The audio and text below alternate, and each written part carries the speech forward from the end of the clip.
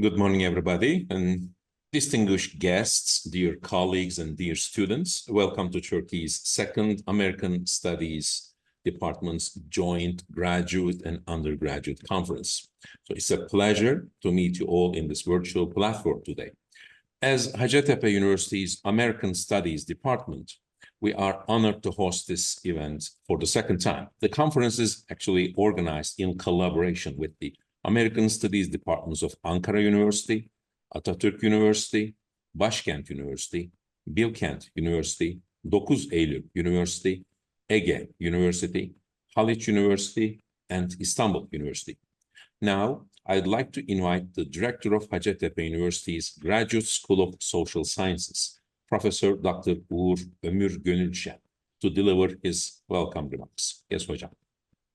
Hello, good morning to everyone. And specifically, thank you, Professor Ufuk Özdağ, to give me this opportunity second time to address to such a distinguished academic community. As the director of Graduate School of Social Sciences of Hacettepe University, I am very pleased to welcome you to this virtual joint graduate and undergraduate conference hosted by our American Literature and Culture Department in close collaboration with other distinguished American students Department of Turkey. Hacettepe University Graduate School of Social Sciences was established more than a half century ago in order to conduct postgraduate research in the fields of literature, humanities, economic and administrative sciences.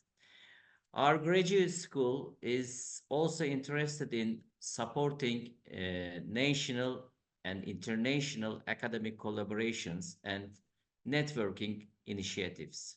So I am very happy to have a chance to speak at the opening ceremony of this international conference. The theme of this year's conference is, as you know, digital games, particularly cultural and literary narratives. It is quite interesting, but also very complicated and thought-provoking topic. As you know, I say digitalization has heavily influenced all aspects of our life.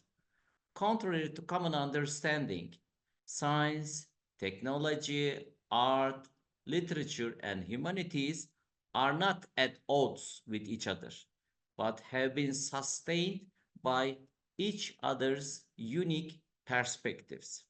Scientists, artists, authors, and game creators draw inspiration from actually each other's works, where the same creativity fuels both scientific discovery and artistic expressions. Particularly, new emerging narratives such as digital games made possible by means of technology. Digital games, I say, are undoubtedly rich cultural artifacts that offer intricate narratives and storytelling experiences. Much like literature, they have the power to convey meaning, provoke emotions, and engage players in immersive worlds. Within this context, I am sure this conference will address the ways of interconnections between technology, culture, and humanity are reflected through the representations of American culture and literature. I would like to thank you particularly to keynote speakers, Yavuz Kerem Demirbaş and Matteo Felçak, for their participation and contribution to the conference. We all look forward to their speeches. We have also many experts from across the field who will be staying with us for the next 2 days, sharing their thoughts, knowledge, and opinions on this issue with us. So, I would like to thank to everyone of you for being here with us. We couldn't have done this event, of course, without your participation. Well, I don't want to take too much your time, and also I have to join another administrative meeting of the university because of my administrative duty.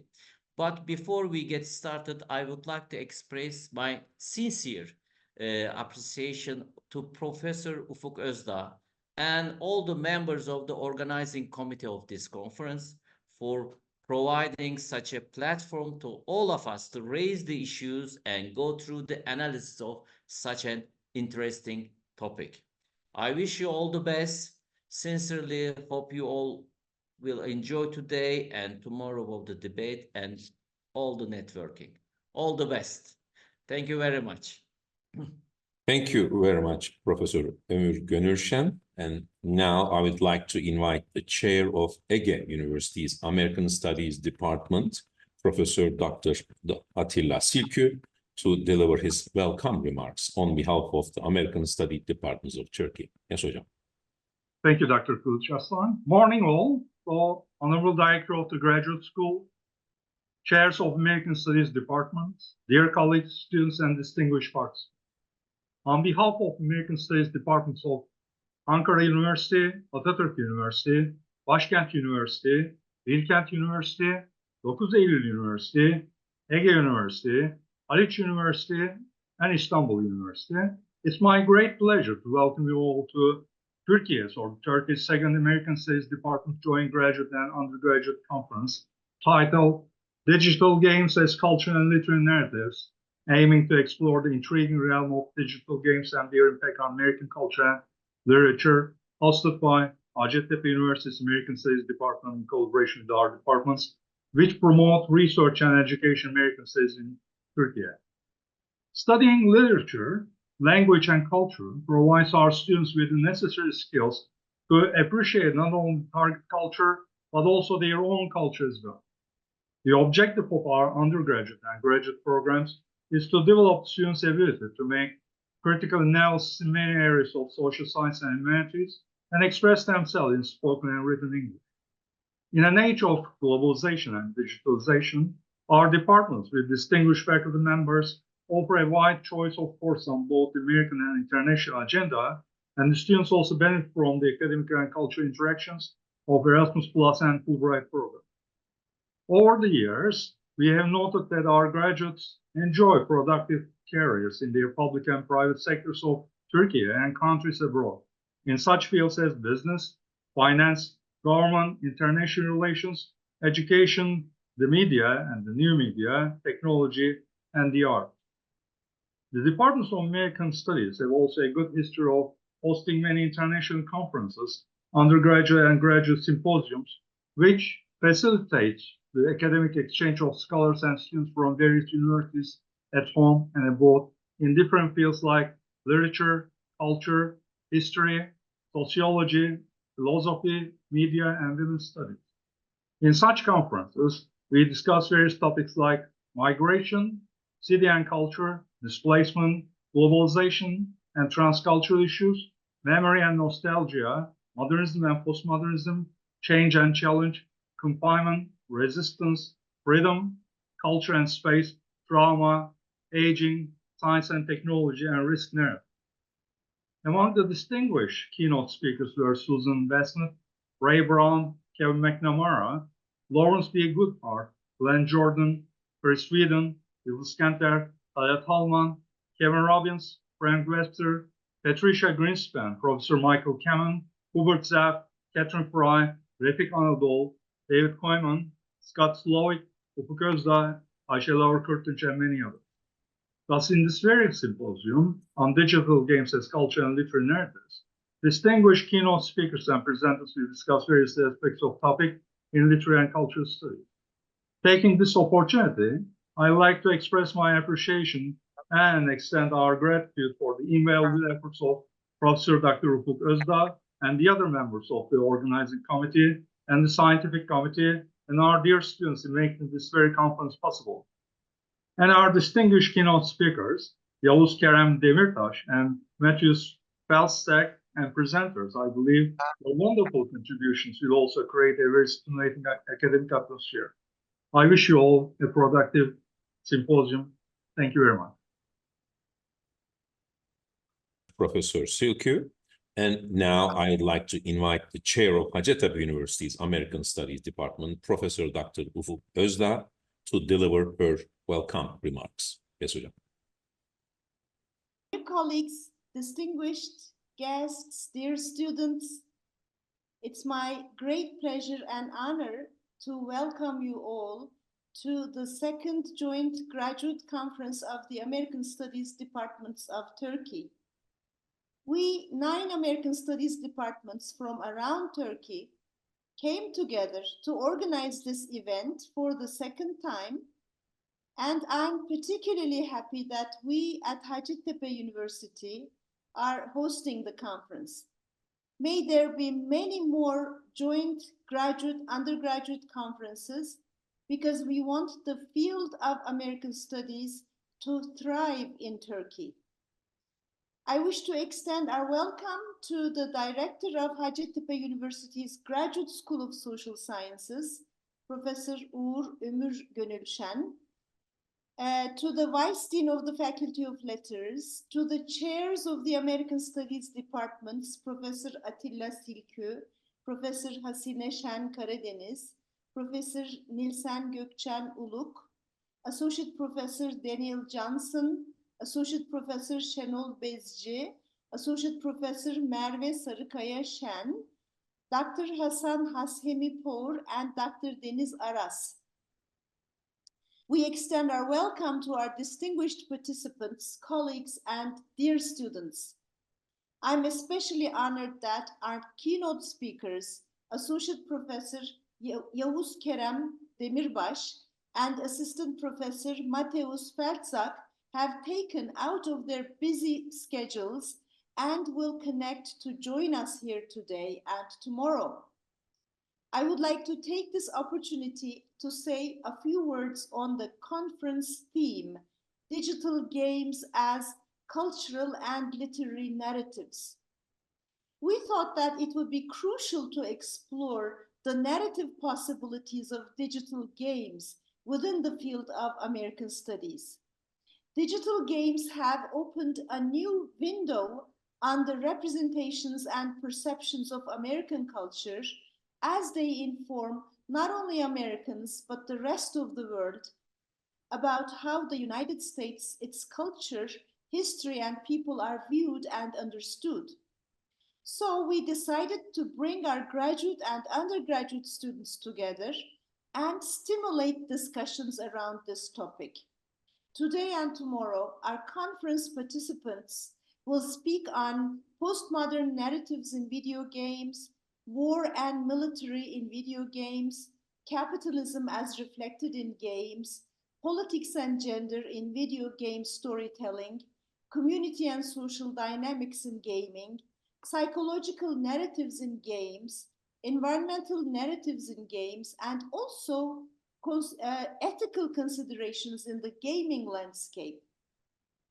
We hope that this platform will open up new possibilities for literary scholars and bring further innovation to the vast world of digital games. We want our graduate and undergraduate students to want to know more and create the unthinkable.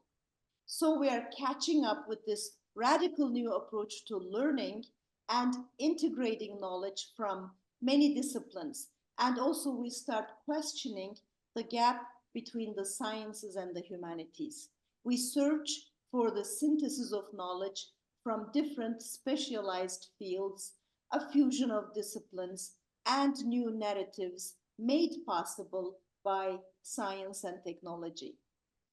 My heartfelt thanks go to my colleagues from the American Studies departments from around Turkey for their warm collaboration, and especially to Assistant Professor Cem Kılıçarslan, my dear friend and colleague at Hacettepe, for opening our eyes to this new world of digital games as cultural and literary narratives. I would like to thank all the members of the organizing committee for their support and help in this process. I would like to end my note saying, I'm delighted to be here today, but I'm even more pleased that all of you are here. I wish you all a very successful and fruitful conference. Thank you. It's my great honor and pleasure to be chairing this session. Our first keynote speaker this morning is Associate Professor Yavuz Kerem Demirbaş from Marmara University in Istanbul. Let me very quickly introduce our keynote speaker to you all. Dr. Yavuz Kerem Demirbaş is a researcher specializing in digital games and media. Before transitioning his passion for games into an academic pursuit, he contributed to Level digital game magazine and several other prominent computer magazines with game reviews.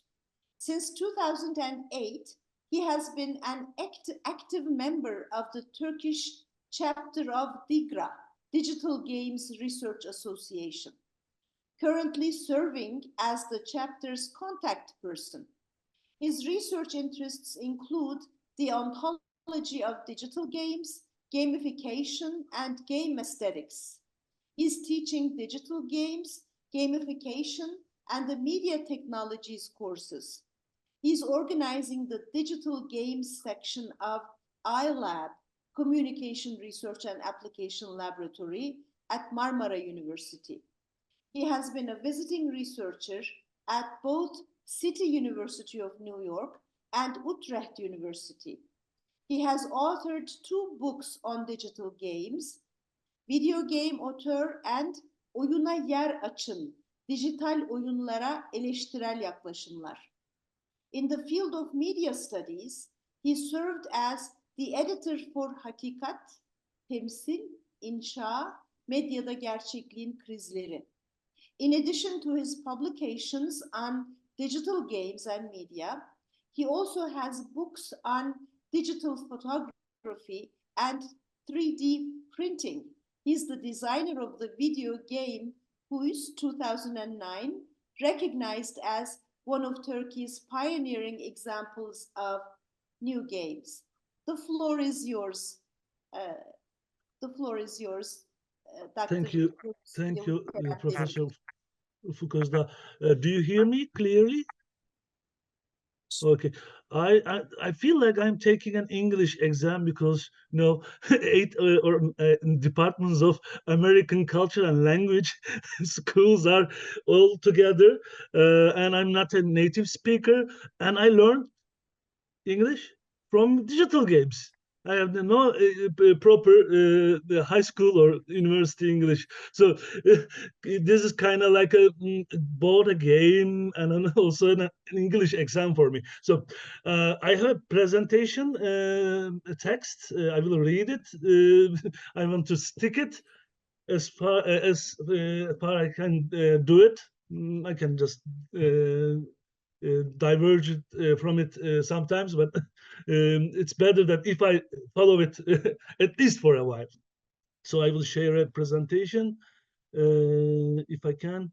I think I need a approval. Okay, yeah. Do you see it? Yes. Okay, cool.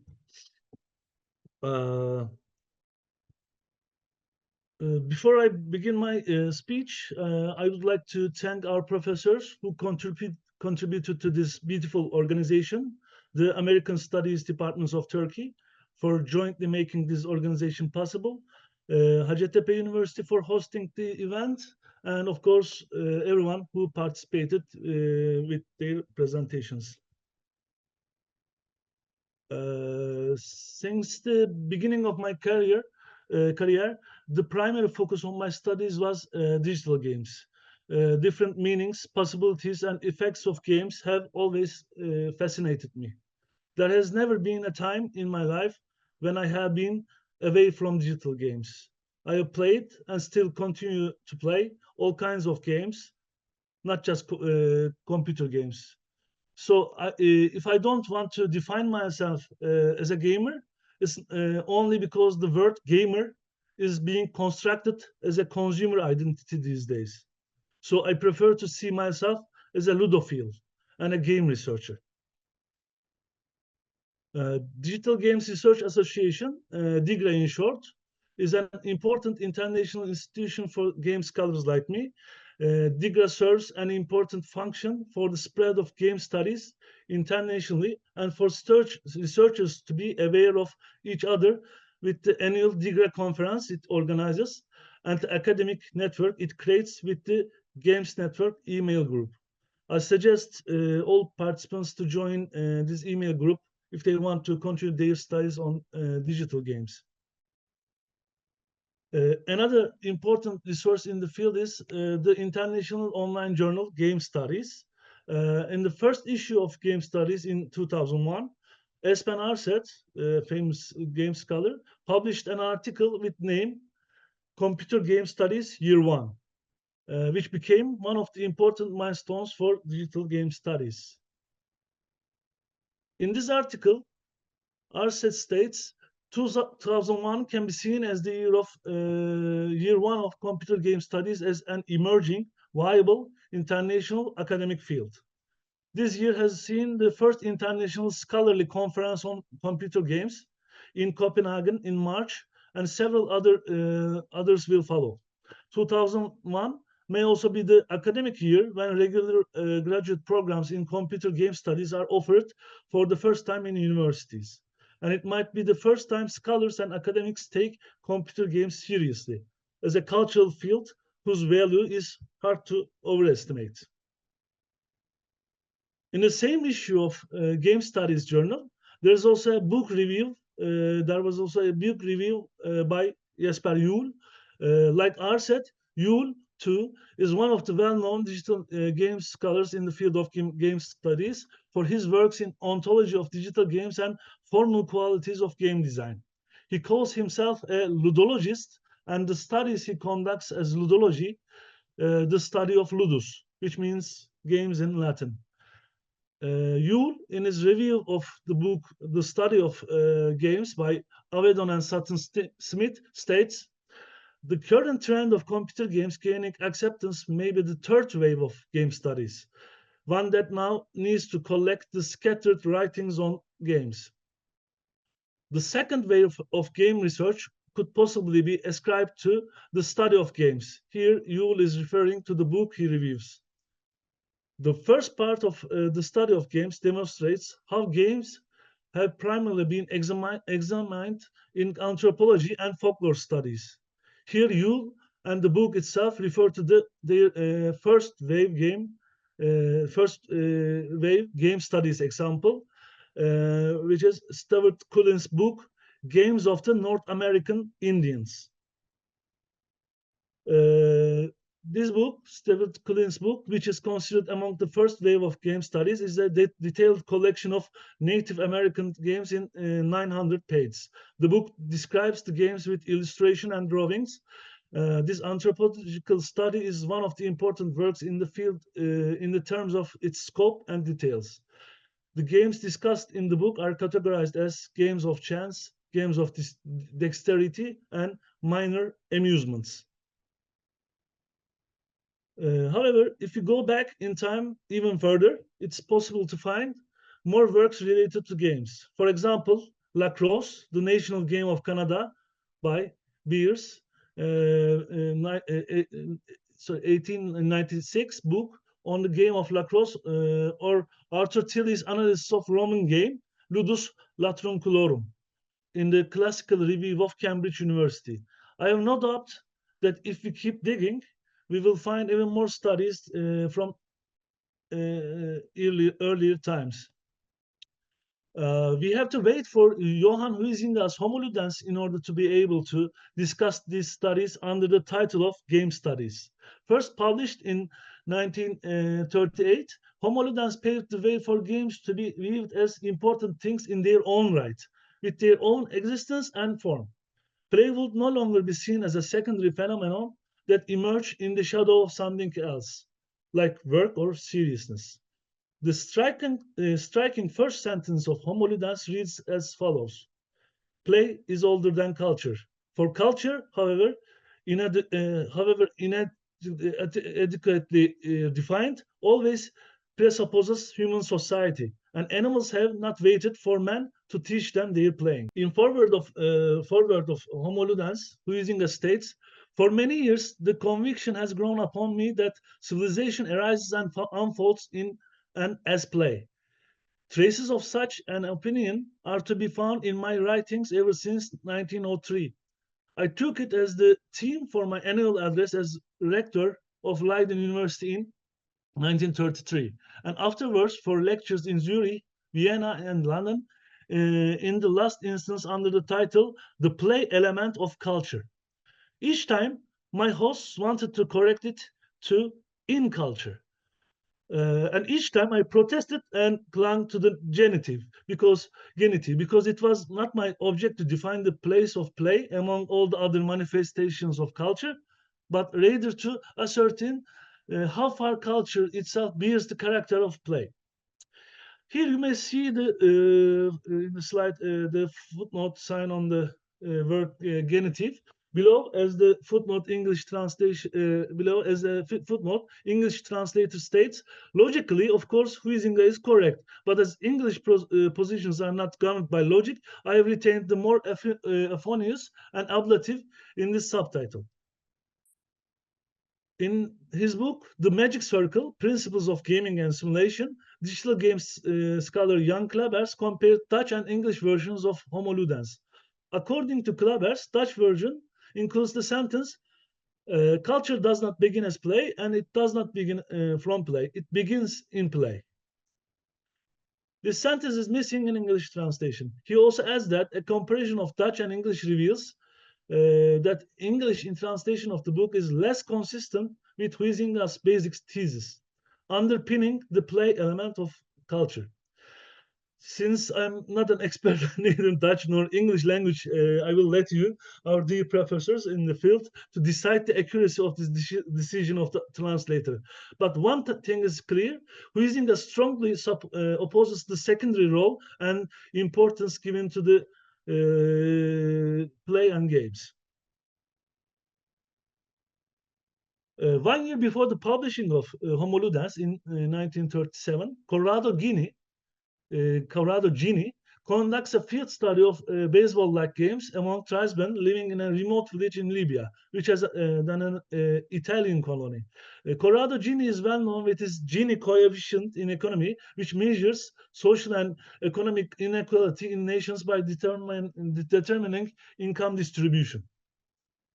A Danish historian named Per Maigard was seated in the audience when Corrado Gini represented his paper on these games at the 1938 conference in Copenhagen.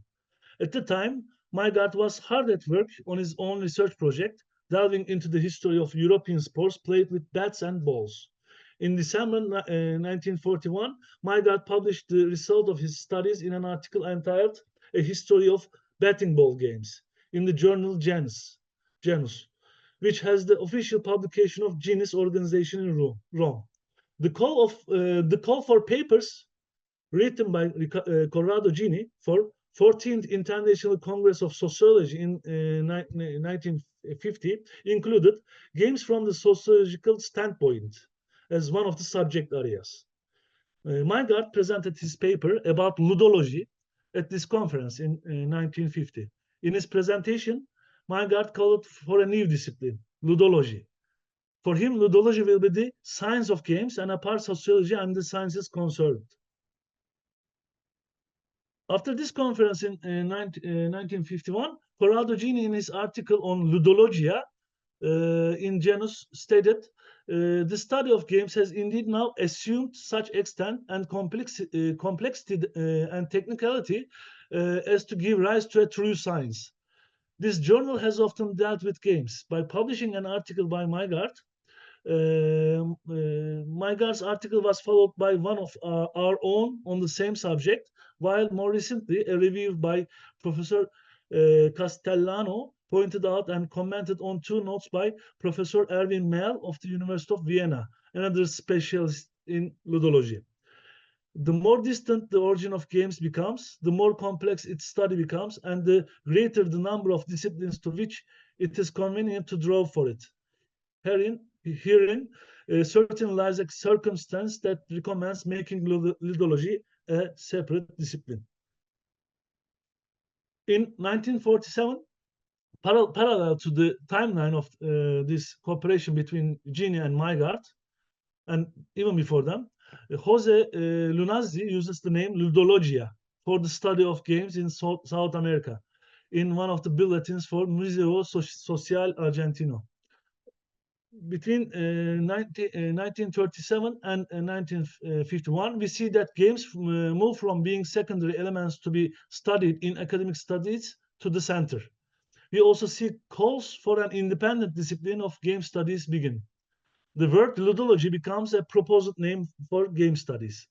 The primary focus of this first wave of game studies has been on examining games from anthropological, cultural, ethnographic, and sociological perspectives.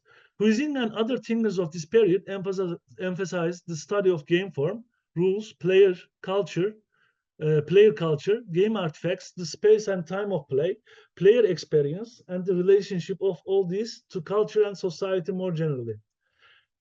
For first wave game scholars, rhymes, songs, lyrics, tales, stories of folklore were a part of their logical approach. Dromenon and mythos are not separated. They worked together. If we fast forward to third wave of game studies, we see the clash of different perspectives on digital games. This clash is reframed as ludology versus narratology debate in game studies, a conflict between game formalism and narrative formalism. I believe that the problem will not be succinctly put if we declare the size of this conflict in this manner as ludology versus narratology. If we reframe the conflict, we see that there are different sides: new media scholars, film studies scholars, media studies scholars, also game scholars, dedicated game scholars at the different sides of this conflict. New media scholars see digital games as their property, although one may say games are neither new nor media from Homo ludens perspective. Film studies scholars see digital games as the future of cinema, without any attention to gameplay as a primary element in digital games. Media studies scholars follows the false dichotomy between passive observer and active user positions to explain game-related phenomena. And last but not least, cultural ludology of first wave game scholars becomes a limited structural ludology. I own this criticism to myself because I also define myself as a ludologist. Becomes a limited structural ludology in third wave, with losing its critical potential, focusing on game design research to fulfill the industrial need. From my point of view, all these different approaches in this so-called third wave game studies have major flaws. One of the most important problem here is the interactivity paradigm shared by third wave ludology and narratology. Alexander Galloway, in his book Gaming Essays on Algorithmic Culture, states one should resist equating gaming action with a theory of interactivity or the active audience theory of media. Active audience theory claims that audiences always bring their own interpretations and receptions of the work. Instead, I embrace the claim rooted in cybernetics and information technology that an active medium is whose very materiality moves and restructures itself. Pixels turning on and off, bits shifting in hardware registers, discs spinning up and spinning down. Because of this potential confusion, I will avoid the word interactive and prefer instead to call the video game, like the computer, an action-based medium. The word interactive became a thing which is used to explain everything related to games and new media, but in reality, it doesn't explain anything anymore. In the Meat of Interactivity chapter of his book, The Language of New Media, Leomanovich states, quote, as with digital, I avoid using the word interactive in this book without qualifying it. For the same reason, I find the concept to be too broad to be truly useful.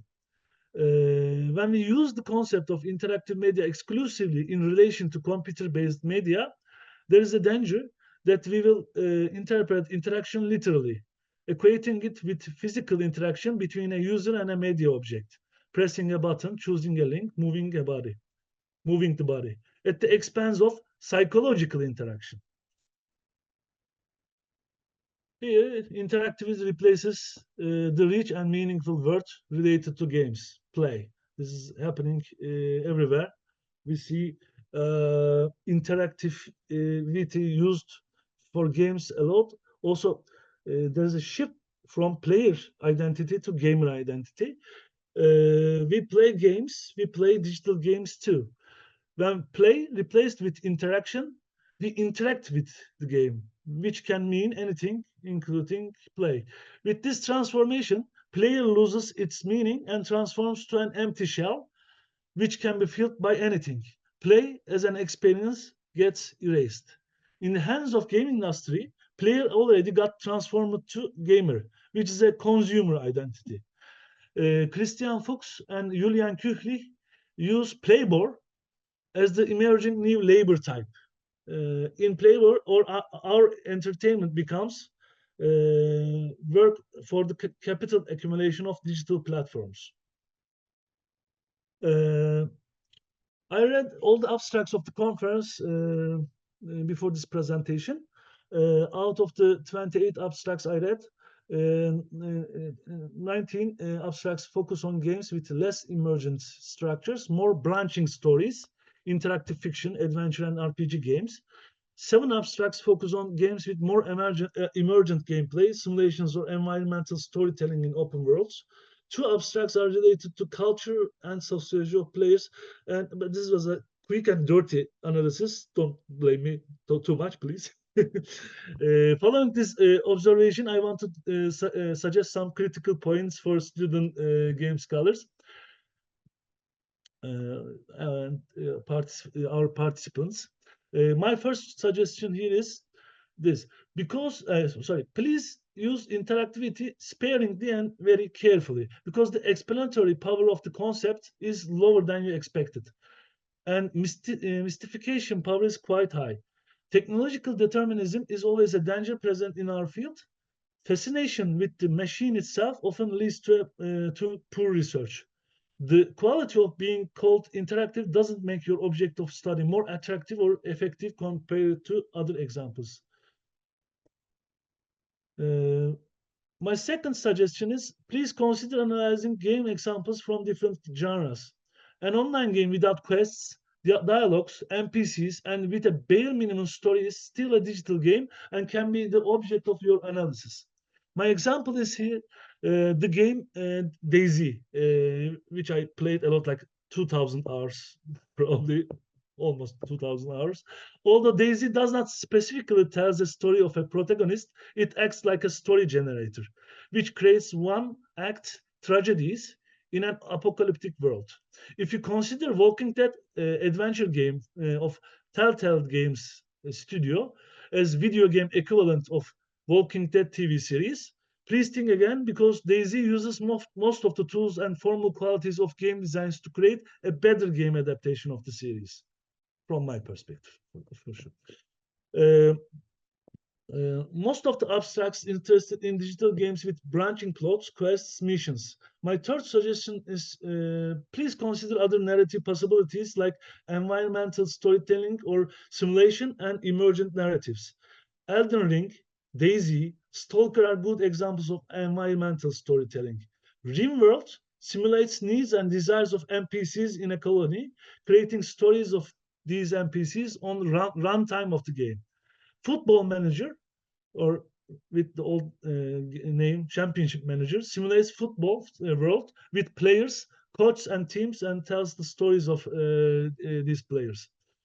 Which the game itself is a simulated football universe.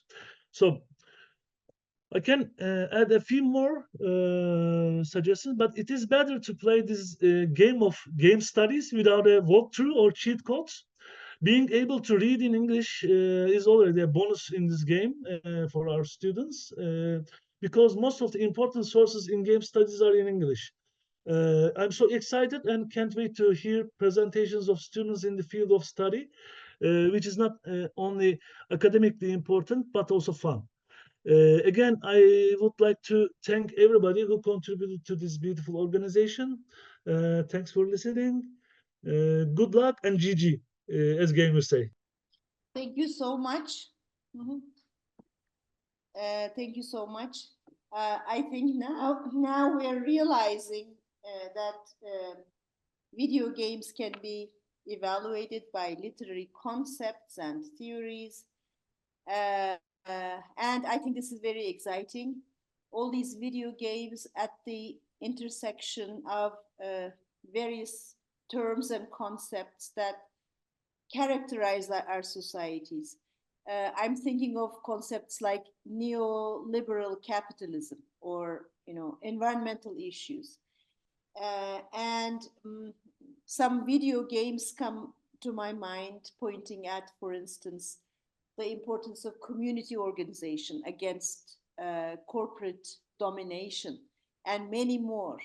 And I'm sure our conference participants have a lot of questions in their minds and would like to ask questions. You can put your questions in the chat box, or you can simply unmute yourself and ask your questions. So the floor is open for your questions and comments. I would like to ask a question to Yavuz Hocam. Yep, I'm listening. Hocam, what would you say your favorite genre of games are? These days or generally? Because it's changing from definitely. month to month. I play first-person shooters a lot. So like Doom, Wolfenstein. Doom, Wolfenstein, Quake, Quake 1, 2, Yes. 3. I don't play the new Quakes, but these days, DayZ, Stalker, and Squad. Actually, it's interesting to think about Squad. For instance, if you just watch a video of Squad, that this would be my first suggestion, but I just I forgot it. Like if you just analyze a video of Squad, you will see a war movie. But it's if you play the game makes you hate war, hate violence. It's like the book. There's nothing in the Western Front. What was the Nothing name new of it? in the Western Front, Yeah, yes. yeah. The game is like that, but you need to play the game for analyze and understand the message of it. So it's implied, embodied in the gameplay. So the videos doesn't just give justice to this is the first suggestion. Game analysis should just made with accompanied with playing analysis. So also narrative analysis needs to just focus also this kind of emergent issues in the runtime of the game. So a game researcher should be, but this is also Huizinga's point. Like we should see the games in the perspective of players and focus also the experience of the player as a scholar. Thank you for your answer. Can I ask a question? Thanks. Ahmet Tuğrul Çüngür. Yes. You have a question? Okay. Firstly, thank you for your presentation. Why do you believe that there is a watching community, video community emerge watching the playthroughs or gameplays? Like why there is no other watching movie together video community, but let's play together video community in YouTube? I'm not sure I followed you because there's a problem with the microphone, maybe. You said, I understood that you said there are let's play together communities, but not let's watch together communities, right? Did I miss something?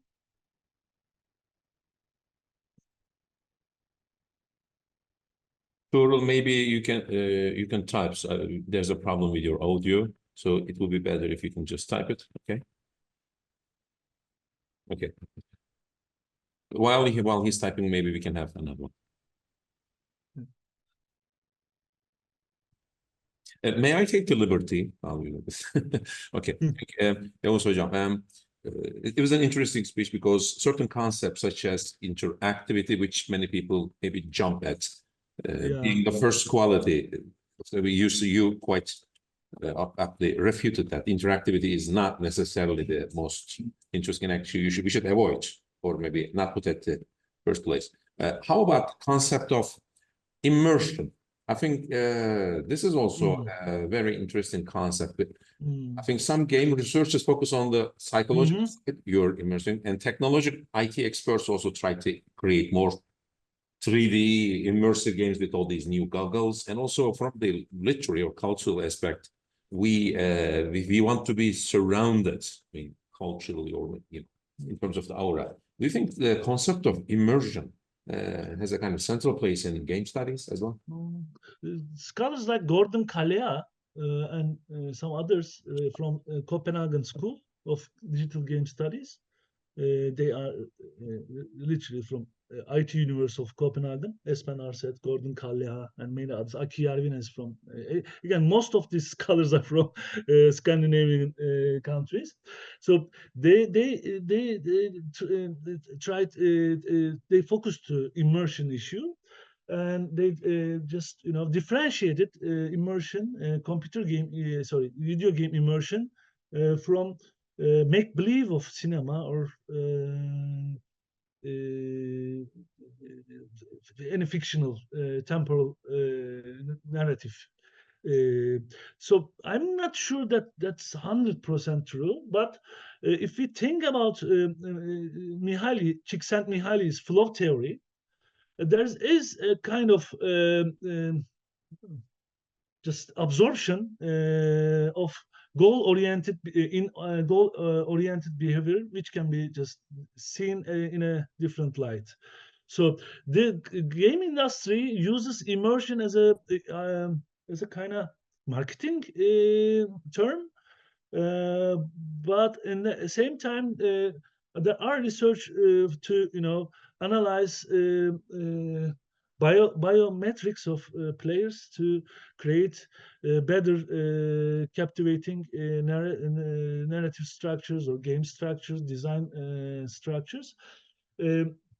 I see it also from an ideological point of view in my studies, because I'm mostly interested these days with the economy politics of games. The last presentation I made, presented last week in Ankara. I was in Ankara last week. Was on de-gamification, which is a kind of upside down version of gamification. That actually it explains a gamification in a better way, because gamification is deplayification actually. So I was here. I'm interested the concept of sportification by Adorno, for instance.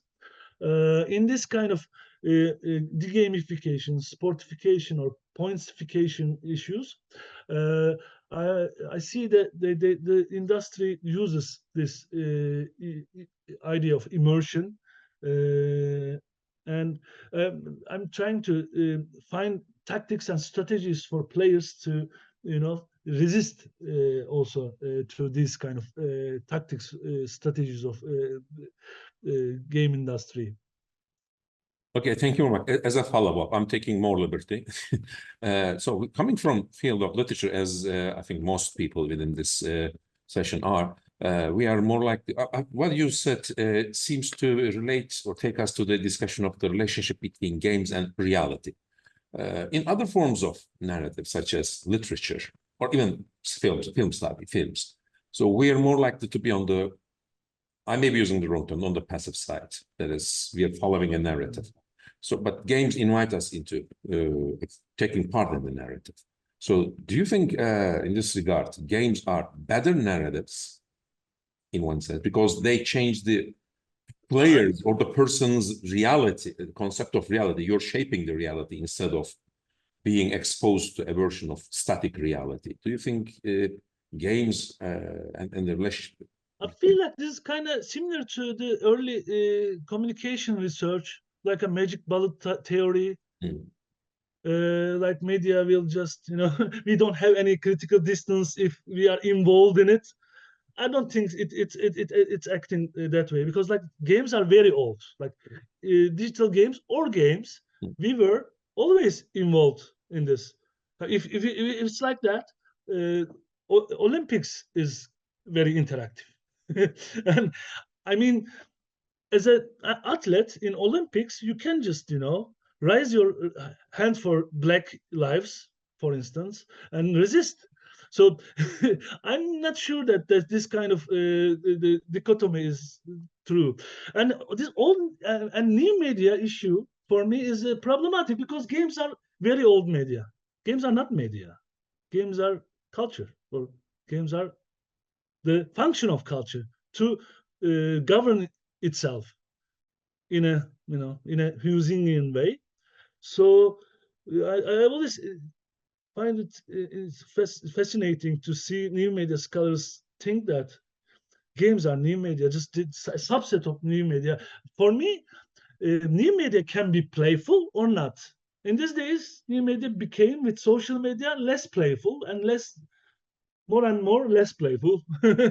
And the start of a new media era with internet was very playful for me. Like, this masquerade, these identities, nicknames, and the textual narratives, the roles the people play was more playful.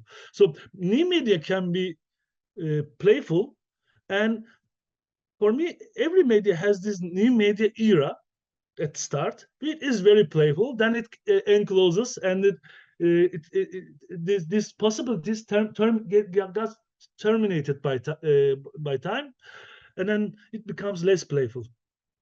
So upside down picture again for me. Okay, thank you very much. So maybe I should read out the text question. Ahmet Tuğrul Çüngür asks, why do there is a Let's Play community emerged on YouTube or internet more generally? Why people want to watch people playing video games?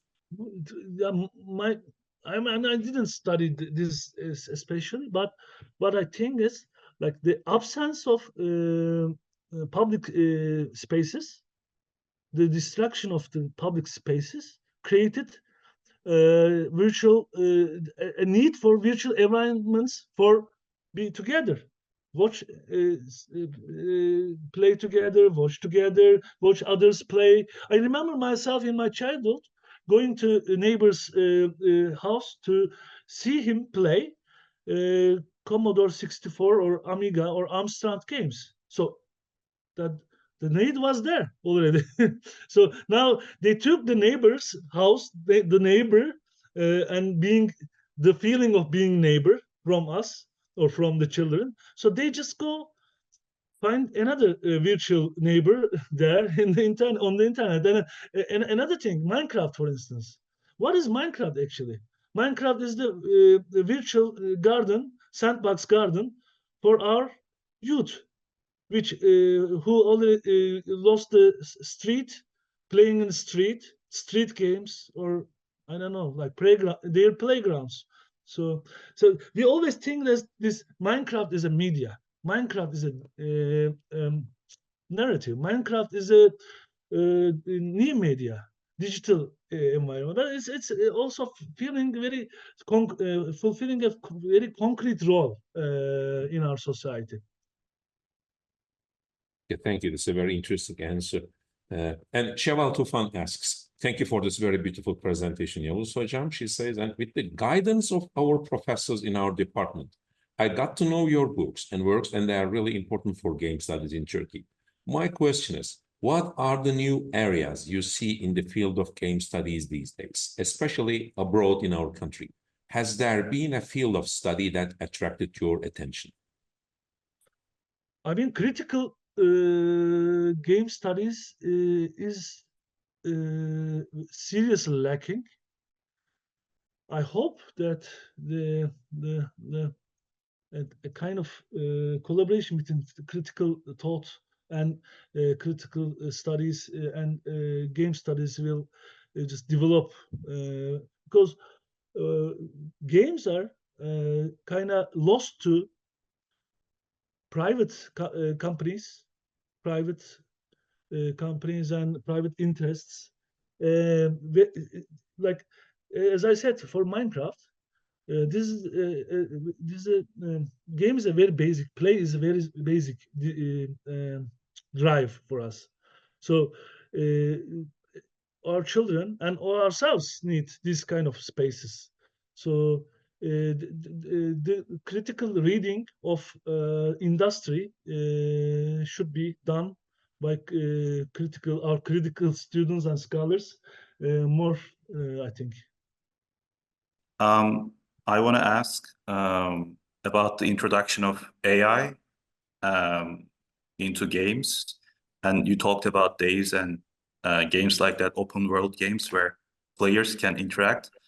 And in games like that, or other games like GTA, we have limited type of dialogues with characters in streets, for instance.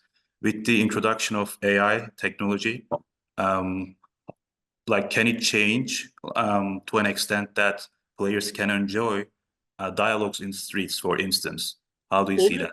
Already in open world games, many not scholars but many critics on YouTuber critics of games say that these games became hollow without AI.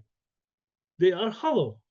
So AI will make them feel more hollow, I think, because like that human touch is needed there, and this is called art. Like either there will be other players, full of other players, or a designer there, a game author, somebody, a director, just you know, uh, making this human connection. Without that, players or discuss just fill these games with NPCs with AI, then this will be feel like gimmicky for a while, and then the people will lose attention, I think, and they will desire something else. You know, maybe a different innovation. But check the YouTube famous game YouTubers, and you will see that GTA or others. Like there was this moment of open world games becoming very popular. Now the people say, okay, we have these huge worlds, but they are empty. Whereas the spatial experience is important. Minecraft has this spatial experience. You interact with the environment itself. The basis of the game play is interacting with that environment, and you do it with your online with your friends.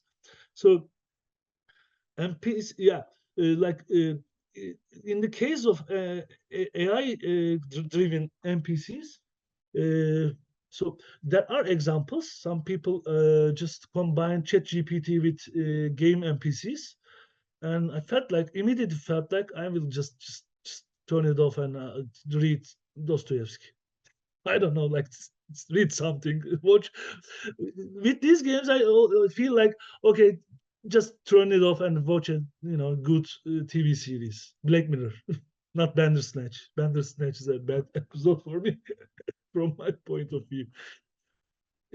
I know it's controversial to say something about Bandersnatch in this conference, but yeah. It's not my best episode. So this is all very exciting. I'm really so looking forward to listening to these papers, these 2 days. Really very exciting. My research interests are in environmental studies and also climate change. And I'm wondering what eco-critical video game theory would be like. I mean, approaching these video games from an eco-critical perspective, from a climate change perspective. Actually, one of the sessions is on that, I believe. We will hold 10 sessions today and tomorrow. And our conference participants will speak on various aspects of video games. And I just saw that our second keynote speaker also connected, Dr. Mateusz Feltzak. So I'm saying hello to him. We will be listening to his keynote address tomorrow. As I said, we will hold 10 sessions today and tomorrow. The next session will start at 11 o'clock. So let's give a short break, about 15 minutes, and come back. Looking forward to seeing you in 15 minutes' time.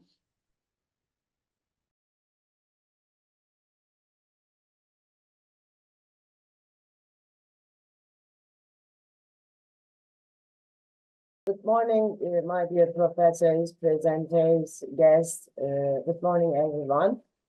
It's a pleasure for me to welcome you from the first session titled Postmodern Narratives in Video Games. We have 3 presenters in this session, Zehra Ahmetoğlu, Hasret Sarı, and Bora Yeniay. Let me introduce you first Zehra Ahmetoğlu. Zehra Ahmetoğlu graduated from Middle East Technical University, and she commenced on her PhD, and her studies focused on postmodern literature and theory. Today, she will talk about narrative structure of the video game Alan Wake through the lens of their difference and deconstruction. And yes, Zehra, floor is yours. Thank you so much, Professor. Esteemed professors, everyone.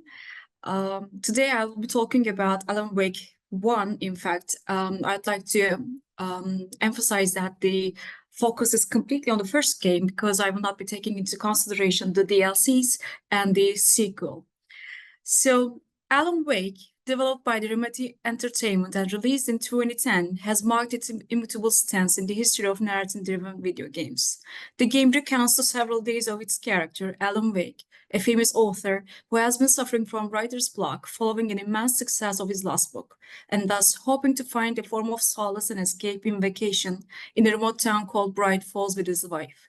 The core premise of the story revolves around the events that follow the disappearance of Alan's wife into the lake and his awakening 1 week later with no memory of the past week.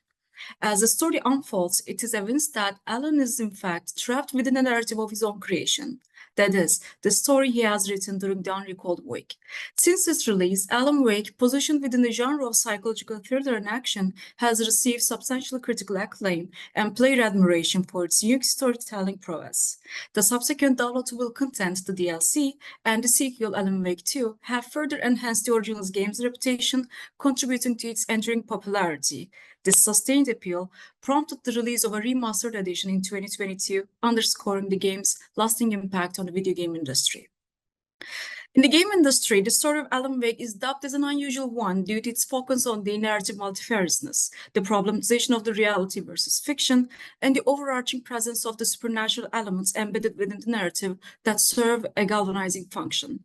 In the words of Stubbart, 2015, Alan Wake marks a certain distinction from various other video games, since rather than being rule-based, the story of Alan Wake refrains from presenting, quote, the process of play as the sole or even the most important aspect of their makeup in the ways that traditional games do.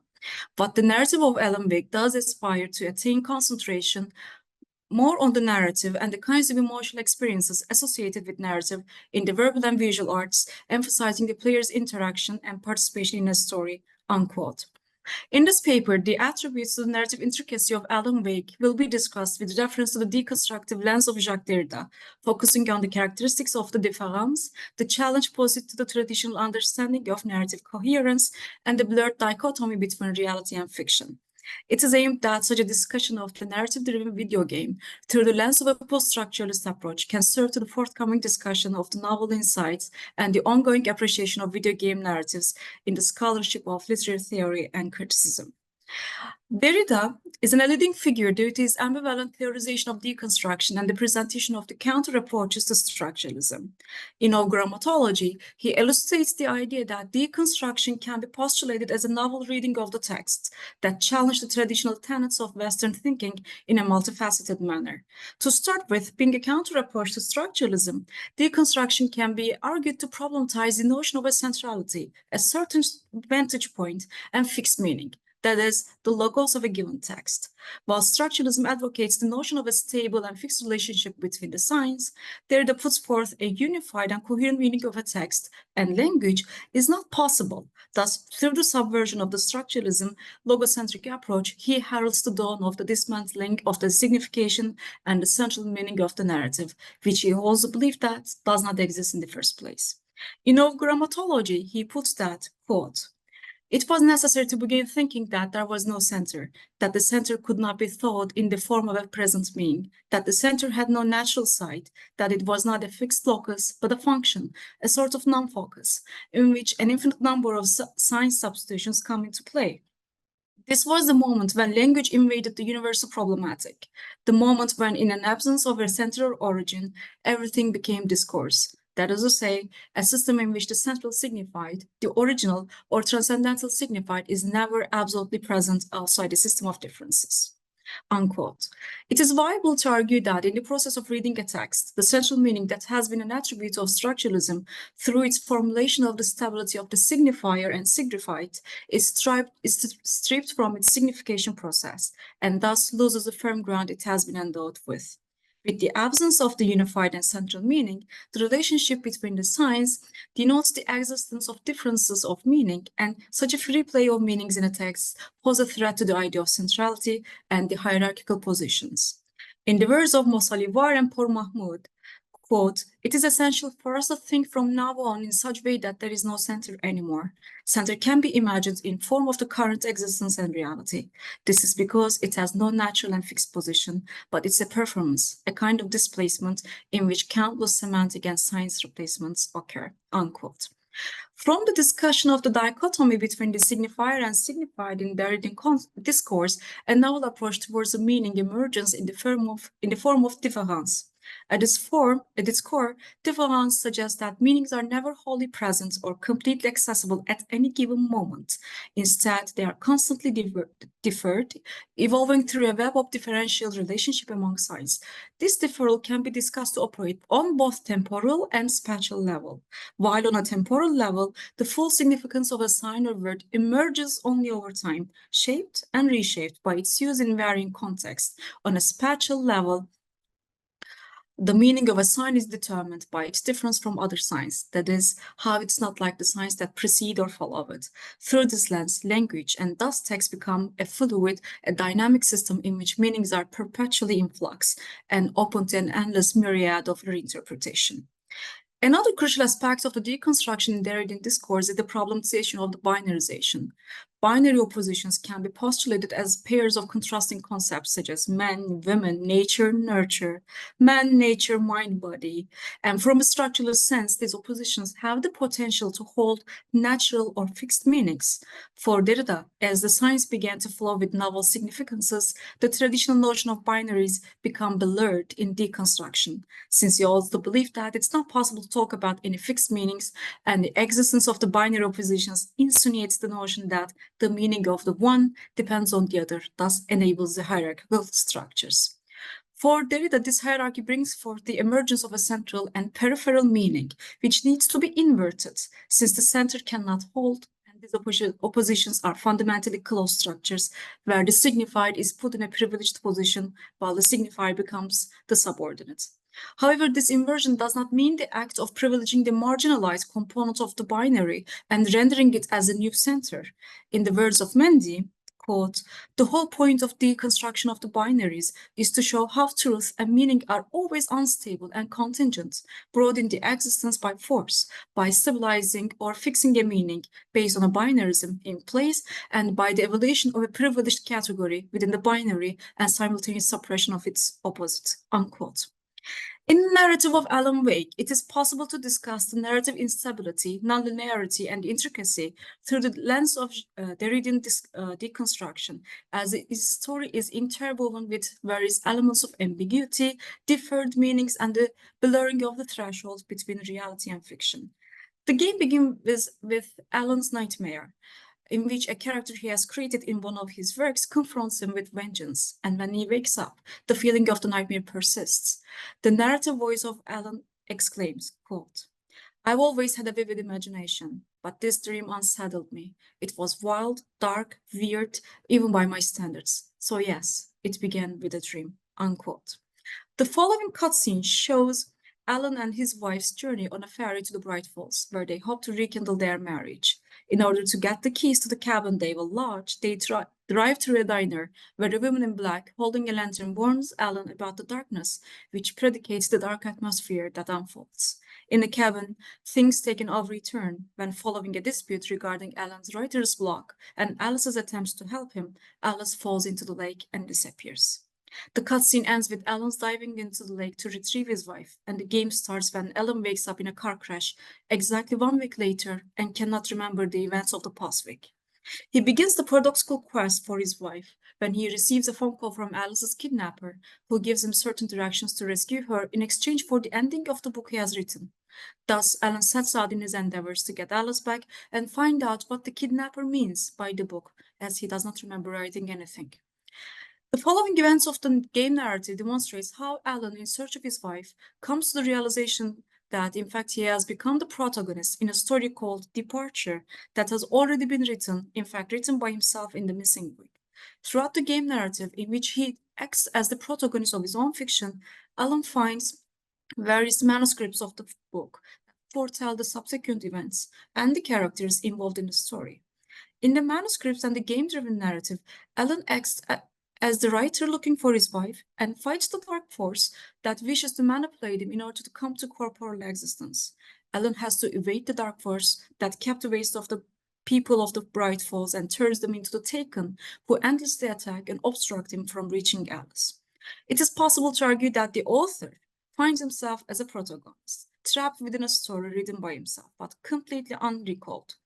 And the player, along with Alan, pieces information together from the manuscripts, TV shows, his brief visions regarding the past week, TV sets that show him writing the story in the cabin, the dialogues with the other characters, and a late-night radio program.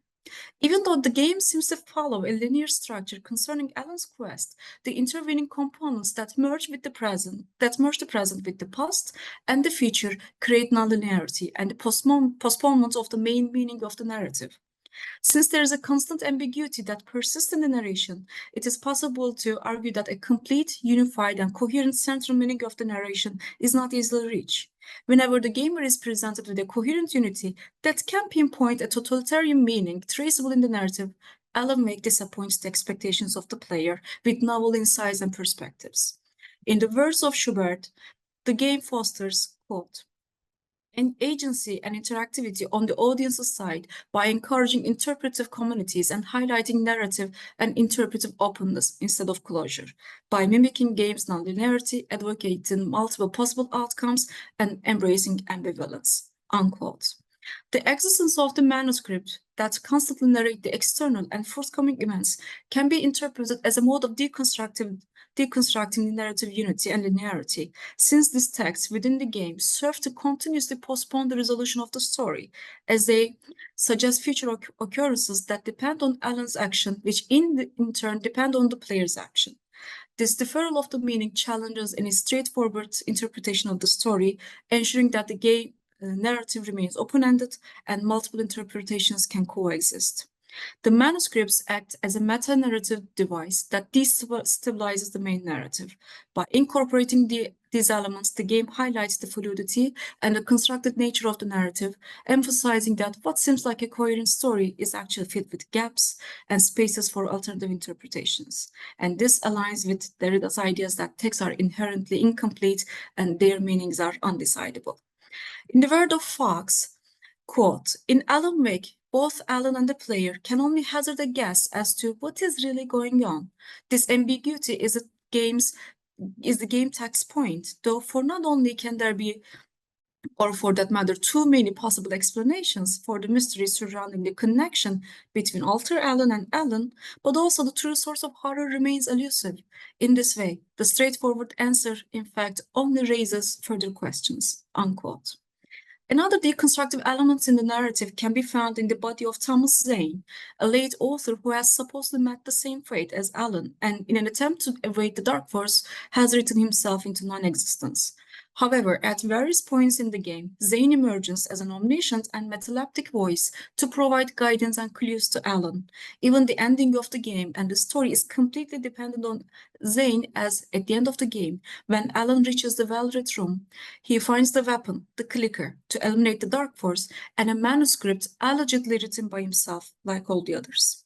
However, Alan, as the autodiegetic narrator, upon reading the manuscript, utters that, quote, "The page was autobiographical, a page from my childhood, but I did not write this. It was a page written by Thomas Zane. None of them were supposed to exist anymore," unquote. At that point, as a metaleptic voiceover, Zane intervenes with the storytelling and talks about Alan's childhood, his fear of the darkness, his mother's gifting him with a light switch to dissipate it. Any form of coherency reached by the player building up to this point is disrupted once again as a novel interpretation of the narrative surfaces. The player is left with the following question: is Alan Wake a real author experiencing the realization of his story, or is he a fictional character in a story written by Thomas Zane? The question remains unsolved. And thus, through uncertainty, ambiguity, and the intricate web of narrative components, the central meaning of the game and hence narrative is postponed indefinitely one more time. In that sense, the existence of Zane in this diegetic narrative can be interpreted as another trace of concept of deferral. Each piece of guidance he offers does not just contribute to the progressing of the storyline, but often opens up new avenues of understanding or complicates the narrative further. His guidance and the final act of assistance to Alan differs the finality of the narrative's meaning, ensuring that with every intervention, the resolution of the game story extends into new possibilities, never quite settling into a singular, definitive interpretation. The deferral of the narrative coherency is also traceable at the end of the game, when Alan writes the end of the story to save Alice from the clutches of the Dark Force. The cutscene shows that Alan surfaces up from the lake, while Alan does not. It is possible to interpret the scene as Alan sacrificing himself for his wife, as the Dark Force will not set both of them free, and Alan writes the ending accordingly. However, as the scene darkens, the voice of Alice is heard as she says, quote, "Alan, wake up," unquote. Despite being a curt sentence that may not signify any complexity by itself, this utterance of Alice complicates the narrative one more time. Along with the two possible interpretations, a third one emerges. Was everything just a dream or nightmare of Alan? Did he dream all that happened after the first dream at the beginning of the game? The game again does not answer any of these questions, and thus the meaning becomes deferred one more time for the player. Thus, these attributes of the game, together with its complex narrative layers and the lack of a plausible logos, can be discussed to resonate with their understanding of difference. Another important component of the game that can be approached through the lens of Derrida is the blurred dichotomy between reality and fiction. According to Derrida, the binary oppositions are hierarchical constructs that endlessly prioritize one over the other. In that sense, one end of the binary is regarded as a supplement to the other, and thus another form of centrism emerges, which Derrida believes should be dismantled, since the disruption of the binary oppositions negates the privileged position of the center, enables any possible unity to be dispersed and disbanded for novel readings and meanings to emerge. In the story of Alan Wake, it is possible to surmise that the relationship between reality and fiction as binary oppositions are deconstructed, and even at times they appear to merge and become indistinguishable. Throughout the game, the player is presented with the fictional story of Alan springing to life. All that has been written in the manuscripts become a component of the reality that Alan experiences. What he has written becomes his reality, even though at times they are deferred. In the second layer of the narrative, Alan writes the story in the cabin, glimpses of which the player retains through the TV sets. In such a complexity of the narration, the player is left with various questions concerning the reality versus fiction component of what Alan goes through. As fiction comes to life, the dichotomy between them is irreversibly disrupted and inverted. And in the words of Fox, Alan, cognizant of this obscurity, quote, does not really confuse fiction with reality, but rather starts to comprehend that two cannot be easily differentiated, if differentiated at all, unquote. Through the stepping over these ontological boundaries between the two ends of the spectrum can be discussed to resonate with Derridian discourse pertaining to deconstruction of binary oppositions. In the game, the blurring of the threshold that separates the reality of the fiction from the fiction eradicates any pretense to one's logocentric stance and the other's appartenance, and thus the distinction of reality from fiction becomes a maelstrom, the depth of which cannot be glimpsed. Another instance in this binary distinction is in which binary distinction is dislocated can be found at the end of the game. Following the instructions of Zane, Alan goes back to the cabin and writes the end of the story he has begun. In that cat scene, the narrative, reality component of the game merges with the fictional part, and both occur at the same time. As Alan writes the end to departure on the fictional level, it instantly becomes the reality and helps him save Alice. It is possible to contend that even though throughout the game the line that sets reality from fiction has been blurry, the ending completely dissipates any trace of differentiation as both become entangled in Alan Wake. In that sense, the game can be seen as a novel form of game narrative that reflects on its textuality and its self-conscious narration. Overall, Alan Wake, created by Sam Lake, who is a graduate of English literature from Helsinki University, embraces various forms of narrative disruption, such as lack of centrality, ambiguous meanings, unanswered questions, and the blurred binary oppositions. It's a game that does not solely function on the traditional elements of video games, but invites the player in the meaning-making process with their own interpretations to form and meanings to derive. It provides a realm of uncertainties through its constant deconstruction of the logocentric approach to the narrative, where the signs roam freely, requiring the agency of the player to engage in and experience various elucidations. As Fox comments, quote, when playing Alan Wake, gamers just as much use their analog controls in their hands to play the game as they cognitively play with the meaning potentials that the narrative opens up, gaining as much pleasure from playing the game as from playing with the complex game text. The openness resulting from this textual complexity invites participation and emphasizes the opportunities for exchange and for change, unquote.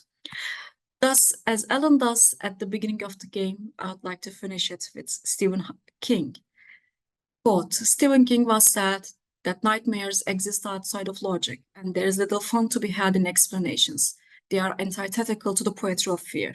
In a horror story, the victim keeps asking, why? But there can be no explanation, and there shouldn't be one.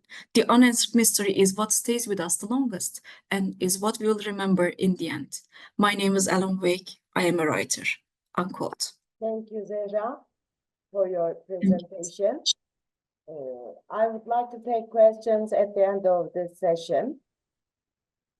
Our second presentation belongs to Hacettepe, titled Metafictional Gaming, Narrative Techniques and Self-Conscious Writing in Alan Wake 2. Hacettepe received his bachelor's degree from the Department of English Language and Literature at Gazi University, and he completed his MA studies at Selçuk University with his thesis on Irish drama. And his interest areas are fantasy and science fiction, game studies, trauma and memory, post-modernist theory, and narratology. Yes, Hasret, floor is yours. Thank you so much, ma'am. Okay. So my presentation is about the recently released Alan Wake 2. It's a precursor to well, not a precursor, the previous presentation is actually precursor to mine. And in Alan Wake 2, we have some similar postmodern techniques, but there's also that kind of a difference that involves the player interaction with the narrative. And I will be basically talking about this. And the game itself is sometimes labeled under metafictional gaming, but it's not actually in the sense that it is a game about games, but it's more about how within the game, the story itself is kind of complemented with the narrative, with the play and the interactions. And this is what I'm going to be talking about. Now, Alan Wake 2 was released in 2023. It's quite recent, by Remedy Entertainment. And this is the same group of people that released Alan Wake, the first game, some of the DLCs, and another game called Control, all of which are, you know, the stories are set in the same universe. So in Alan Wake 2 or in Control, we sometimes see intertextual references to these works as well. It's a survival horror video game, and it's a sequel to the 2010 Alan Wake. And this is actually the first thing that we see in terms of its postmodern techniques. It's a detective novel, made a video game with horror elements, and occasionally it implements radio shows, TV shows within it. And one of the best parts about this specific game is actually about this TV show part that I will be talking about. And the game centers on Alan Wake, who is a successful novelist, and he is trapped in a dimension, pretty much in the first game as well. But the events of Alan Wake 2 are after, like 13 years after the first one. And in this one as well, we have Alan Wake as a playable character. But there is also another character that you can play as, Saga Anderson, who is an FBI special agent, detective. And in certain parts of the game, you control Sega, and then in other parts, you control Alan Wake. And both narratives, actually, the two different narratives, are actually two different novels that Alan Wake wrote. And the game tells you about this pretty clearly because of the chapters within the game. Like when you play as Sega Anderson, it's the last game of the trilogy that Alan Wake wrote, which is Return. Or when Alan Wake is controlled by the player, again, it's Initiation, for example, another book, the second book in the trilogy, which follows the first book, Departure, that is basically the first game. Now, throughout the game, in the first one as well and in the second one, you come across these manuscript pages that you have to, they are collectibles in the ludic terminology, at least. They are collectibles. You collect them throughout the game, and in these manuscripts, you actually find the books.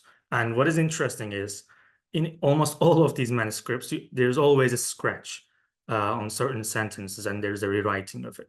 And in the game, in the first game as well, and especially in the second game, scratch is not only just, you know, a scratch on papers. It's also a character that Alan Wake has to beat, and it makes quite a lot of sense since Alan Wake is a writer and his enemy is a scratch, because he needs to write himself out of the story in a way. But you can never be certain whether these scratches are made by Alan Wake or the character Scratch, because Scratch is also a kind of a doppelganger of Alan Wake in this dimension that he is trying to get out of. And the reason for that is, it is first explained in the first game, but it's the Bright Falls, which is a place where whatever you write becomes reality. So writing becomes reality. Now, in this specific example, I've chosen this because it also plays with this postmodern time understanding, this linear time understanding. Because, for example, this is the manuscript that the player can find when playing as Sega. and they're in an autopsy room, and there is what is termed the taken, someone who's been killed and taken by darkness. And Sega finds this page and reads it, as you can see here as well. But what is being explained in this page has not yet happened. It's immediately after the page has been found and read that something like this happened. And the story or the page does not only tell, Sega what to do, but also tells player what to do, basically to hide in the shadows hide in the lights, because the lights cannot be seen by this wave of terror. And throughout the game, you find many manuscripts. Some of them are about the events that have happened until that point, or some of them serve as hints to what's going to happen in the future. So this temporality is problematized. And this is the part where we see the kind of a move from one medium to another, from the game world to the television world. And here we have Mr. Door, who is, who has his own program, and Alan Wake is invited as a guest to this program. But obviously, Alan Wake does not really remember writing his story.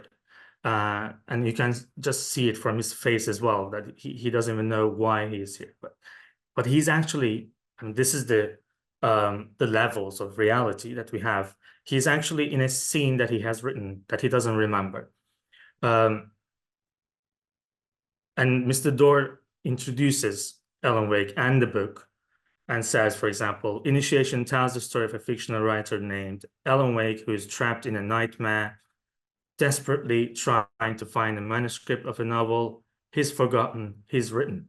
And throughout the game as well, this is what you do, the finding of the manuscript pages, trying to find what you need to write in order to get to the ending of the novel and change it so that nothing will happen like this. So the whole thing is about basically Alan Wake as a writer trying to find the manuscript in order to rewrite the ending so that he will escape the reality that he has written. Now, what I find interesting and also quite different from the first game is these occasional parts in the game where, as the player, if you want to kind of explore certain parts or can move through the story, there is an action that you need to take. And this action involves writing or rewriting certain parts.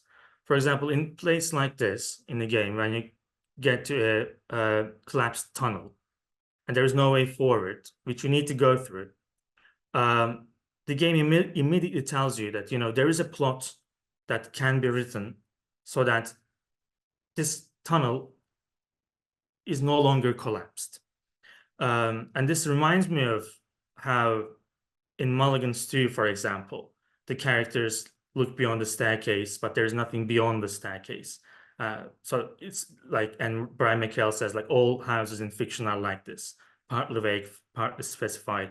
So here as well, we have that postmodern thinking too, this realistic illusion, actually, that, you can write this if you want to as a writer. So the whole thing about the game is that it speaks to its own constructedness. It's the constructedness of the narrative and the layers themselves. Now, for example, this is the plot board that the player also has to interact with. And as you can see, it says Initiation Draft 1. So basically, the whole game is the novel. And as a writer, you have to write this novel by following certain plot points. And in this part, as you can see there as well, the collapsed tunnel is given. And because you're looking for the missing FBI agent, you need to click on that. You need to choose the specific plot point so that you can open that tunnel. So it's not like in other games, you would have something like, you would have a certain tool that, you can open the tunnel with. But here it's the story rewriting of the story that opens the tunnel.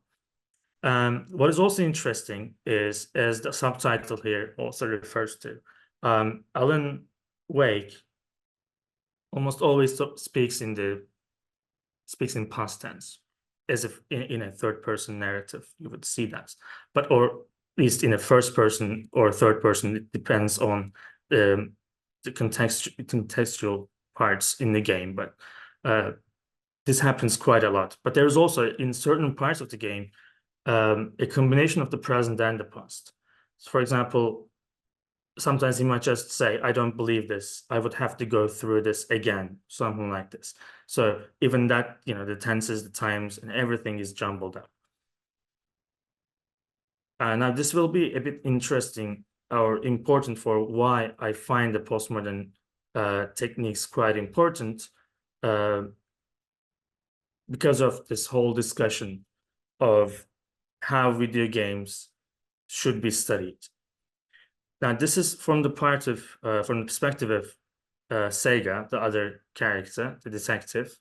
And Sega has another board, a board of her own. It's called Mind Place. Here she is solving the cases, and by finding the materials in the world and everything. But she needs to kind of link everything together.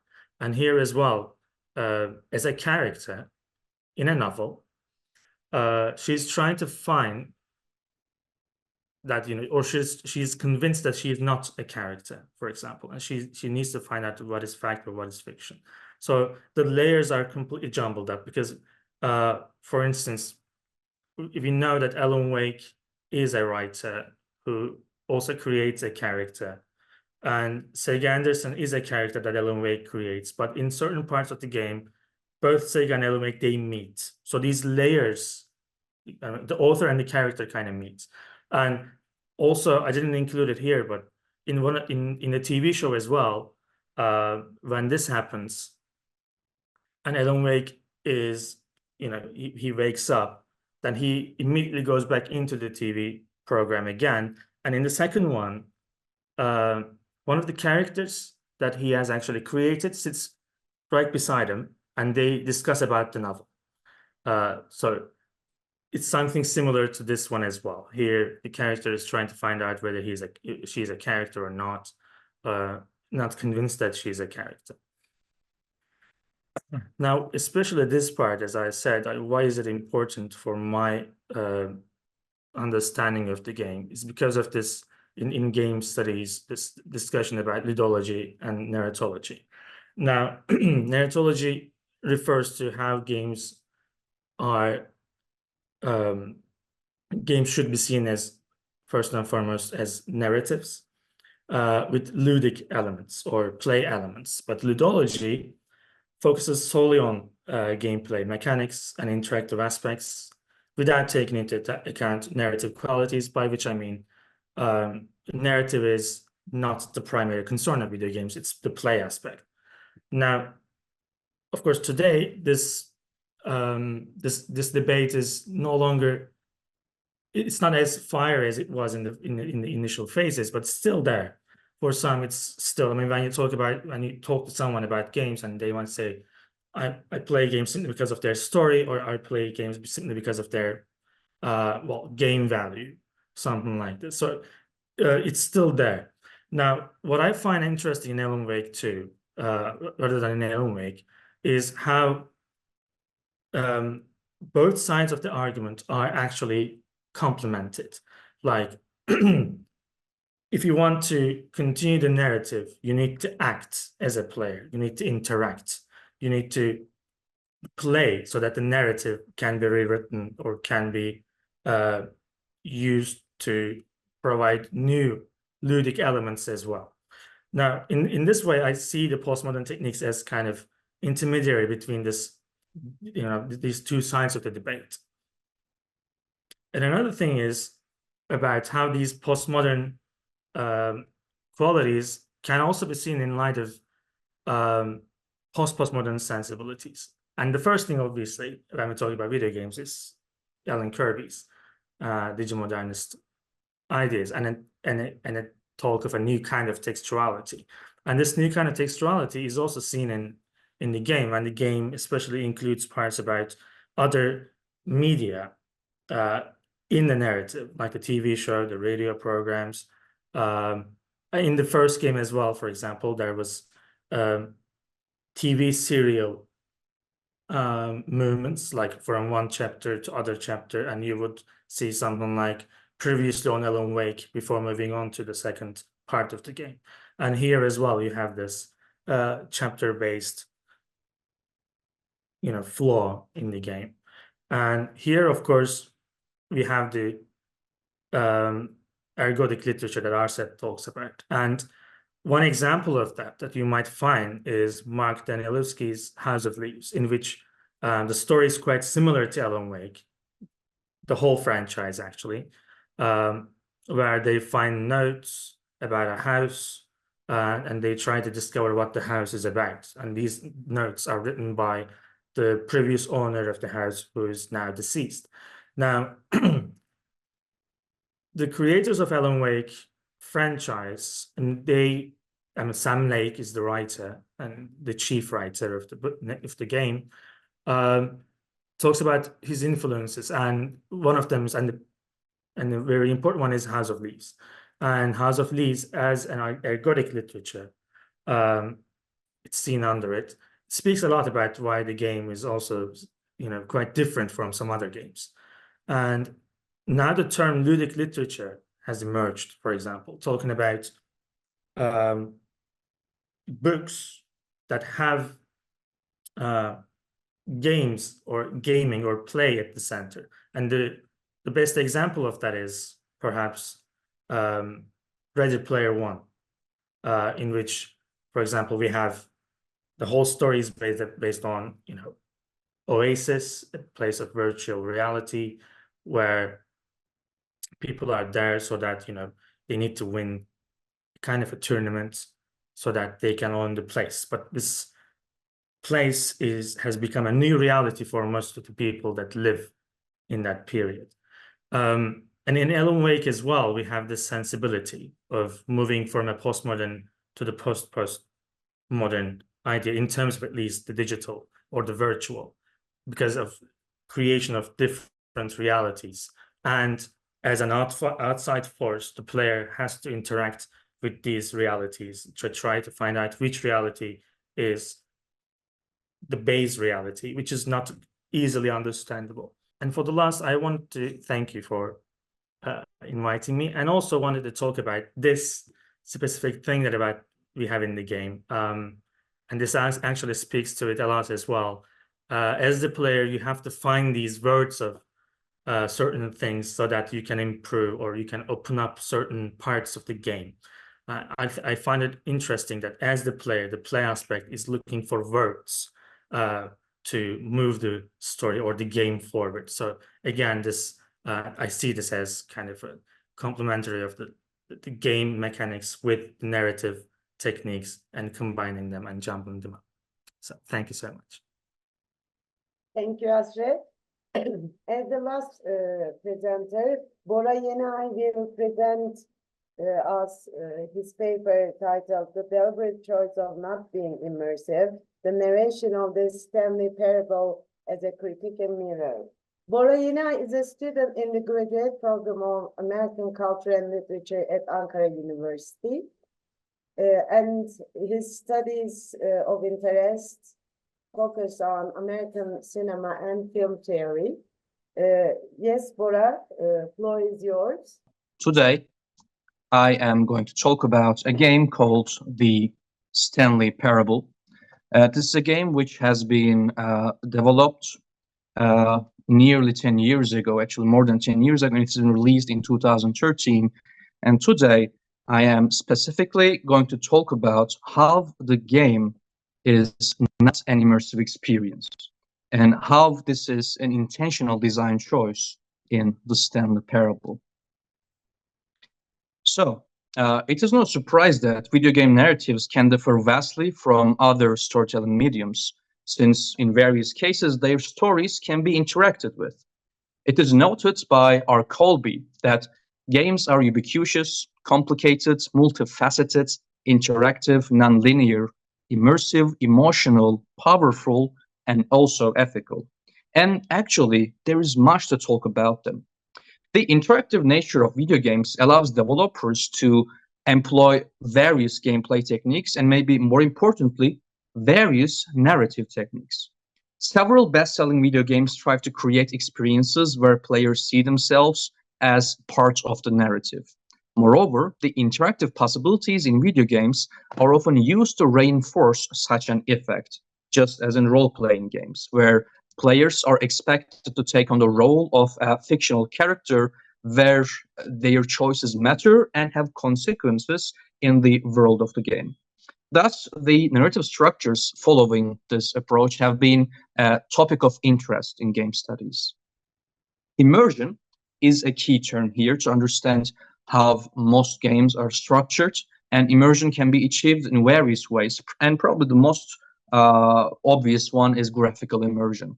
Achieving graphical immersion has been important in terms of captivating gamers, especially in the recent times with the leaps in terms of graphical realism. Taking into consideration the strides made to achieve this graphical immersion and the extensive budgets spared in that area, combined with the rising interest in AR and VR technologies, it is sure that graphical immersion is one of the most highlighted areas in digital games. However, the graphical fidelity aspect of immersion means something to players only if it is coupled with a narrative design backing it up. Thus, achieving both types of immersion remains crucial and complicated aspect of digital games.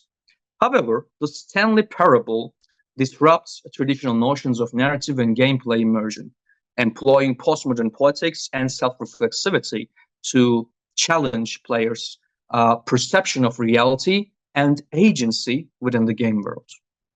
So, when it comes to the Stanley Parable, there is not much to look in terms of graphics, actually. The game world itself is graphically bland and casually unresponsive, one writes Fengzu, talking about how the Stanley Parable has limited elements in terms of interactivity. This renders getting into the game as a true-to-life experience quite difficult, and thus the player does not really expect a game that is realistic, but they're looking for something that is more stylized. Actually, this expectation is only solidified by the narrative approach of the Stanley Parable.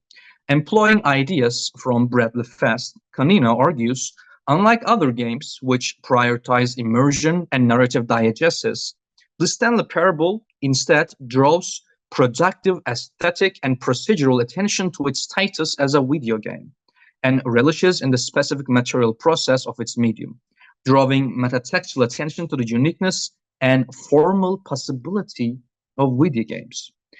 In a very similar note, Peter Kubinski argues that the Stanley Parable is a game that is trying the opposite of immersion, and he argues that the narrator's existence in the world increases the player's awareness of materiality. One of the most important aspects of the Stanley Parable is that there is a narrator present in the game world, narrating every decision and everything that you do. For example, this is a scene from the beginning of the game. Employee 427's job was simple. He sat at his desk in room 427 and he pushed buttons on a keyboard. Whole game, just like this one, is narrated by a narrator. And just having a narrator present at the beginning of the game is nothing immersion breaking. In fact, a number of role-playing games introduce the backstory of the game by a narrator. However, as I have said, what we have in the Stanley Parable is the narrator as an active, participating character. From the start of the game, the narrator narrates every decision, every action Stanley, thus the player takes. This is a constant reminder that the player is in fact playing a game, which does not strengthen an immersive effect in any way. For what it's worth, it only demolishes such an immersive effect. During one of the earliest choices in the game, Stanley, thus the player, arrives at two doors. The narrator's stance is peculiar in terms of how he narrates the events. He says, when Stanley came to a set of two open doors, he entered the door on his left. The narrator's stance is peculiar, and Antraning Arexarian writes that If presented textually, the reader will normally be addressed in present tense, second person subject mode with an emphasis on you. A traditional game book might have presented these doors by explaining the reader that you come across a set of open doors, which do you take? However, it is not the case in Stanley Parable. As you can see, he is presenting a choice in the past tense, as if this choice has already been made. Sarian continues, the use of past tense narration assumes that the player has already made their decision. They are going to go to the left, furthering the narrative coercion that they are being subjected to. Actually, here we can go so far to say that the existence of such a narrative voice prevents players to play the role of Stanley, because in that case, by constantly referring to Stanley, narrator separates the player and Stanley from each other. So, because this choice has been presented in past tense, one of the choices which the narrator presents becomes the real choice, becomes the choice that Stanley makes, and the other choice is what the player chooses to do so. So the other choice is kind of the wrong choice. Actually, this separation between Stanley, the character in the game, which we are seeing from the eyes, is further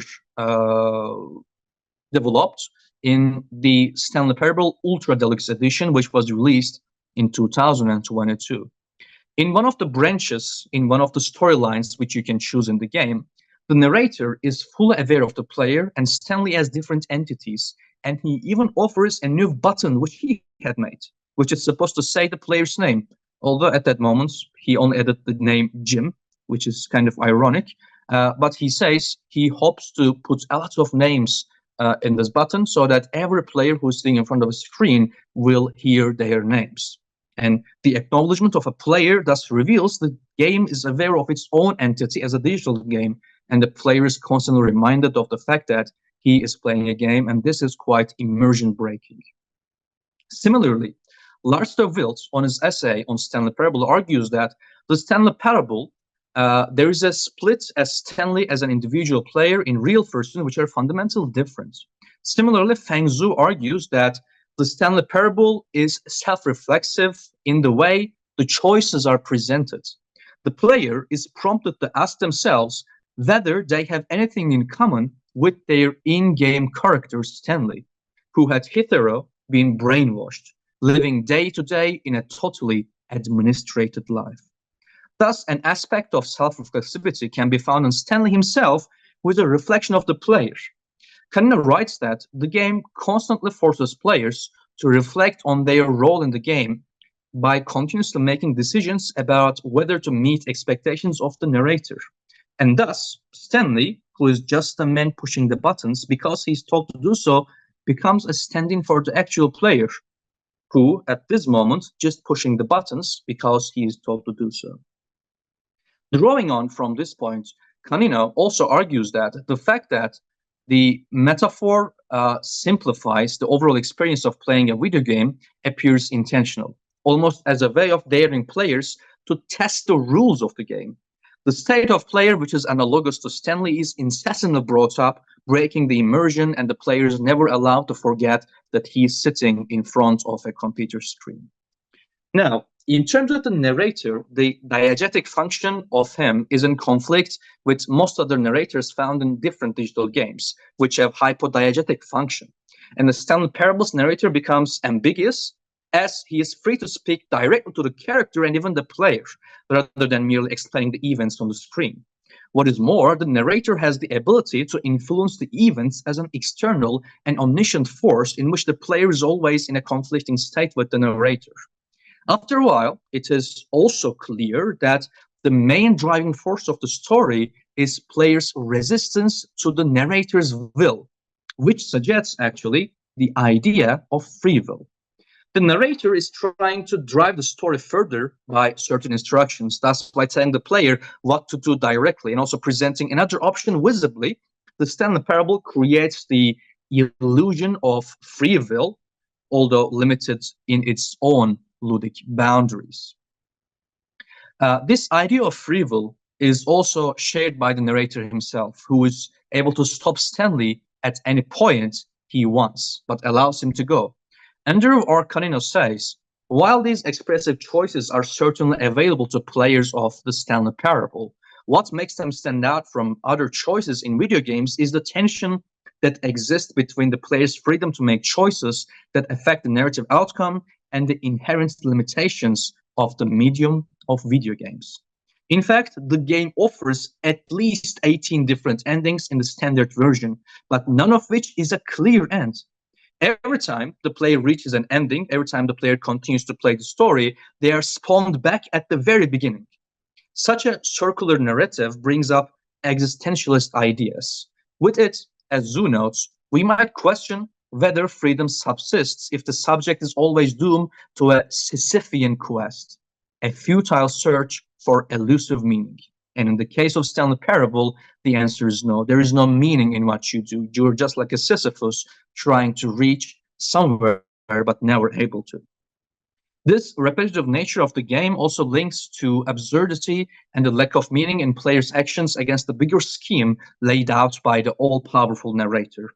On a similar note, Kubinski suggests that even before the player starts playing the game, this ideology is apparent in the main menu, where a TV screen directly mirrors the player's screen and thus goes on forever, as you can see in this picture on the right side corner.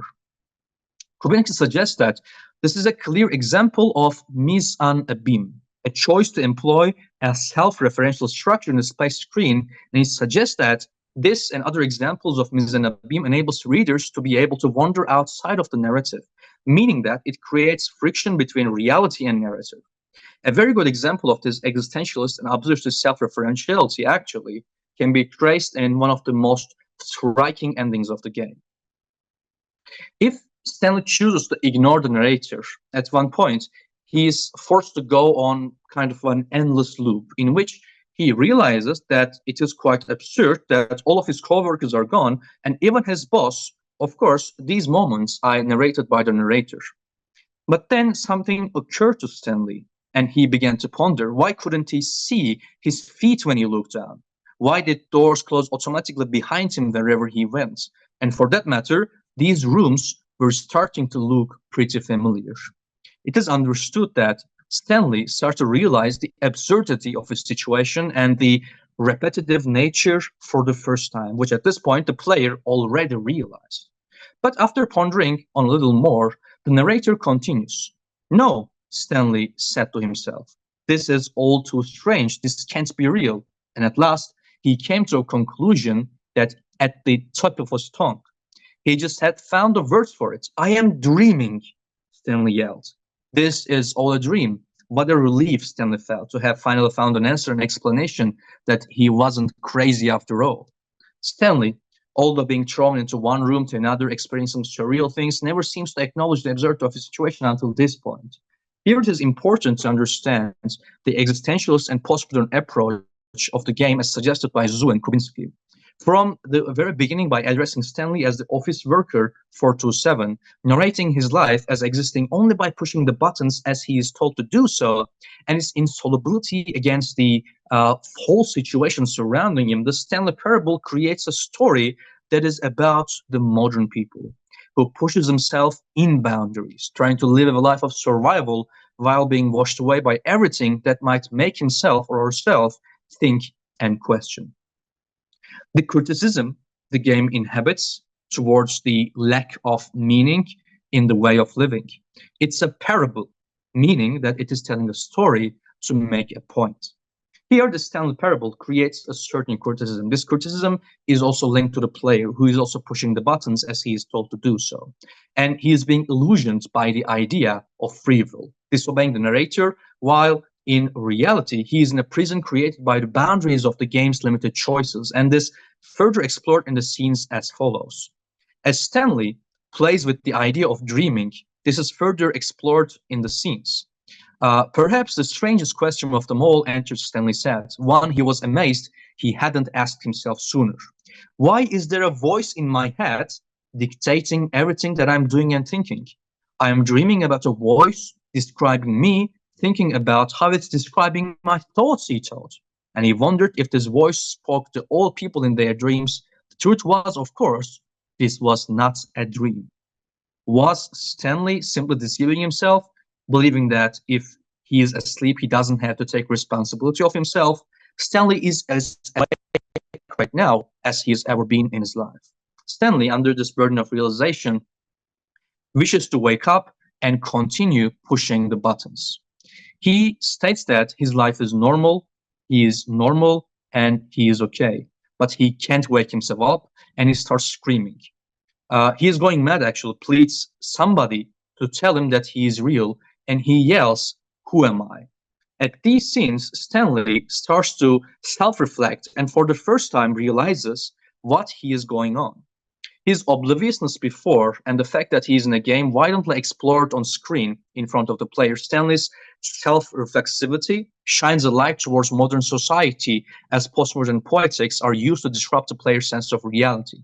The game shows Stanley lying on the pavement, who apparently committed suicide, by the weight of realizing his own lack of agency. And the narrator narrates these events in quite an absurd tone, switching the story of an ordinary woman passing by the street who is too busy with work to stand and take a look at the Stanley. In that, Stanley Parable is concerned with the way our lives have been constructed and on what our lives are focused on. By showing us the woman who is just oblivious as Stanley and focused on her constructed career under the power dynamics, the player finds another meta-narrative. As explored by Michel Foucault extensively, the fact that our sense of reality is constructed by power dynamics and his ideas have been incessantly used by postmodernist texts, we can also say that Stanley Parable achieves to be postmodern. In the case of Stanley Parable, this is explored by the narrator, who is an all-powerful force narrating the life of a man whose life is so deeply engraved in his social status and class that other than his name, the only factor that distinguishes him is his number, 247. Using postmodern poetics such as metafiction and self-reflexivity, as explored previously, as well as intersexuality in many cases, by putting Stanley in different games, the Stanley Parable achieves to be mirror for players to see themselves and their life, disrupting their sense of reality, making them question the boundaries surrounding society as well as the walls surrounding the individuals. As Jean Baudrillard put forward in 1994, offering a great look at postmodernism in simulacra and simulation, the real is constructed and multiple realities coexist in the world. As our perceptions change, as reality is constructed by society, there is no way of achieving one single truth. The Stanley Parable creates a beautiful paradox in its wide selection of scenarios, which never comes to an end, but always starts from the beginning, in line with these ideas. Its constant use of metafiction and self-reflexivity is always at work disrupting the reader, breaking the immersion and allowing for questions about the multiplicity of the player's minds. In that, the Stanley Parable is different from most other ludonarrative works, is this deliberately not being immersive. And that's the end of my presentation. I thank you for everyone for listening to me, and thank you to the organization for giving me this opportunity. Thank you, Bora, for your presentation. Our time is running out, but we can take questions, comments. This is a very interesting session. Thank you very much. I have a question.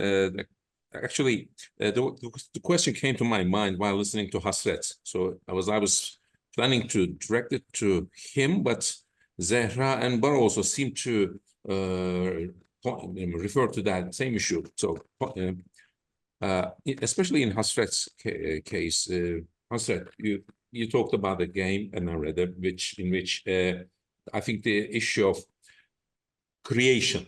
I mean, you're writing something, and your writing makes it happen, which actually brings us to a very parallel subject of, in postmodernism, sometimes we refer to the author as a god, ironically, that God, just like in the beginning was the word, and the word was God, and the postmodern author, and making it. And don't you think that, can you just elaborate on that point about the Alan Wake 2? So is there something, when the player is experiencing this game, making choices, just like an author, do you think the author is also becoming some sort of a religious, in a kind of religious attitude or religious feeling, or some sort of mystification? Do you think that the game also acts like a religious experience in this regard? But this question also be answered by Zehra and Bora as well. But let's start. I think so, yeah, because I mean the whole game is, I mean the first game as well and the second game too, especially in the second game, the game that I mentioned. There's also references to religious cults and everything like that too, and they are also kind of complemented with the story as well, with author saying that, you know, I created this cult and everything like that. So we can see that as well, actually, how the author actually is a kind of a prophetic figure. They see him as a prophet too. In early on in the game, for example, the cult of the tree, it's called the cult of the tree, says Alan Wake is our prophet, because he writes stories that everyone has to follow or something like that. So yeah, I mean the game itself is, you know, basically talking about the author figure, the writer figure as the creator of the reality of a certain universe, of a certain world. And I think in the first presentation as well, in Derridean sense too, there is this transcendental signified there too, in a way. So I agree. And also in the others as well. I don't want to talk about their presentations too much, but in others as well, yeah, we definitely see it. And I also want to ask a question to both of you. Yavuz Hoca says it is about culture. I mean, game is about culture. And game about a game in a culture which is very related to power, actually. Can we generalize every video game is metafictional and also is related to culture in which video game is generated? Do you agree? Can we generalize? Not sure about every video game being metafictional, but most of them are, yes, because Alan Wake 2 is metafictional in the sense of its story. But if we think of metagaming perspective, most of the games talk about, for example, when you reach the end of the gaming, you almost always get something like, congratulations, you finished the game. So the game knows that it's a game, and it tells you that you know it's a game or something like that. Actually, what is interesting about Alan Wake 2 is that it doesn't do that, actually. It doesn't see its own status as a game, which is quite interesting. It solely focuses on the story, and in Stanley Parable as well, the story is foregrounded. And regarding the culture, especially in Alan Wake, definitely, because there are lots of other media involved in certain parts of the game, the part that I mentioned, for example, this TV program part, the player sees himself, I mean Alan Wake, on the TV and interacts with it to get into that reality, for example. So these radio shows, TV shows, and everything are quite there. And it also reminded me of, for example, when I was writing this and also playing the games, Baudrillard's sense of this how virtual is now becoming more and more implemented. New signs and new signs are becoming much more important. And regarding the American culture, of course, there's actually a very good article about that, especially involving these television sets and the film industry, and it serves like a Hollywood blockbuster, for example, because it's about the books. These books are best-selling books. They are made into films, movies. They are also really popular, and etc. And this is also quite similar to what American culture is based on, right? This Hollywood is basically something very serious. TV shows themselves, and this is from the perspective of a company that is Finnish, by the way. I mean, Remedy Entertainment is a Finnish company. That's why you see lots of references to, for example, I didn't mention, but there are like characters like Thor, someone else I can't remember, but Norse mythology is very much, very much referenced, and it's kind of like what the Europeans see as the dominant culture, and that culture is the American culture, the movies, the TV shows, and everything. So yeah, definitely in terms of culture, yeah. Okay, thank you. Is there any other questions, comments? I'd like to ask Zehra a question, if that's possible. Muhammed Serdar Yaruk, pardon me. Yes, please. In your Derridian analysis of Alan Wake 2, the concept of difference, how does it contribute to the player's understanding of the story's ambiguities? First of all, in fact, I guess the total aim of Sam Lake was to create something that I felt like he was very knowledgeable about the postmodern techniques. In fact, up until now, we have seen lots of games that had a unique story, and then you derived all of the meaning that you wanted to. But in the Alan Wake, he just wanted to just leave everything to open to interpretations, and therefore, in the normally as a gamer or player, after finishing a game, let's say that you play Assassin's Creed, and then when you finish the game, you say that, okay, that was the plot of the game, and it is easy to summarize. But here, in fact, the player, maybe again, we can connect it to the immersion part.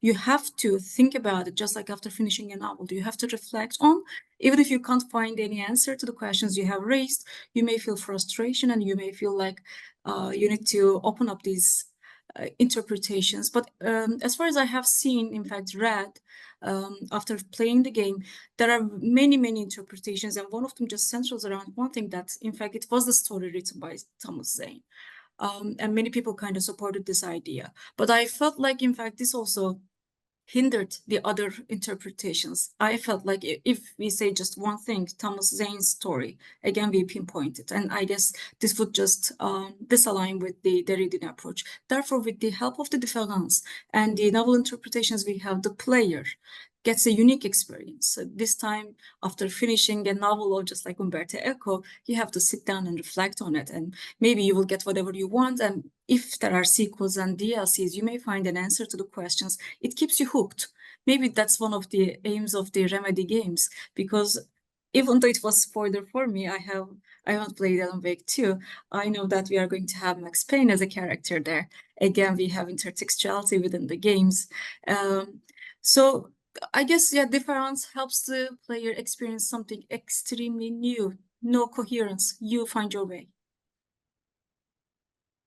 Okay, thank you for your answer. Thank you, Zehra. I can actually also talk about the question before, Yes, if I'm please, allowed. Bora. Yes, please, Bora. In terms of these metafictionality culture, and if all games are metafictional, we can say that there is a sense of metafictionality in a wide array of games, maybe in all games, in the sense that the player always know that they're playing a game, and in the game there are always references to other games or reference to different gameplay techniques that have been used before. However, it is not the intention of all game developers. Immersion is a key term here to understand that what now we are focused on in terms of games are quite different from the past. In the past, the games are just for fun, and games were a part of the culture. Just like reading a book, you're talking about books, you're talking about the games. And when you were not immersed in the game, you were not living in the game of worlds. But now with AR and VR technologies, the aim of many developers are to immerse players in these games that they will forget that they're in a game. In that, of course, there's still metafictional, there's modular simulation. But I think not many developers and not many gamers still realize it. Okay, thank you, Bora. I can answer also the question about the, at the beginning there was the word, and the word was God issue. Yes. In fact, in Alan Wake 1, the very first dream, the nightmare, let's say, where Alan meets one of the, pardon me, creations of his fiction, he confronts him with an axe, and he says something like, "You don't even recognize me, do you, writer? You think you are God? You think you can just make up stuff, play with people's lives, and kill them when you think it adds to the drama? You are in the story now, I'll make you suffer."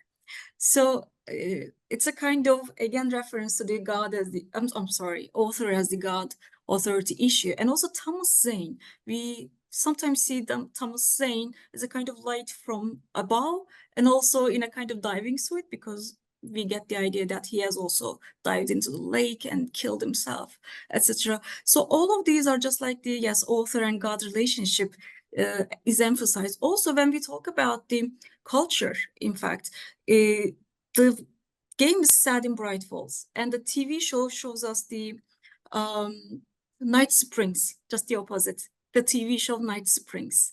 There's a kind of confusion here. And in the Night Springs, we see extremely gore, sometimes scary little shots of drama, and we watch them as the players. You have the chance, and later on we get the idea that from the editor of Alan Wake, some of the scripts have been written by Alan, and they have been converted into media. And thus, again, we have something like Alan sees his own creation on TV and on the fictional level as well, and also the God references, and there's Thomas Zane as like an omniscient and metaleptic voice at times intervening, and at times we have already the autodiegetic narrator of Alan. So we can say that cultural aspects and the post-colonial aspect of the metaphysical signified can also be traced within the narrative. Thank you, Zehra. Cem Hocam, I think we can close. I can also talk about it if time allows. Okay. I'm sorry to interrupt. No problem. Please go ahead. Because in Stanley Parable, there is a very interesting narrative technique used. The narrative is all omniscient narrator, and narrator always talks to you. What is important about Cem Hoca's question is that in Stanley Parable, the narrator addresses the player, Stanley, as human species. So narrator is distant from humans, and it is a different being, a godlike being. So at first, when you're playing the game, you understand that narrator is a different entity that is outside of the game, and there is the sense of God watching you and directing you, and you are fighting with the God. But at one point in the game, something peculiar happens, and the narrator realizes that he is in a game. So the narrator also acknowledges that somebody else created him. And this is just such an postmodern and also existentialist idea that this question of author and agency is an ongoing debate in video games, and I think there's no end to it.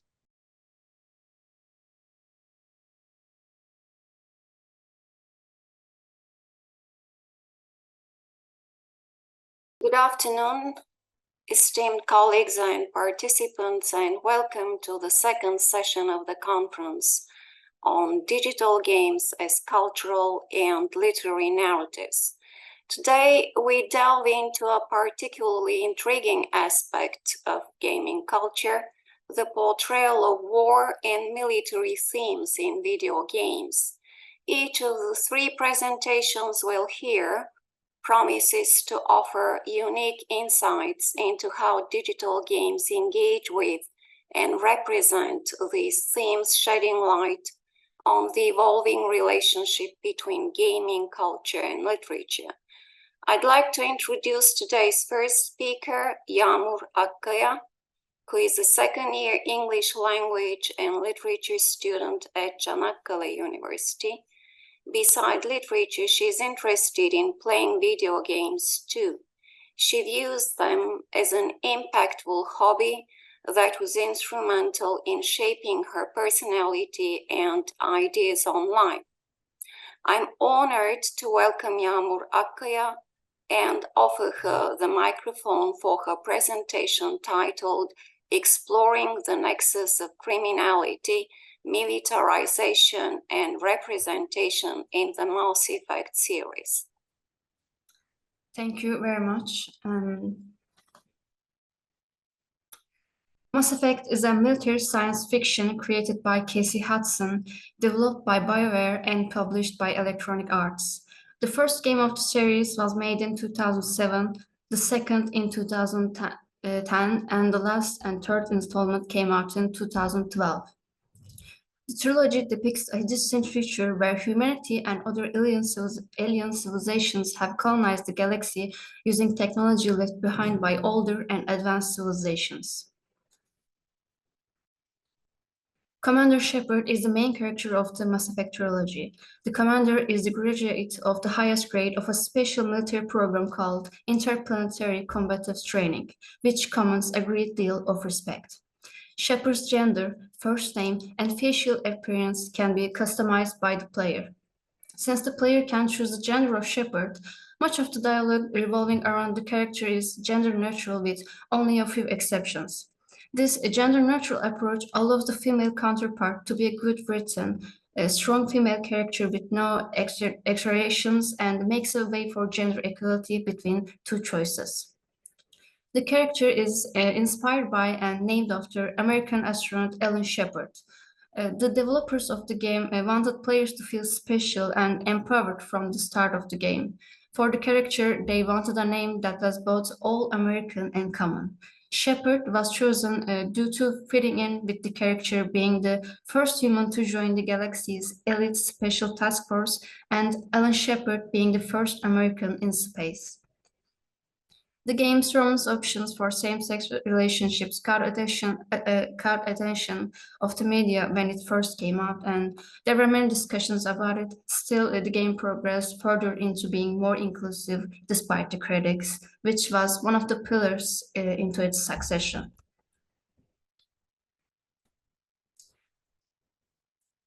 The Mass Effect universe has various alien races with each having unique designs. The Asari, Turian, and Salarian are the core species of Galaxy and have seats on the Council of the Citadel. The Asari are often considered the most influential and respected species in the galaxy. They are a monogender race, and their features look distinctly feminine in appearance. Their special ability unique to their race is being able to reproduce with a partner of any gender or species. This design of Asari is one of the keys to representation in Mass Effect series, not just as sexual orientations, but as gender norms as well, because the Asari can become the father or mother in the relationship, regardless of their looks. The Salarians take the second place in the council. They are known for their scientists and espionage, and the Turians hold the third place. They are known for their military power, and they have one of the most powerful fleets in the galaxy. In 2148, a discovery was made on Mars. Humanity found proof of alien existence, and within a year of this discovery, Earth's largest nations established a representative political body to defend human territory. After that, various nations of Earth pooled their military resources to create the Systems Alliance military. The countries outside of the Systems Alliance were left with old technology. The gap between rich and poor widened, and advanced nations eliminated most diseases and pollution. Less fortunate regions have not progressed beyond 20th century technology. One could say that this is simply a reflection of current world conditions where one country thrives while the other is suffering. The Citadel is the center for the council members of the strongest species in the galaxy. The politics of the Citadel are corrupted. Every race thinks about its own profit, and humanity is alone with its own problems. Just like the real-life governments, the species or groups that don't have enough power in certain fields are cast aside and abused by the stronger, and the strongest try to stay superior to others by leeching on them. As humanity progresses, they gain more enemies in this galactic society, and Commander Shepard, the player, is chosen to solve these problems for humanity as a soldier. Mass Effect's army propaganda is mostly tied to its main character. Commander Shepard can be played with different characteristics. These are simply called Paragon and Renegade. Paragon personalities tend to be loyal and peace-oriented, while Renegade is rebellious and aggressive. The game wants the player to be connected to the main character, but the narrative still keeps a barrier between the player and the character to separate them. So the player gets to shape Shepard into whatever personality they feel closer to, and the generated military personnel becomes the idol. You become the heroic character, and at the same time, you look up to the heroic character.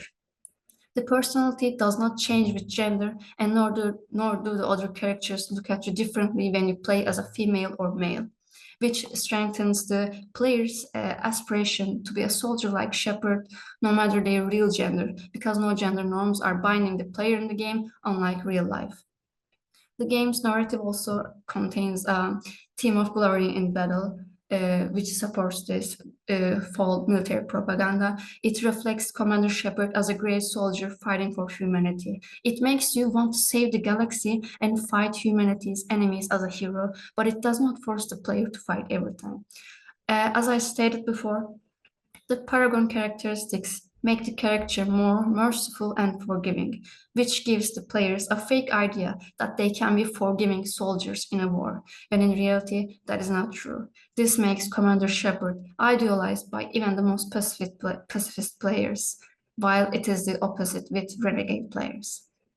The renegade choices make Shepard look like he or she can be whatever they want as a soldier. They can be bribed with money, beat up whomever they want, and still be a hero in people's eyes as a soldier. This is another view on being a soldier that some players can enjoy, but still not a reflection of real life. These characteristics help different players connect with Shepard and build up to their aspirations of being a soldier and a hero. There is also one point that stands interesting in the Mass Effect community. The BioWare, the developer studio, shares a player statistic showing that the majority of the players choose a Paragon path in their playthroughs. Even though no one could blame them for playing an evil character, the players choose to become loyal and goodwill soldiers. Aside from a player's ethical understanding, this is proof that the strong narrative Mass Effect gives off, which makes the player want to fight for humanity as a loyal soldier. Aside from the player's choices, Commander Shepard is always reflected as a strong, assertive, and a respected character. The character makes you feel like you can be successful at anything you do. It also makes you feel like you must be successful at anything you do. The other characters who stand as military personnel always talk to Shepard as if he's a person who must be looked up to. The army puts great trust in both him and the player, but this does not create pressure on the player. It makes the player feel proud, which makes them keep going. Shepard does not lose her or himself in sadness or grief. She gets over it when she needs to. These are the qualifications that most people want to achieve, so it makes Shepard a great base for military propaganda.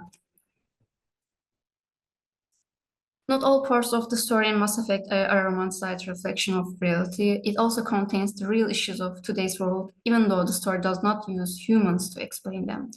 In Mass Effect's universe, the racism between different species is strong, like the real-life human races, because the unknown is never accepted and the different is outcasted. Most of these species try to pull each other's leg when given the chance, because competition between regions never stops. An organization that is considered evil by the Systems Alliance, as I mentioned before, and other species help Commander Shepard in his time of need. This organization called Cerberus aims for the advancement of humanity. For this, they make experiments on both aliens and humans, which makes their reputation. When the players left alone by both the Council and humanity itself, the only hope they can hold on to becomes this terrorist organization. The organization still stands not because they are immune, but because the Systems Alliance allows it to be. The organization does what Systems Alliance cannot do, which can sound familiar. In real life, this is similar to various countries overlooking terrorism activities and selling weapons to those organizations for money and still claiming to be neutral. Even after all the heroics and all the propaganda, Shepard does not get a happy ending at the end of the story, because she is a tool of military and this is her fate. The thin line separating the player from Shepard makes the player feel like they lost someone they idolized and loved, and they also lost themselves. Even though the critics do not like the ending of the third game, it shows a realistic ending for a soldier like Shepard fighting in a war. And as the conclusion, Mass Effect series has a diverse cast of characters, and its approach to inclusivity is worth praising, especially for the time it came out. Good recent female and male characters with strong aspects, gender equality, and representation of queer people are all on point. And when it comes to military propaganda, Mass Effect thrives with the customizable main character, Commander Shepard. The players can create their dream soldier, become the soldier, and look up to it at the same time. And lastly, the portrayal of war in Mass Effect has important realistic key points. The game's narrative shows the player that sacrifices must be made to win a war and that no war can be without blood. It also shows the tendency of hostility between different groups, even when there can be peace. It successfully shows the greed and selfishness that comes with the politics. Thank you for listening to my presentation. Thank you, Yağmur Akkaya, for this enlightening presentation. I'm sure it has triggered questions and comments. However, I suggest we reserve them for the end of the session to ensure better time management. Okay. Our next presenter is Muhammed Serdar Yaruk, who is currently a first-year student of English Language and Literature at TOBB University of Economics and Technology, a recipient of a full scholarship. He previously graduated from Diyarbakır Social Sciences High School.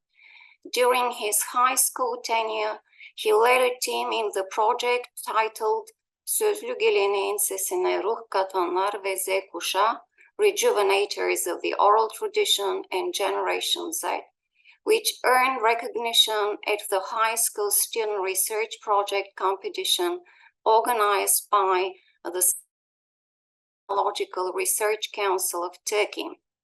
We eagerly anticipate his contribution to today's discourse with a presentation titled Blurred Lines, the Portrayal of War and Violence in Special Operations, The Lines. The floor is yours. So, Spec Ops: The Line is a video game developed by Jaeger Development in 2012, which was inspired by Joseph Conrad's novel, The Heart of Darkness.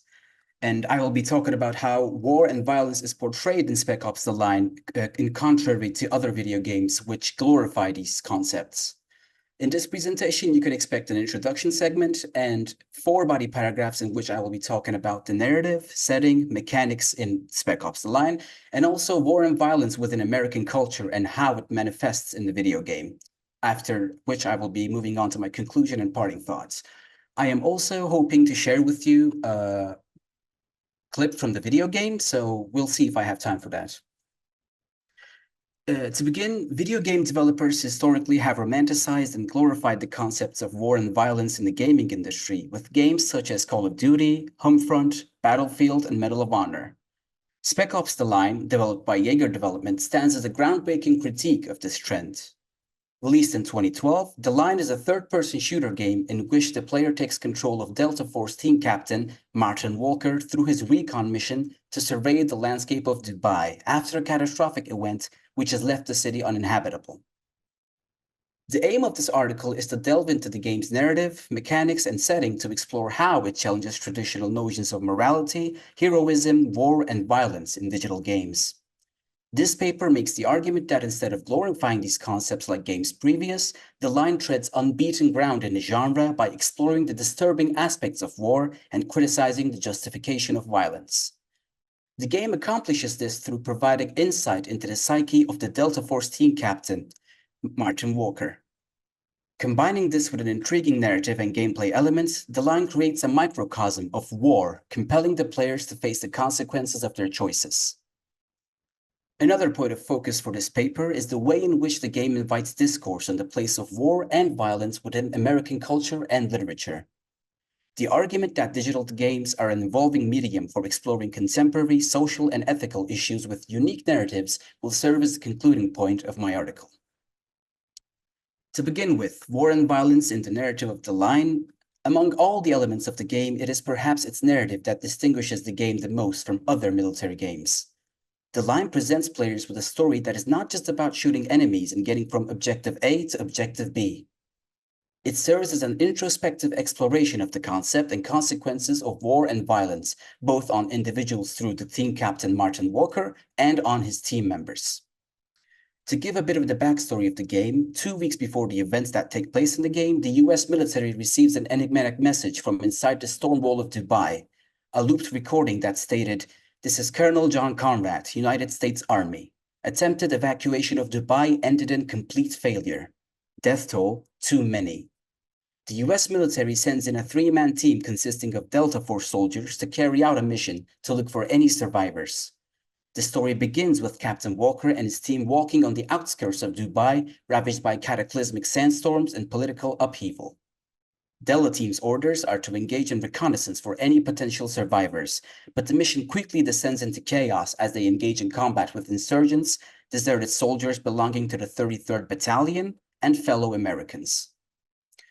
The choices the player must make in the game get increasingly difficult. The most prominent example of this is the gameplay segment where the player takes over the gate to set free the hostages there. Being outnumbered, Walker decides on using an abandoned mortar to fire white phosphorus at the soldiers' camp, despite an objection from his team member, Staff Sergeant Lugo.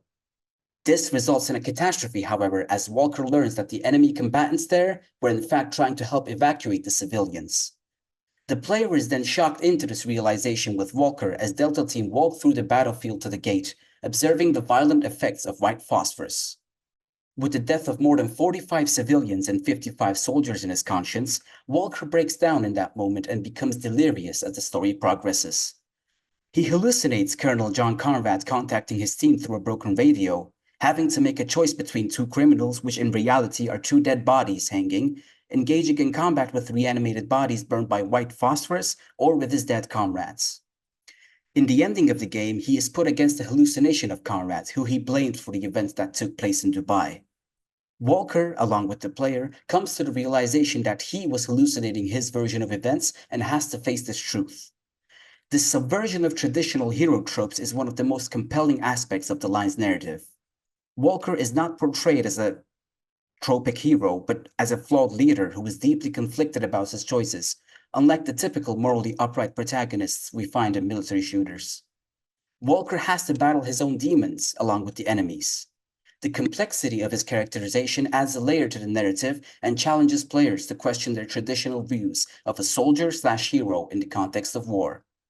In these ways, the narrative is one of the aspects of the line which presents players with a gritty, unapologetic portrayal of the horrors of war and violence. If we turn to the slide, you can see here on the bottom right Walker's realization following his reaction following his realization that Conrad has actually been dead for a long time and he has been hallucinating his version of events. I would like to take a moment here and change my screen share to the video clip I was going to show. It's only about a minute long. Most of it is blurred because of the gory aspects of it, but I want you to focus on the face of Walker and his team and the dialogue they have. You should be able to see my video right now. I am starting to play it.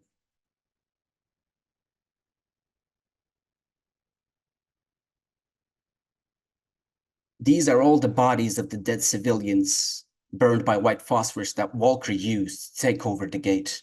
And these are his two team members.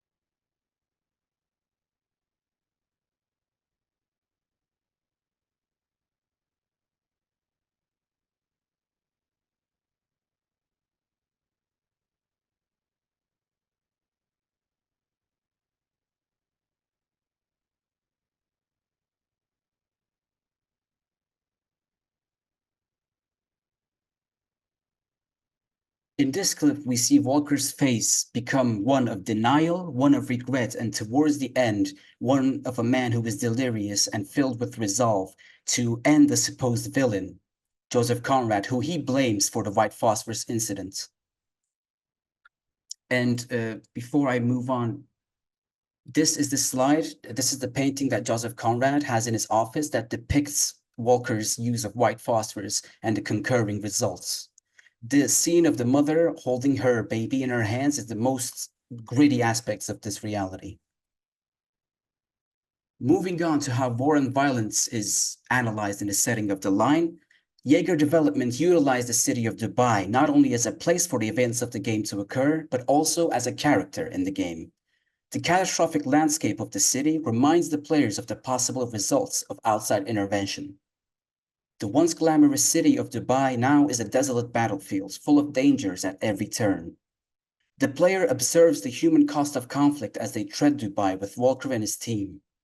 Car wrecks, collapsed buildings, and failing infrastructure are among the views the player encounters. Moreover, Dubai's status as a site of Western excess adds another layer of storytelling to the setting.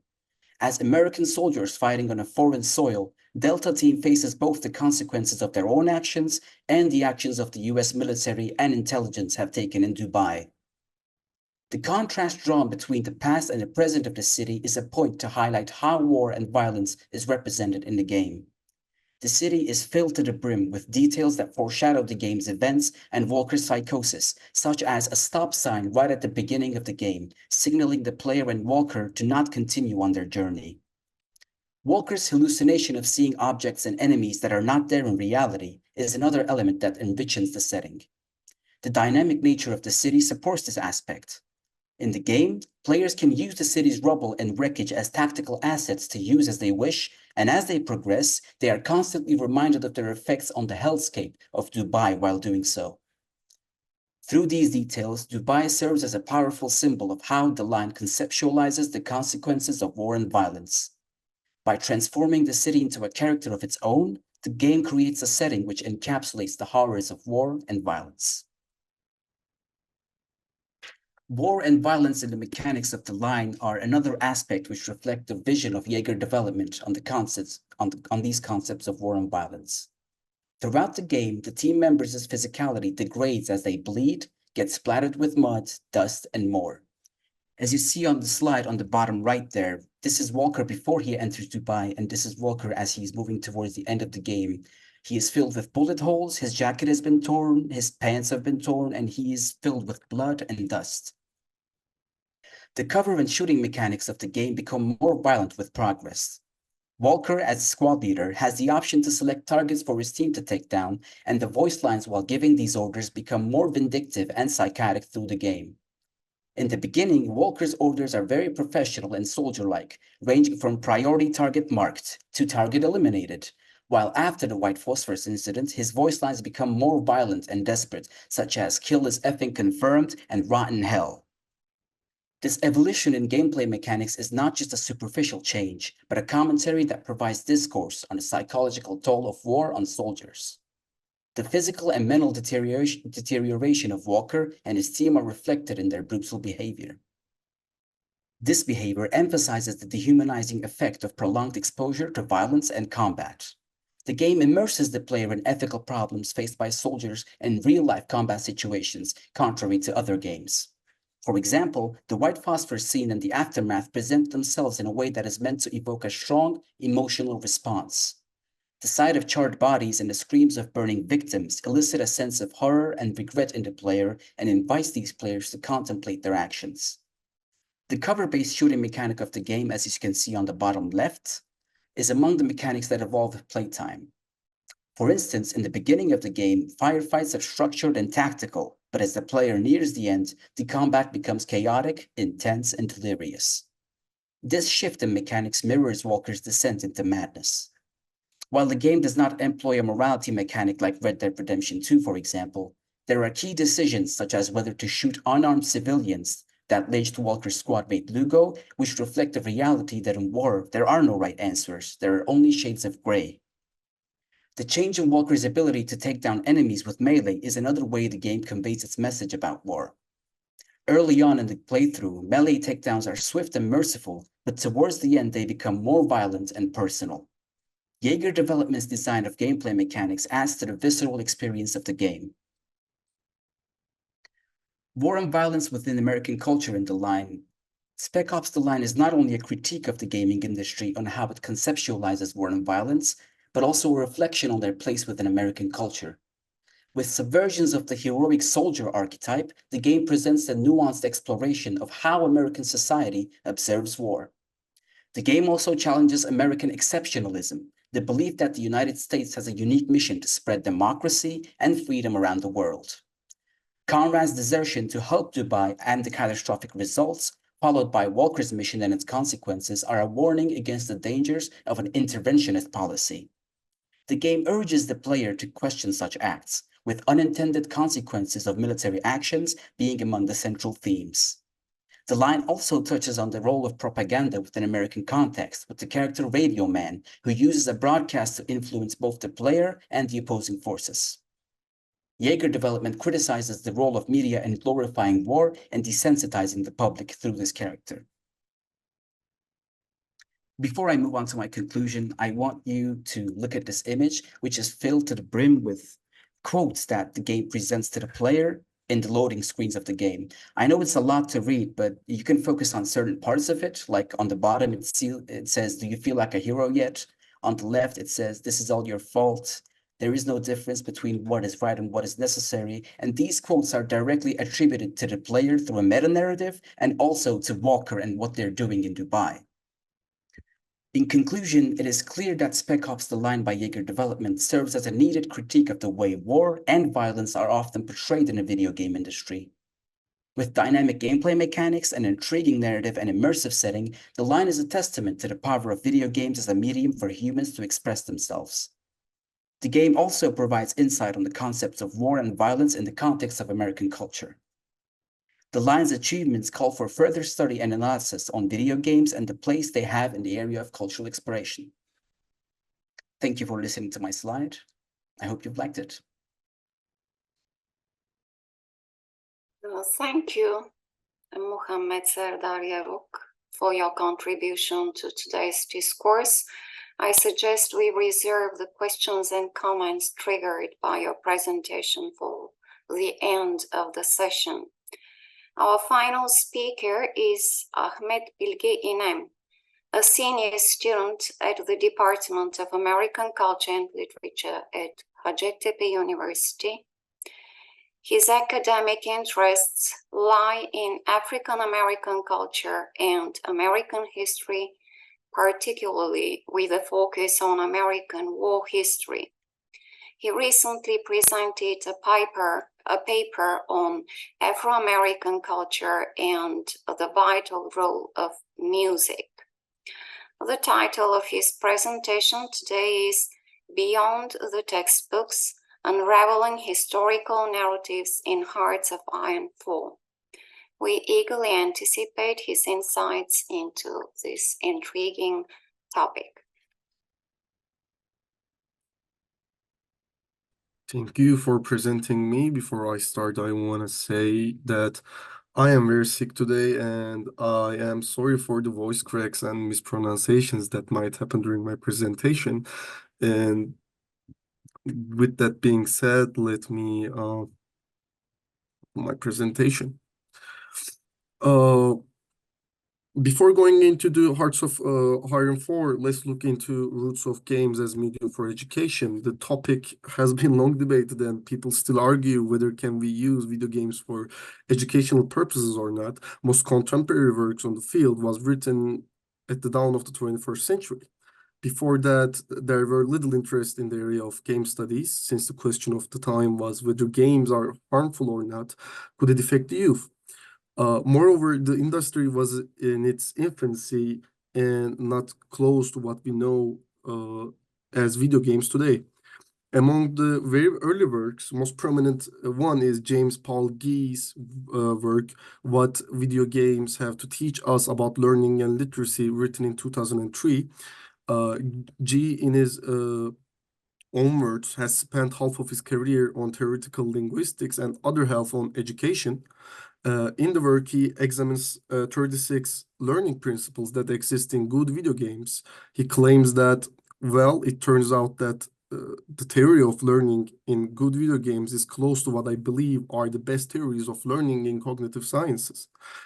In the introduction of the book, he tells the story of how he got involved gaming as, quote, baby boomer, unquote, and how he looks at it as an educational specialist. He also moves on to claim that the book is a defense for games as mediums for learning by saying it's a plea to build schooling on better principles of learning. If we have to learn this from video games and not from field with as boring a name as cognitive science, then so be it. A more comprehensive study was written 4 years later in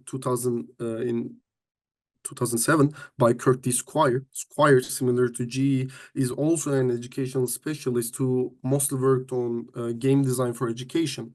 In his article in 2007 entitled as Games, Learning and Society, Building a Field, he gathered prominent works on game studies.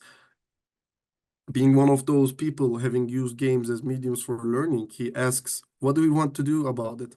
Already, millions of kids are growing up just like me, learning history first through games, then through television, film, and books. The pressing questions are, how are these technologies changing how we think and interact? Are they useful for engagement in society? Who is getting access to these kinds of technologies? Can we design better ones to promote more effective education for all? Later into the article, he claims that game studies are now a field on its own and gathers important works which has been done until 2007 associated with to-be principles of game studies and lists them. Later, he emphasizes why games are important mediums for learning through giving examples from previous studies and experiments. After I looked for this research, I found more interesting and much related study of his. In 2008, he conducted the research on history learning through video games. He chose Civilization 3 to be played as after-school program. The program consists of a collection of historical game scenarios from each different age. As a result, he claims that quote, within just a few weeks, all of the participants showed dramatic improvements in their basic geography and history skills. Most could locate the major ancient civilizations on a map, and all could name key historical military units as well as make arguments about the growth of cities in particular geographic areas. Students were skilled with collegiate level world history terminology, using words and terms such as monotheism, cathedral, and ancient Persians regularly. We administered civilization game tests to kids with most accurately identifying about 90% of these historical facts. And what I find interesting is that the game chosen is very similar, if not identical, with Hearts of Iron 4. Civilization 3 is a 2.5D game released in 2001. It's a turn-based game. Every round you move your unit to either develop your civilization or attack other civilizations around you.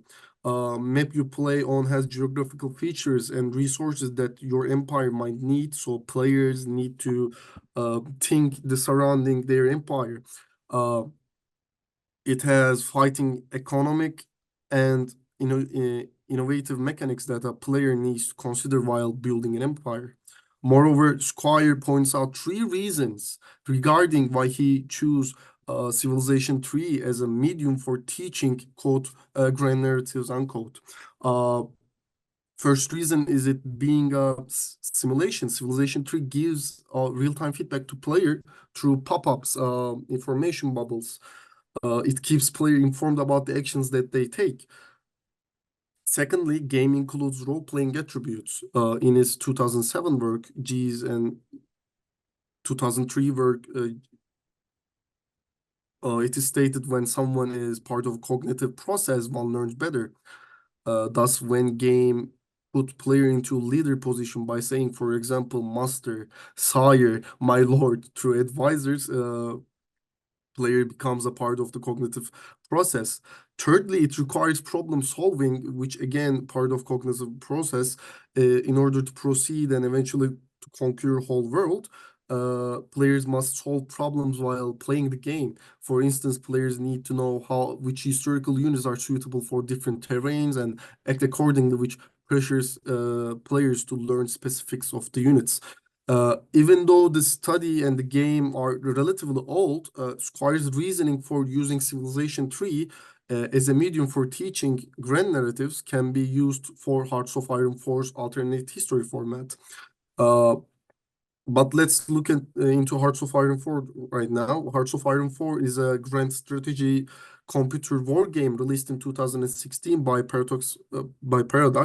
It focuses on World War II era. Players can lead a chosen country in a historical or non-historical path through national focuses mechanic in the game. We will be focusing on alternate history path of the game as a matter of emphasis, we need to first understand national focuses mechanic and how they are written historically.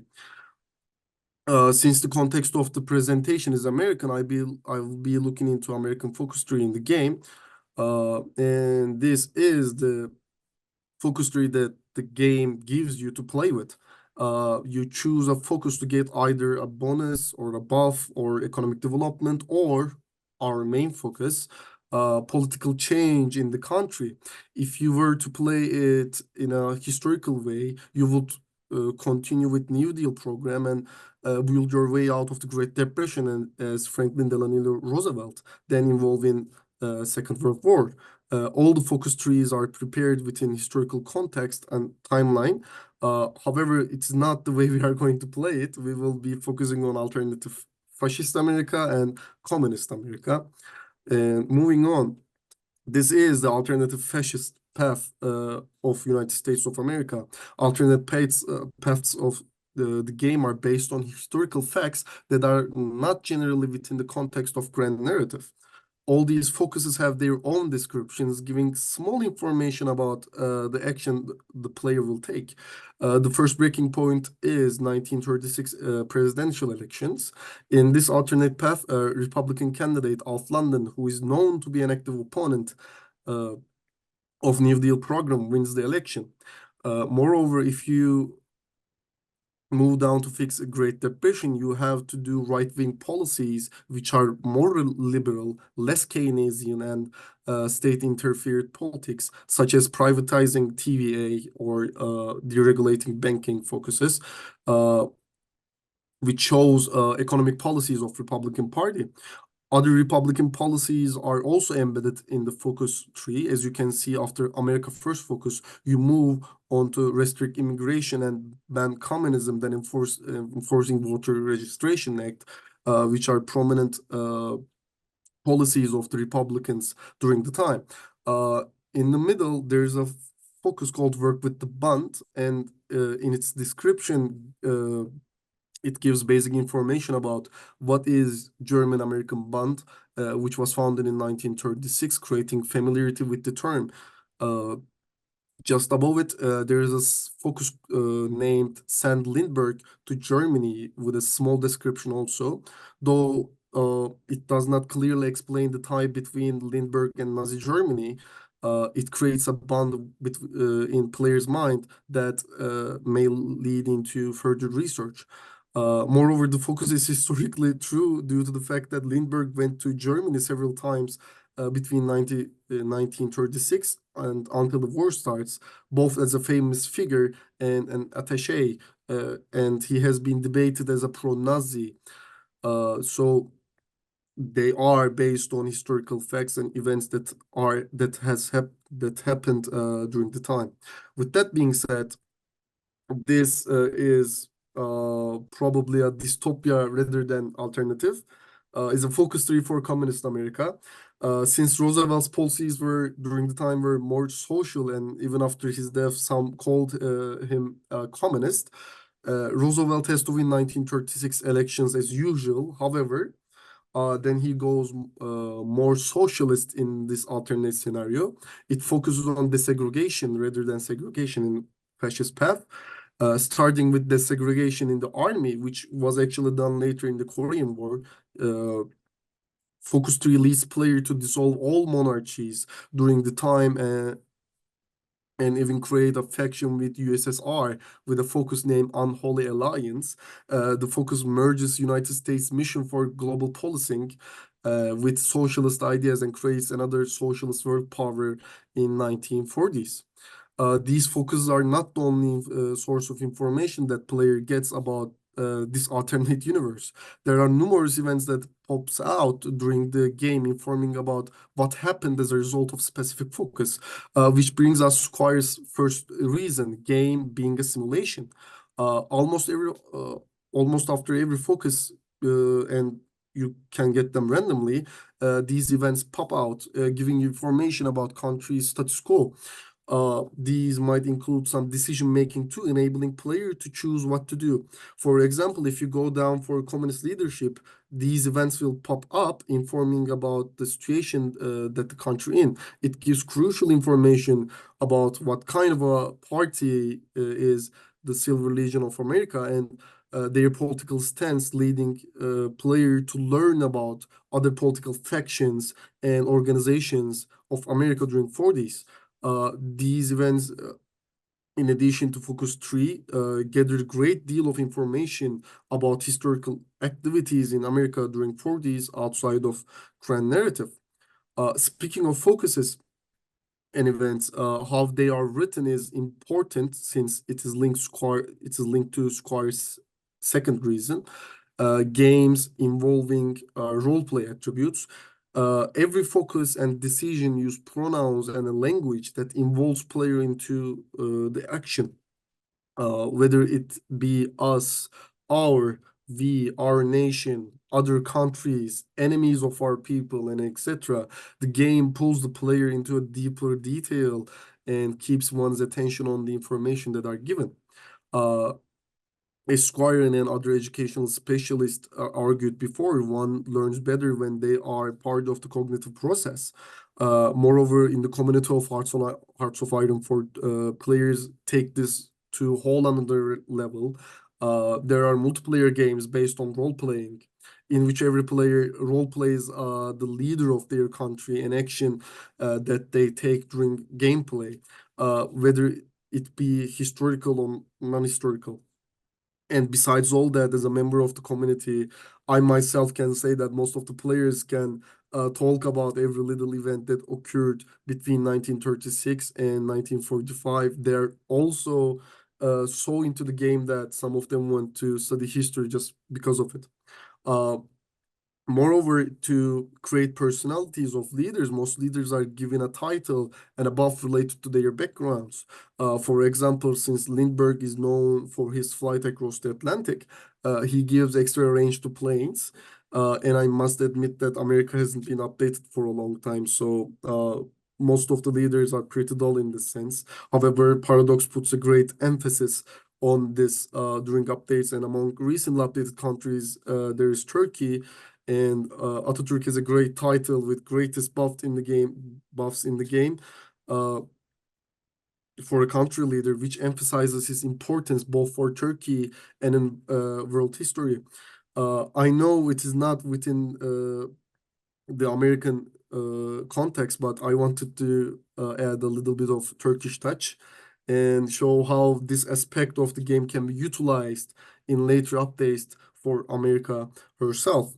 And as for last reason of Squire, problem solving, we need to look back to the focus tree first. Whether you go down on fascist path or communist path, some focuses have requirements before completing the focus and some effects after you complete it.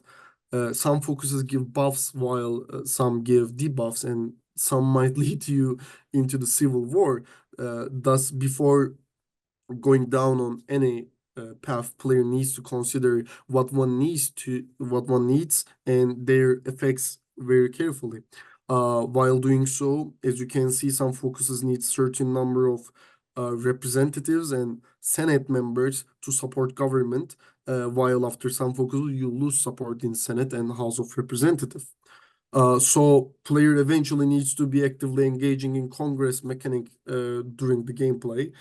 Players need to calculate their moves according to this mechanic so that they can utilize best version of the alternate scenario, or they can min-max the possible outcomes, which pulls the player into the gameplay, making one part of the cognitive process. Though much can be said on the alternate narrative of the game by going into more detail, this is it for today. And as a gamer and a person who has learned history first through games, then school, I am very excited to see what will be the future of learning history. Are we going to learn it from games or another mediums? But that's it for today. Thank you for listening. I would like to thank Ahmet Bilge İnem, Yağmur Akkaya, and Muhammed Serdar Yaruk for their enlightening presentations on the portrayal of war-related themes in digital games. Yağmur Akkaya delved into the Mass Effect series, examining its depiction of militarization as a central concern. She also analyzed the portrayal of racial and gender roles within the game. Muhammed Serdar Yaruk delved into the portrayal of war and violence in Spec Ops: The Line, where he questioned traditional concepts of heroism, seeking to conceptualize the game within the broader discourse on war found in American culture and literature. And Ahmet Bilge İnem discussed the potential of digital games as educational tools, using Hearts of Iron 4 as an example. I think the presentations have triggered questions and comments. Now I would like to ask Cem Hoca to manage this part of the session. Thank you very much, Hocam. And anybody? I don't see any questions on the chat line yet.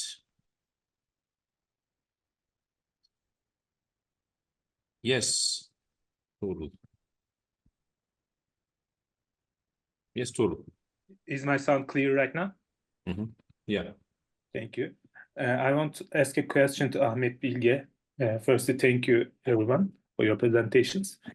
Do you think there is a parallel between the hardness of the game, or how hard to learn, play a game, and how detailed we can learn history from it? Because as far as I know, Hearts of Iron was a hard game for me when I tried it. Thank you for the question. Actually, Paradox makes the hardest games out there right now. And for example, Europe Universalis 4 and the other games, for example, Crusader Kings? Yeah, Crusader Kings also was made by Paradox, and they are the hardest games that are out right now regarding this topic. But I don't know. I don't think that the hardness of the game affects the learning process, but might be enhancing the learning process for some. For example, I am very competitive about learning new stuff, and while playing Hearts of Iron 4, I tried my best to learn everything as it best. I played it more than 2,000 hours now, and I still don't know how the Navy works, for example. Because it's one of the hardest games that Paradox ever released. But I'm gonna talk about myself and my experience only. The hardness of the game enabled me and helped me to be the part of the cognitive process. Just because of it is so hard that I went to YouTube, went to Wikipedia, and did some researches. Not only the Wikipedia we know, but there are Wikipedias on games, as we know, game wikis. I went there and made some, let's say, studies to improve my gameplay, but I don't think that it's applicable for everyone. But for me, yes, the hardness of the game helped me to learn better what game tries to teach us. Can we say it's because of details in the game? The amount of details? Yeah, we can say that. Yeah, we can say that, yeah. May I add a follow-up question right after that? Don't you think, as somebody teaching history, okay, I understand that learning history through games could be very useful, but don't you think that with so much information and contradictory, unreal, don't you think that at the same time, a student, a potential learner is also confused and sometimes get, cannot differentiate one from the other? Don't you think that this bombardment of information may also result in fake memories, wrong memories, or wrong misinformation? Well, it's a great question, Hocam. And being one of those students that learned history, American history from you, and I think that it helped me a lot. But again, I'm talking about my own perspective. And in cognitive sciences, in education, it is important that not to bombard the student with so much information. Yes, you are right. However, the player knows that it's an alternate history, and the player also know that it has let's say, how can I say that? It's an alternative world. It's an alternative way of playing a game and learning. So it might create some confusion within the player minds. However, if one knows that it's a alternative way, alternative path for grand narratives, I guess it's more useful. It's a, let's say, a risk to take for learning let's say, alternative paths and the information outside of grand narrative. Thank you. Any other questions or comments?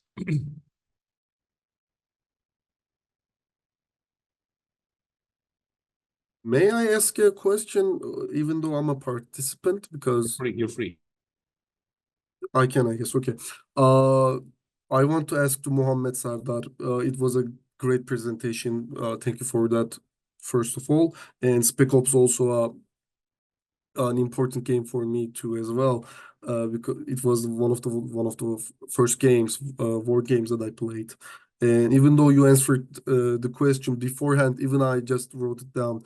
The moment you mentioned about the setting, the Dubai, I thought about 2003 Iraq War, and I thought that it's a critique of the 2003 Iraq War, and you said such a thing.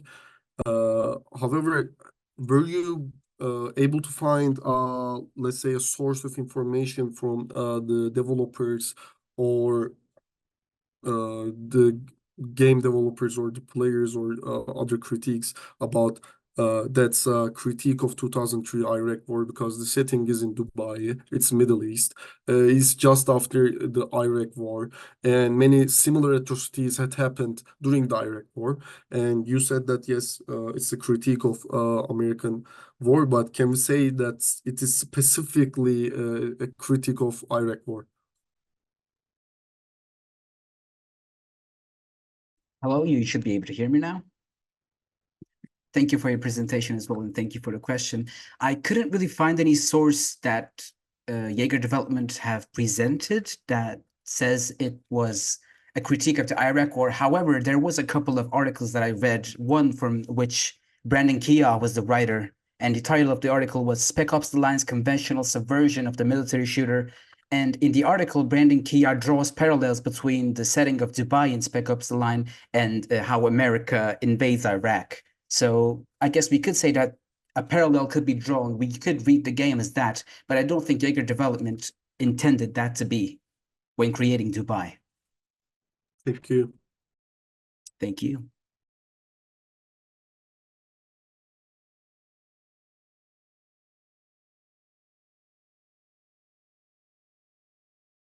There being no questions, Hasine Hocam, would you like to say a concluding words?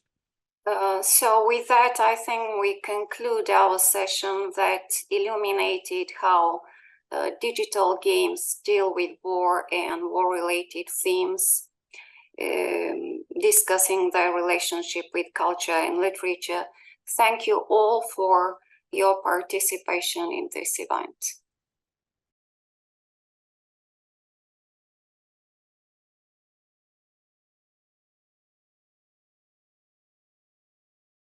Afternoon once again. So welcome to the third session. We have three promising speakers this afternoon: Güneş Ersoy, Furkan Buğra Kumaş, and Ataberk Korkmaz.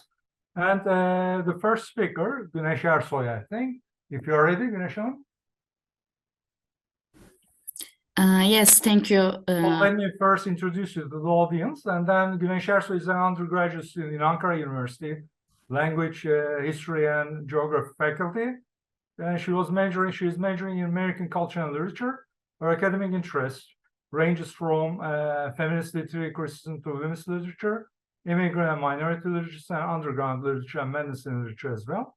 And she explores how women's literature, especially women's writers from the 20th and the 21st centuries, demonstrate women from diverse backgrounds, how they contribute to creating the world literature, actually, in a global sense.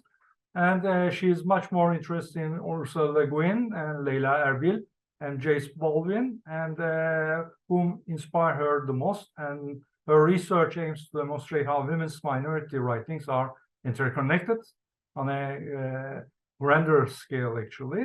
And she's originally from Istanbul and currently residing in Ankara. And she's fluent in Turkish, English, German, and also that she can read Russian too.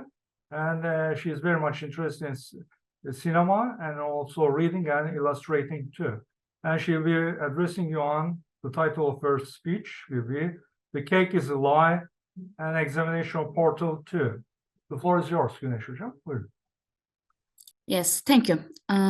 I wanted to start by talking about this game. The title "Cake is a Lie" is a reference to the first game of Portal 2, and this is my analysis of Portal 2. I played Portal for the first time just last year. As a shockingly late bloomer gamer, I had basic knowledge of the legendary Valve game, which was made more than a decade ago, but never actually got around to play it myself. My issue with the Portal games was essentially the game itself, which are the puzzles. Ever since I was a child, I couldn't wrap my head around any puzzles or things like Sudoku and math, but it was enforced as the norm. If you couldn't do math, you were seen as lesser, dumber, and behind your peers.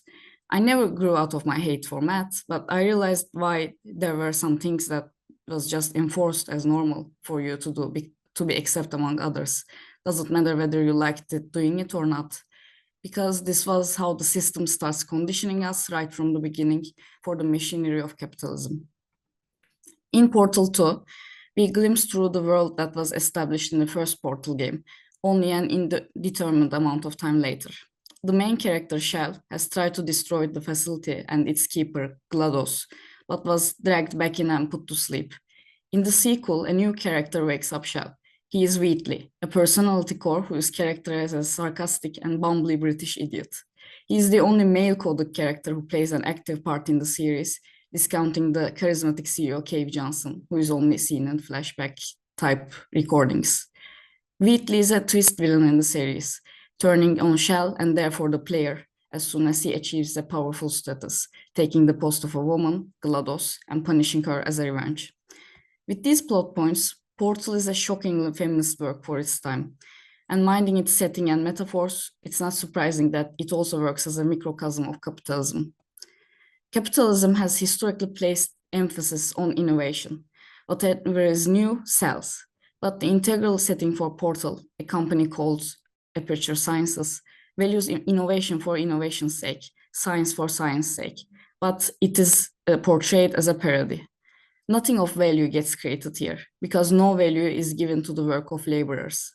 The company, founded by the megalomaniac Cave Johnson, started out by selling shower curtains, but after the founder's idealistic ambitions about science got out of hand, it turned to hiring the best scientists to create something new, seeing a breakthrough. Quote, "Innovation takes place generally at universities, laboratories, or think tanks, commonly financed with public funds, but at the last stages of it is when big corporations or private investors that are willing to take what they call high risks come and fund the technology on their profit, leaving a long-term public investment with almost no financial returns. The GPS, the touchscreen, and many others are examples of it." Mariana Mazzucato. What they created was the Aperture Science handheld portal, a reality-bending technology that created two-way portals by utilizing surfaces painted by moon dust. This weapon could be a game changer. It could improve transportation, potentially make wars useless, take humanity to another level. But instead, something interesting happened. Quote, "Innovation is an example of the ways in which the production and circulation of commodities becomes imbued with fantastic and even theological properties detached from the labor that produces them. Or in the case of many common uses of the word to innovate, detached from any object," end quote. Cave Johnson never approves the product. It's tested again and again, at first hiring Olympians, soldiers, then devolving into hiring homeless people by offering them a mere $60. Most people perish while testing this incredibly powerful technology due to the challenging nature of the test, falling from chasms or burning in a pit of acid. After the company gets bankrupt, the operation isn't shut down. Instead, they resort to using the scientists themselves, eventually killing most of them too. The final nail in the coffin is the moon rocks, which turn out to be extremely toxic to humans. The carelessly handled operation continues on until the company is eventually destroyed by Cave Johnson's hubris, killing everyone and leaving the lab to be run by an AI, arguably one of the most iconic characters in gaming history, genetic lifeform and disk operating system, known commonly as GLaDOS. In Portal, AI characters dominate the narrative, a timely topic given current discussions about artificial intelligence. The main villain GLaDOS and the friend turned foe Wheatley are AIs, and seeing the main character we play as, Shell, is mute, we have only these two characters to extensively inspect. Shell never speaks or emotes except for our controlled movements. There are no cutscenes or camera angles showing her possible responses like in most games. She is a blank slate for the player to project and so, a perfect worker. From the first game, Shell was special to the murderous GLaDOS because her exceptional prowess in clearing tests. That's why she was chosen to be used for her labor, therefore accidentally surviving a massacre in Aperture Labs, doomed to eternal loneliness and a life of work. The reward that was offered in the first game was a cake and a party that never came to be. But the reward in this game is basically just survival. Outside the facility, Shell has nowhere to go. For all we know of the world building of the games, it shares the same universe as Valve's Half-Life games. So either a hostile alien species from a different dimension is about to come and destroy the world, or they already left the shell of the world we know in their wake on the surface. There is nothing waiting for Shell outside the lab, outside the machinery of the system of unpaid labor GLaDOS created for her. This is why I think the ending of Portal 2 is extremely interesting. Freedom is found at the cost of the whole world, and the expected zone of comfort the torturous machinery created for the laborer. The laborer belongs neither to an owner nor the soil, but 8, 10, 12, 15 hours of his daily life belong to whomever buys them. Karl Marx. In the road to progress, personal identity is irrelevant. Who you are is less important than what kind of profit you offer to the machine. Marxism argues that capitalism inevitably causes alienation. This alienation is similar to the effect that is related with Shell being a blank slate. The alienation Aperture inflicts on her, separating her from the world, from the kind of person she used to be, extends to personal identity. The same thing could be said for the villain as well, as Shell and GLaDOS mirror each other in a really creative way. They are both women who have lost their humanity to some degree because of the demand that diminishes their worth to what they can provide for the system. GLaDOS sustains the establishment that left her consciousness in an immortal machine created to follow orders. She has lost her body, her memories as a human, any compassion to fellow human being. Her unconscious mind wants what she cannot have in Shell, humanity and free will. This is why she tests her, gains pleasure from her solving tests, and doesn't want to let her go. In a way, their relationship both parallel a parental one and a romantic one. Both infant mother and romantic relationships are passive dependent forms of love. Each one relies upon external sources, moms and lovers for feelings of well-being. Clearly, the physical and emotional welfare of a child hinges upon the quality of care provided by their mother. A lover also looks to another, their romantic partner, as a primary source of emotional well-being and physical gratification. In both cases, the power to gratify is vested in someone outside ourselves. The way GLaDOS babies her can be read as an older woman looking down on a younger one, calling her a lunatic and insulting her intelligence. But she also protects her from power-delirious Wheatley, a man, the common rival, and the end of the story. She traps Shell and tries to kill her, but she only cares so much because she feels that the only person left in the world that can understand GLaDOS is this puny human, a reflection of what she herself once was. GLaDOS' past as a human is blurry at best. We only see her, Carolyn, in minimal dialogue with Cave Johnson and then in a portrait with them together. We don't know what kind of relationship they had, but but GLaDOS' appreciation towards him is obvious. Between GLaDOS, Wheatley, and Cave, the latter was arguably the worst in running the laboratory, killing at least 1,000 people and himself in the process. So why is he the one that is the most respected in all of them? What makes a man real and powerful in the capitalist system that a fake man, an AI man, lacks? For this, we must turn to the moron, Wheatley. Wheatley's journey from bumbling guide to tyrant serves as a commentary on the corruption nature of the power of capitalism, especially on the male ego. His hate towards GLaDOS is fair, as she is a murderous person who doesn't care about anything other than her work. But as he gains her unlimited power on the facility, he quickly becomes a clumsy version of her. He tries to kill Shell as well, but as he realizes the need to overwork her is just as strong as it was with GLaDOS, he traps her instead. His desire for validation from both of them is incredible, as he takes a lot of offense to GLaDOS calling him a moron. GLaDOS and Wheatley's relationship is parental as well, as Wheatley is a younger AI with no human in him, and he tries to fulfill her role in the lab. Their dynamic as a trio is subversive, as the women are the ones in power, even in their seeming powerlessness. Wheatley cannot defeat them at the end, as an AI is ultimately a machine programmed to imitate humanity the best it can, even their shortcomings and flaws. But Shell and GLaDOS are already humans at their core, trying as they might to find a silver lining in the world they are subjected to. The prevailing idea in the end of Portal 2 is the weakness in humanity is its strength. At the end, GLaDOS forfeits all her humanity, deleting Caroline part of her, just so she can part with Shell too. Her becoming a full AI is a dubious ending, as we will never know what she will do with the abandoned facility. As for Shell and the player, we are free from the labor. A chorus of turrets, fields of gold, and an incinerated friendship cube await us in the end. Thank you for listening.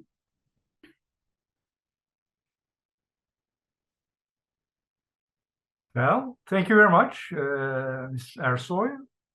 And we'll save the questions to the end of the session. So our second speaker will be Furkan Buğra Kumaş, I think. And he's an undergraduate student at the Department of American Culture and Literature at Hacettepe University. And his research interests ranges from video games to culture, creative writing, and graphic novels.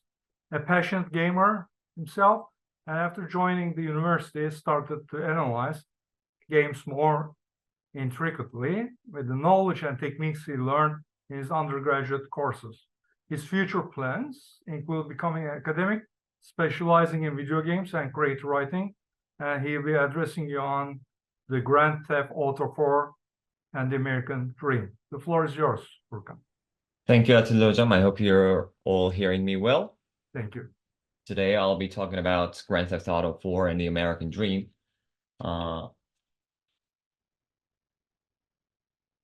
The United States has always been a country of immigrants. People deserted their homes due to different problems. Some left due to famine and some left due to war. The underlying reason that was pushing them to leave was to survive. This survival instinct created a myth in the United States called the American Dream. They all came to the United States with high hopes, yet they faced discrimination, abuse, and economical problems among the white majority. Some were able to move upward, yet not everyone was lucky enough to rise. This myth inspired writers and directors creating some of the greatest examples of their genres. In literature, for instance, Francis Scott Fitzgerald's The Great Gatsby and Arthur Miller's Death of a Salesman are the greatest examples of the American Dream. On the other hand, in cinema, Goodfellas, directed by Martin Scorsese, and There Will Be Blood, directed by Paul Thomas Anderson, are the most prominent examples of the American Dream. However, in these genres, we only read and watch. With the development of the gaming industry, this dream reached a new level and found itself a new medium. A lot of game studios developed games revolving around the American Dream, and one of them is Rockstar Games.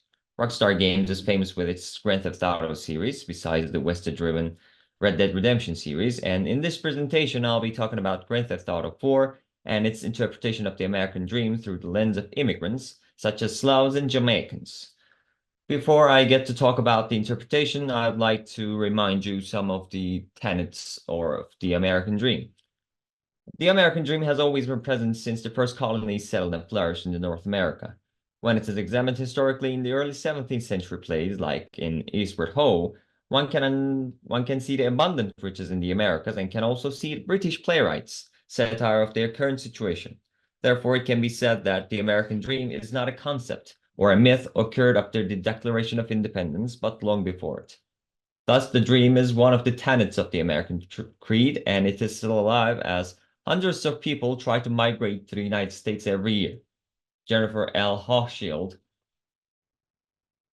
who is one of the most prominent scholars on the issue of the American dream, explains the term in her book, Facing Up to the American Dream, by saying, quote, "The idea of the American dream has been attached to everything from religious freedom to a home in the suburbs, and it has inspired emotions ranging from deep satisfaction to disillusion fury," unquote. According to this term, the game presents the latter emotion, the disillusion fury, much highly as it bears action elements in it.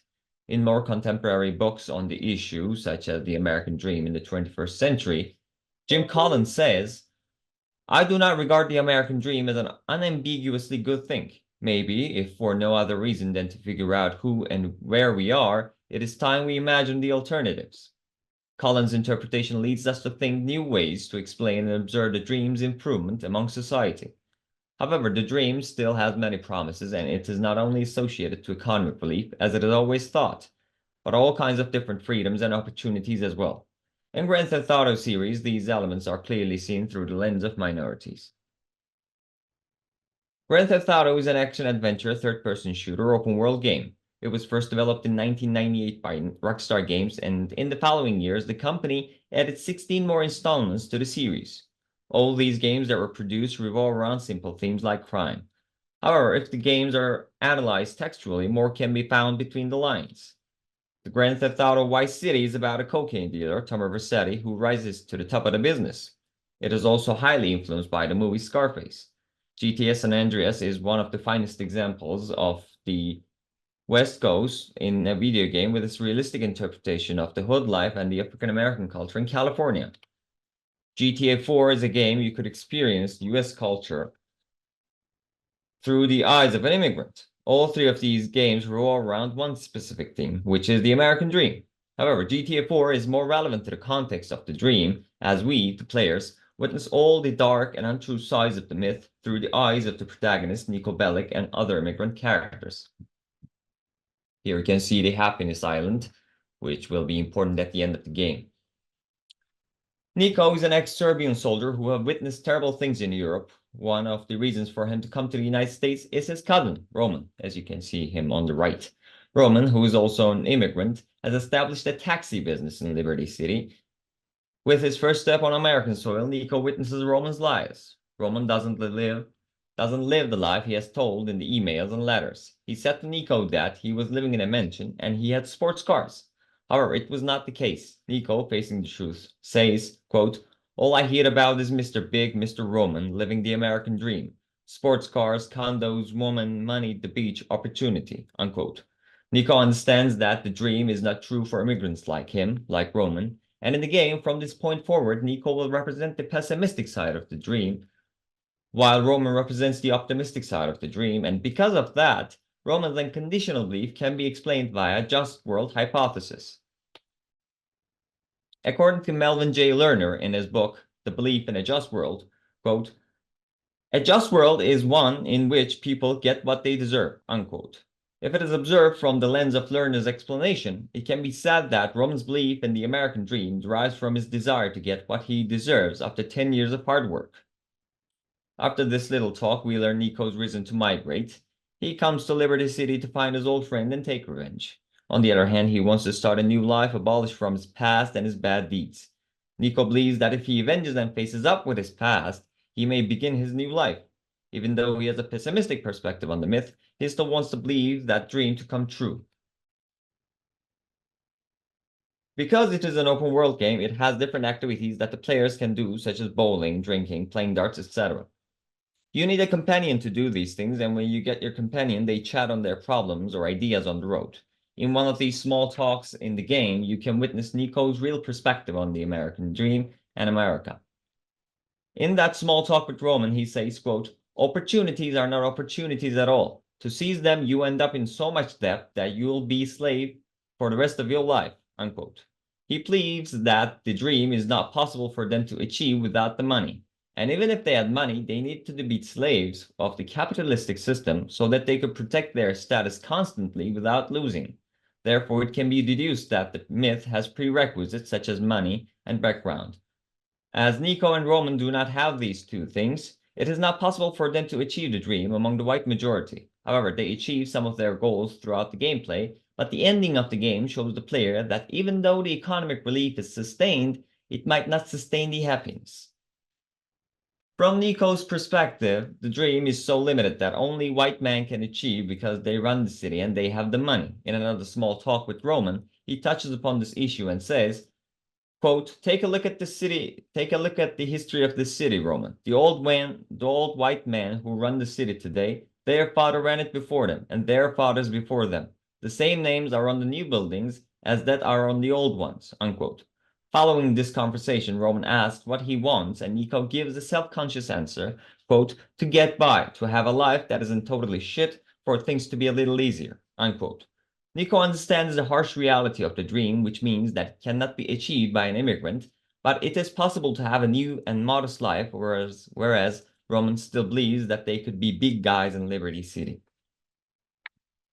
As I quoted earlier in this presentation, the myth is not solely based on economic status. Besides Nico and Roman, there is another important Slav character who is Vladimir Glebov. He is one of the sidekicks of Faust in Crime Family. His importance in the frame of the myth is his rejection of his past and believing in the melting pot theory. Unlike Nico and Roman, he is rich because he lends money to people and he abuses the economic situations of the poor and newly migrated immigrants. The myth of American Dream was not achieved by him because of his arrogant and narcissistic personality. One of his famous words he used against Nico and Roman was, quote, yokel, unquote, which means, according to Cambridge Dictionary, quote, a stupid or awkward person who lives in the countryside rather than a town, especially one whose appearance is in some way strange or humorous, unquote. This shows his perception of the myth as well as the myth's deception or fakeness, because Vlad believes himself to be on the same level with the white majority. According to Hochschild, quote, the first tenet that everyone can participate equally and can always start over is troubling to the degree that it is not true, unquote. Therefore, it can be said that Vlad believed in the dream's proposal of egalitarian approach. He thought that he could become one of the white majority, yet having money doesn't always equal the standards in society. His ill-mannered personality, his arrogance and pride, and belief in the egalitarian approach left his dream unfulfilled. Little Jacob and Real Badman are two of the major Jamaican characters in the game. The two deal with illegal stuff such as weapon trafficking and smuggling marijuana. The myth is not fulfilled in their terms too. Real Badman, who came to Liberty City much earlier than Jacob, couldn't achieve the dream as he is like Roman, who believes the dream blindly. In one small talk with Jacob, we learned that he wants to be in a mafia business. However, this doesn't happen as he couldn't find the support he needed from Jacob as he wants to sell cocaine. His story might remind the player Henry Hill from the movie Goodfellas. He, like Real Batman, wants to be a part of the mafia, a bigger organization. However, in the end, he deals cocaine and he commences his rejection from the organization. These two characters are similar in that sense. For Real Batman, the myth is to rise the ladders of society quickly while earning good money. The reason why Real Batman wants to smuggle cocaine is because of the lack of opportunities in Liberty City to achieve the dream. It is obvious that he has a dark past, but in Liberty City he has a chance to start over, yet he cannot. Hochschild says, quote, as a factual claim, the first tenet is largely false. For most American history, women of any race and men who were Native American, Asian, Black, or poor were barred from all but a narrow range of electable futures, unquote. Therefore, it can be said that the dream led Real Batman and Little Jacob to pursue this illegal lifestyle as it gave them limited job opportunities, and due to this, they both ended up not being able to achieve their dreams. Now, there are two different endings called Out of Commission and Revenger's Tragedy, and these endings lead to the same spot, which is Happiness Island. Both endings have their own unique meta conditions and camera angles. These conditions and camera angles show the player how the protagonist feels about the dream. In the first ending, Nico loses his girlfriend, Kate, and then he rushes after the Italian mafia leader, Pegorino, who killed her. This ending has a more vibrant and more lively meta condition. This might be an indication of their dreams coming true after all they've gone through. He kills Pegorino and takes his revenge at Happiness Island, and Roman says, quote, "But we're done. Now we can start making money, freely." Nico answers, which is, "I suppose so." And this breaks his pessimistic perspective he holds on the dream.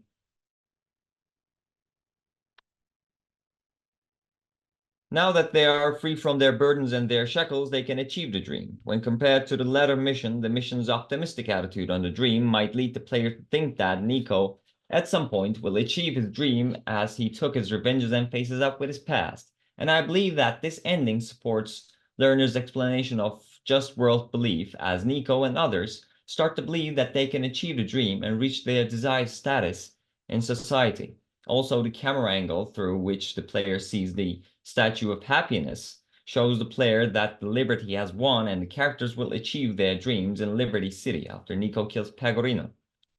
In the latter, the weather is more depressed as this time Nico loses Roman due to his connection to Russians. However, this doesn't stop him to take revenge and he rushes after Dmitry Raskolov. Before Nico kills him, he says to him, quote, "I guess the survival of the fittest thing really meant a lot to you," unquote. This quotation explains the whole process of the American dream, as everyone who steps on the land tries their best and eliminate their enemies so that they can achieve their own American dream. I believe the latter ending has more intensity and it bears a harsh reality of the dream in it, as Nico doesn't respond to Jacob when he says, quote, "You won," unquote. The camera angle in this ending, however, shows the player draining Liberty City through the right shoulder of the Statue of Happiness.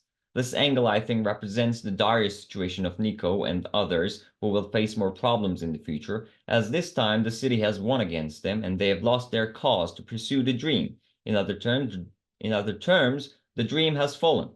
The game leaves us with the question that will any of these characters really achieve their dreams in the land of the free? I believe it depends on which of the endings you get. And I think Nico's last words pretty much explain the whole journey to achieve the American dream, which are, quote, "So, this is what the dream feels like. This is the victory we longed for," unquote. In summary, Grand Theft Auto 4 deals with this myth intricately. The characters' attitudes towards the myth and their desire to achieve it get the player to play until the end. Nico's pessimistic perspective adds reality to the gameplay. Roman's attitudes and his childish and pure belief in the dream add another perspective to the game and enrich the story and gameplay. Vlad and his arrogant attitudes toward others show the player how the dream might affect one's personality. Little Jacob and Batman, who struggle at the bottom of Liberty City, face discrimination, yet they still believe in the dream. In general, all these characters try to find a place for themselves within society, believing in a fake myth. These characters can be found in today's United States. They all desire one simple thing, with hope, denying the deception of the myth, to have a better life. Thank you for listening. Thank you very much, Mr. Kumash. And our third speaker is Ataberk Korkmaz from Boğaziçi University. He graduated from Political Science Department, and he's also would like to pursue a career on academic research as an academic researcher in the field of political sciences, and always wanted to combine his studies and an artistic background as a children's book illustrator, which led him into the realm of aesthetics. And his primary focus on children's media and graphic novels, and he researches the underutilized and unorthodox mediums and tools of propaganda, has been playing and designing video games ever since he was introduced to the world of games at the age of 5. And also his rallying slogan was "Personalist Political," actually push him to view video games not just an aesthetic consumables or time-killing activities, but rather as another medium of culture mediation and tool of reshaping and restructuring contemporary culture and political discourse. And the title of this paper will be "Recontextualizing Within Restrictions of Game Localization, a Case Study of Capcom's Ace Attorney series." The floor is yours, Mr. Korkmaz. Thank you. So I will try to present my screen. I hope I did manage. I think so. Yeah. Yeah, we cool. Yeah. Okay. So, first of all, I would like to thank you all for this opportunity, and I want to go through the game localization from the perspective of how we can actually perceive cultures from this. The issue is this paper is more on the technical side of the field, aside from completely going into the game, but rather going on the backstage of what actually is going on through the localization processing in these games, because I believe that aside from, as I said, being aesthetic consumables, I'm sorry the games. to interrupt, but we cannot see the screen. Would Oh, you we share cannot. once again? Oh, we cannot. I will.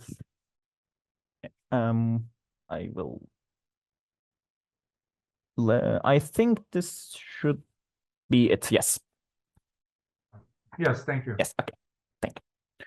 So yeah, as I said, the game localization practices actually do not generally go to the general audience unless there is actually something really significant problems going on. As I think there was a Capcom, one of Capcom's localization team actually produced what exactly is localization on a tweet they did, and it received heavy backlash because of the current localization practices of Capcom now. But let's get started with actually quite a different thing about identities. And I will start off with a really impactful quote from Frank Jameson, who says, "Whoever says the production of culture says the production of everyday life." Now, especially considering how important it is, especially in our day and age where there is no literal national borders through which cultural interactions take place, especially in the state of heavy globalization where we don't have true classic border lines.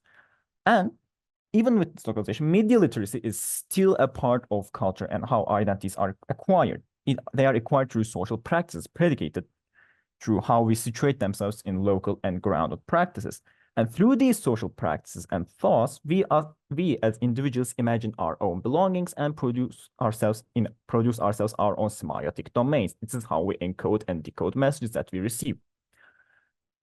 Now, these imagined belongings, obviously, are affinities. These are produced through the regimes of truth and discourse that we belong ourselves and place ourselves in sociocultural location in, such as Benedict Anderson's national borders and national belongings, which were produced through ideological state apparatuses. And also, I would say, like me, and one of the most important examples would be media. Now, of course, in a global culture market, this entirely changes this pre-existing dominant national cultural structure, because we now have what we call a deterritorialized weaver. I am not completely bound by however the Turkish authorities and the Turkish state maker wants me to experience mediatic works with, because now they are in a global cultural market where they are sold and continuously reiterated as commodities, sadly, at the same time. So these continuous interactions of cultural works create these new border zones where these cultural works, they continuously become reimagined and they continuously become recontextualized. And as in their meta, our now own identity becomes a part of matter of consumer choice. I identify with whatever I want to consume. I am, in my own sense, become my own border zone.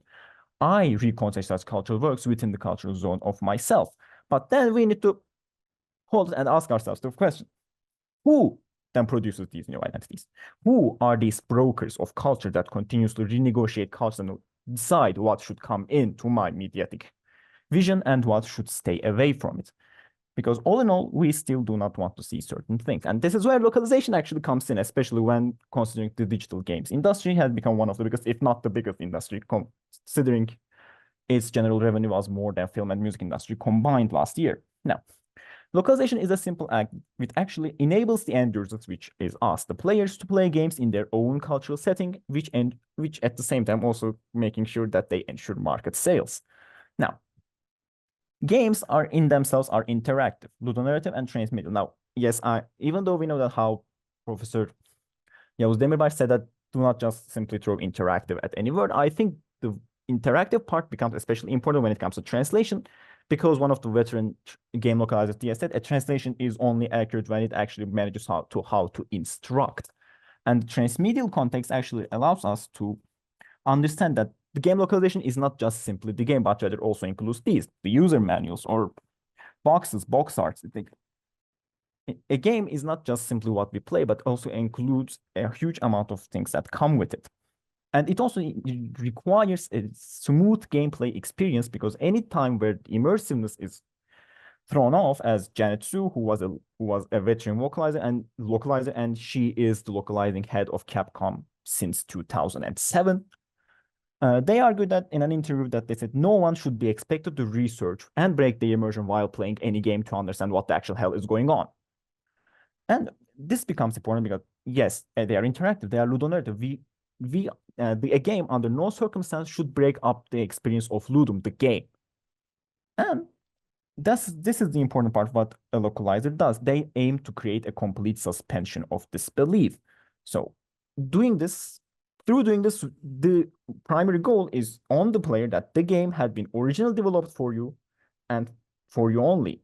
And during this, we may need to prevent certain cultural and linguistic roadblocks, which are the important parts of it now. So, in a sense, it's a user-centered translation which aims to provide the assumptions of the game valid through any global weaver. And now we do this through two important parts. One of them is internationalization, and the other one is culturalization. Now, internationalization is more on the technical part of how it is done. It utilizes through the interfaces, the text boxes, the user manuals, the box art. And the internationalization requires that the game has actually been made with localization in mind beforehand, which is what not our case study Ace Attorney is, and it's going to provide a whole new different type of approach to it. And there are certain problems that it entails. For example, use of kanjis in Eastern languages allows them to utilize less space for showing more, and then you need to localize accordingly to create more space. However, then there's a common misuse of pictograms, as Dietz, again, this veteran translator would call, because of the reason of pictograms being not culture specific. Now, again, that's it with the global cultural market. There are some actually that made themselves true, such as the floppy disk being used as symbols for saving. However, for example, what I want to show you below is the Pioneer plug, which is an anonymized gold plaque, which was sent to space alongside Pioneer 10 and Pioneer 11 spacecrafts. If it ever was to get interjected by extraterrestrial life, would show us how on Earth the life goes. However, this was actually criticized by art historian Ernst Gombrich, saying that the utilization of the symbol of arrow to show the journey of Pioneer would not make any sense to anybody who does not come from a hunter-gatherer cultural background. And this is why we are, I know this is like an extraterrestrial example, and it's like a way bigger one than it should be, but it still is an important part where the utilization of pictograms becomes problematic when it comes to localization and translation. And the other part of doing this is culturalization. Culturalization is more or less creating up a game with such a wide appeal, which sometimes requires to avoid culture-specific references or either transform the culture-specific references so that the target locale can understand. So it's done either through foreignization and domestication, which I will come back to later. But through culturalization, we should remember that digital games are in themselves an art form. There is nobody denying that. And I think at this point in time, there should not be any type of denying it. There is demoscene, there is a hypertext literature, there are serious games to consider. However, there is also cannot deny that they are still economically lucrative. And what defines if the localization is going to proceed or not is through the regulatory boards of the set target locale and the target audience itself, which creates itself through that. Alexander Smith, another veteran localizer, said in an interview to Mandelberg in 2013 that bureaucracy is what leads official localization. And so that the cultural producers, the localizers, and the companies have to assess risks regarding these markets. But then it becomes, who produces these differences that I should be actually caring for? Who is this market, and who is my target audience for localizing this game? Hideo Kojima himself, for example, said Japanese players do not like being thrown into a pit without given instructions. And through that, Hideo Kojima actually sends a message to a localizing team that my team and my market wants games to be localized this way. We want further instructions to be provided. That's why some games do not sell as well in Japanese markets, such as League of Legends, for example. Even though it's a free game, the game sees much less play because of the lack of instructions. So through the creation of a unique culture, every market actually sends an imagined representation of themselves to both themselves and the localizing market, saying that this is what we want. Now, foreignization is an important. Now, let's get to foreignization and domestication. Foreignization is kind of, for example, is especially prevalent today because now we are more accustomed to Japanese culture. There is the phenomena we call cool Japan. And foreignization aims to protect the sociocultural practices that are shown in games to create the authenticity of an other that should interest gamers and players alike. And however, this brings a question of ethical translation and ethical localization. Alexander Smith, when he was the head of translation and localization in Phoenix Wright, Ace Attorney, argued that no one should be going their own way to create Frankenstein's monsters. So there needs to be a proper repackaging of cultures, which would require an extensive knowledge of both the original locale and the market locale. So, and there's no way there should be produced cultural traces that should be impeding with the gameplay. It was one of the things that Ben Jude, who also was one of localizers for Ace Attorney, argued that as translational mistakes. I argue otherwise, and I think that these cultural traces should and can be utilized as ways of showing an interest in other culture, and I will argue that later on the paper. And the other part, domestication, is removing any kind of possible cultural references, and it's especially common during the early games of Japanese game development with the art of mukokuseki, as Iwabuchi calls it. It means an otherless gameplay which is devoid of any cultural references, and most of the games and franchises that actually sold big outside of Japan actually follow the formula when they were first released, such as Sonic the Hedgehog or Super Mario Brothers, the most obvious examples that come to mind. Now, finally, after all these technical details, I can get back to the game, Ace Attorney.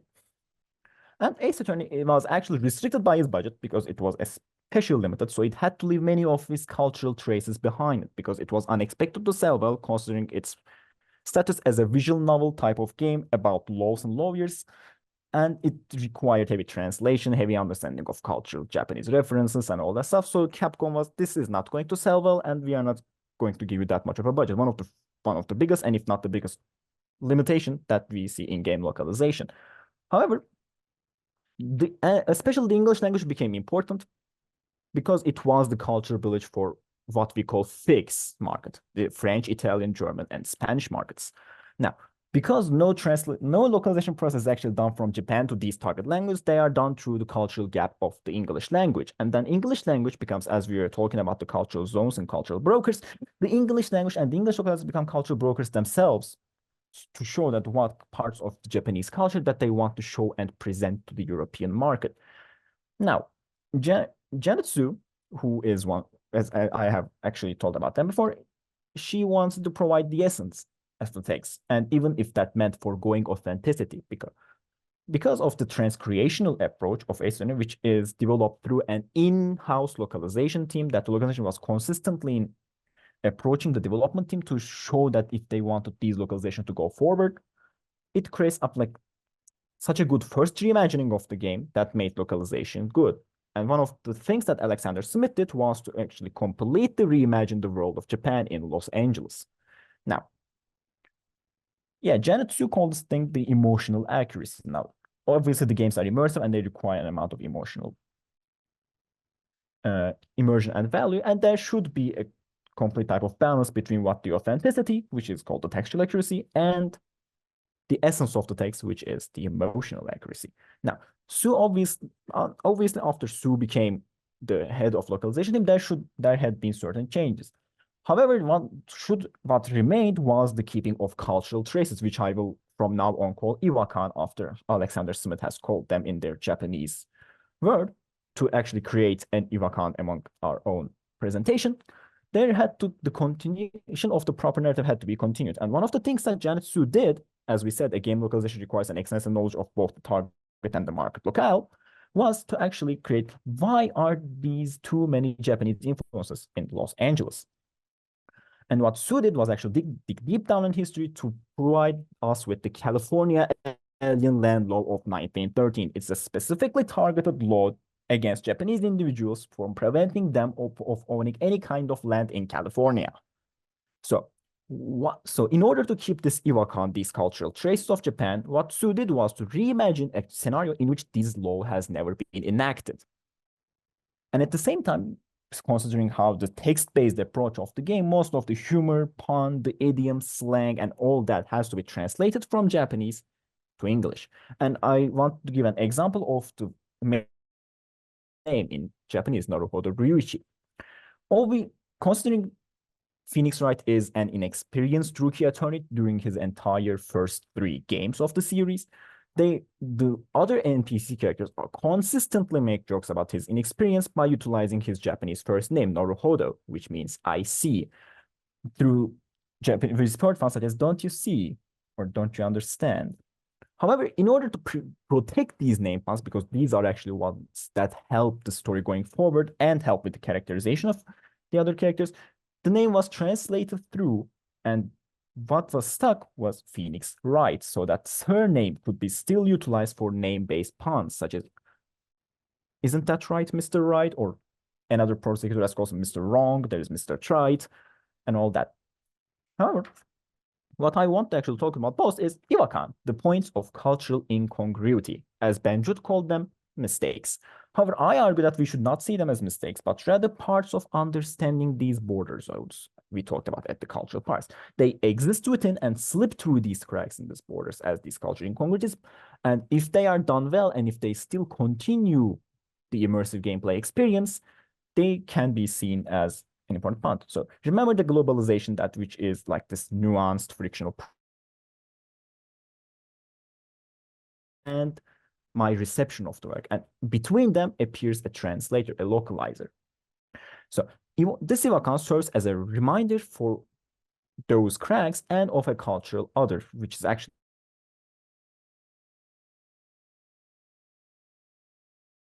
it's from the third installment of the games where Phoenix wears a face mask. Now, come to think of it, face masks are not something uncommon, especially after given the global pandemic. But before that, considering this game was localized in 2005, even when somebody is not feeling well in Western audiences, we do not see the necessity of wearing a mask. However, in Japan, this is common cultural norm. So when it was asked to the producer of the series, Minae, about what is going on with Phoenix face masks, he completely glazed over it and forgets about it and thinks that the one who asked the question actually talks about the prosecutorial attorney of the game, Godo, who wears a visor.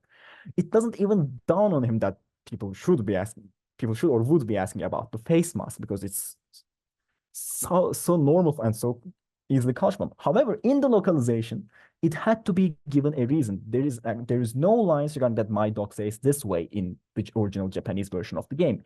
There had to be given a justification for this cultural incongruity, and it was made through these localization process. But obviously, lots and lots of things still go through. And seeing localization, for example, I give a quote from Benjut, but I'm not going to read it. If you want to, you can. But the first line is enough. It's a business. If it doesn't sell, it's done. But seeing and localizing in such a purely economic way makes localization something of a reactive stance towards what the market wants. However, we can argue that it's actually a productive progress and a productive process. What localization creates is localization itself is a political act which creates and produces power relations and tastes and cultural tastes. Alexander Smith, for example, makes a remark on this, arguing about how he had to change the love of ramen to one of burgers in one of the main characters, Maya Fey, saying, I did not think that people would be insinuated in know that what ramen is. But however, in our global day and age, he also argued that I probably would not change ramen at all if we localized the game today. So there is also the change. Another thing that had not to be changed because of the budget cost was the Steel Samurai TV show. Now, this is it's fiction and fiction. It's a TV show within the game. It's a tokusatsu show, which definitely is not produced in America. However, through localizing this, they also had the experience of having another tokusatsu show that was actually familiar and popular in America in Mighty Morphin Power Rangers. So localizing also utilized former localization attempts in order to understand and assess and give proper things to a global market. Now, and lastly, I actually want to talk about the Crying Village, which was also in the background of Iwakan for all this time, and Maya Fey in the middle on the screen. So keeping the magatama of her, which is the bead that she carries around, and the Crying Village, which is a female clan of spirit channeling mediums, and that is an important plot point on the storyline. Through this actually shows a transformative nature of localization within itself. Maya here represents the other for Phoenix and exists consistently for Phoenix as an Iwakan, as a cultural incongruity. And the Crying Village as a whole acts as this Iwakan to the player themselves. So we can see how, even though this is a game with no role serious role-playing experience where you actually go in the shoes of someone, but rather follow their linear narrative, there still exists a player and Phoenix interaction, a player and Phoenix substitution. Maya consistently appears at a point of anxiety and gaze that pushes Phoenix to continuously explore her culture. So does how Iwakan does this through us. On the left, I want to give the example of Victor Kuro, another character from the third installment of the series, who is a kimono embroiderer. And obviously, in America, there is no kimono embroidery. There's no need for a kimono embroidery. In Japanese versions of the game, he argues about how he lost his job because of nobody wearing kimonos anymore. But in the English version of the game, he was made the father of an Japanese immigrant that cannot continue his job because obviously nobody in America wears kimonos in the first place. This is also a little bit of a cute localization that I wanted. And just as let's go back to the crime legend. Just as the culture pushes us to explore it, Phoenix, alongside the player, learns how to be a global citizen. Because of these cultural traces, which are uncontrollable slippages that consistently create an idea of the other and putting us in the center and them in the periphery, they cannot be controlled and they can only be interacted with. We cannot control Iwakan unless you become a localizer and the translational medium between, or the culture blocker. Lest we can also look at Phoenix and he as a substitute for the player once again, that Maya is Phoenix's localizer for the crying culture. She helps Phoenix approach the reality of these different borders, just as Phoenix, right through these use and construction of Iwakan, helps us to look at and utilize and understand this different reality of different border of this culture in Japan. Korean culture is heavily influenced by Japan. So by seeing these localizations as political acts which can enable cross-cultural hybridity, and just as it allows Phoenix and in extension to the player to act as cultural citizens, we can also use localization as a mean of cultural learning. So all I want to say, traces should be celebrated and not be seen as mistakes as Ben Jude or Alexander Smith did back in the day, but rather see as Seuss now we can actually show how these traces can be culturally important. Simply, I'm saying, let us all be phoenixes. Let us all be phoenixes. And with that being said, I want to thank you all for your attention. And this is my presentation. Thank you very much, Mr. Korkmaz. Well, thank you actually for these 3 stimulating papers and by promising scholars that very much we enjoy, I assure all the audience here, that the floor is open for questions and comments, further comments, if you like. We have still 6 minutes, I think, if I'm not mistaken, to go for the next session. Any questions or comments? Well, I remember in the late 80s when I was just pursuing my, after graduation, my graduate studies, we were talking and the academia was talking about who decides what to be published. Times Literary Supplement and then. And maybe from the last presentation, we can just concentrate more on, in terms of capitalism, on the consumer choice, rather than the consumer choice is the supply, the balance between supply and demand that actually, as Ataberk also just emphasized, there is a kind of some political discourses and propaganda machine or the purchase strategies and for consumers as well. So what struck me in all these 3 presentations that remind me of the 2 quarantine islands, Ellis and Angel Islands, that in terms of speciality, there seems to be a kind of, as the liberal city and also for the ace attorneys that both New York and also the Pacific LA that was actually maybe specifically chosen by the producers or by the industry and the market strategies as well. What do you think? Since Ataberk just emphasized the point, maybe all speakers can answer the question if you like.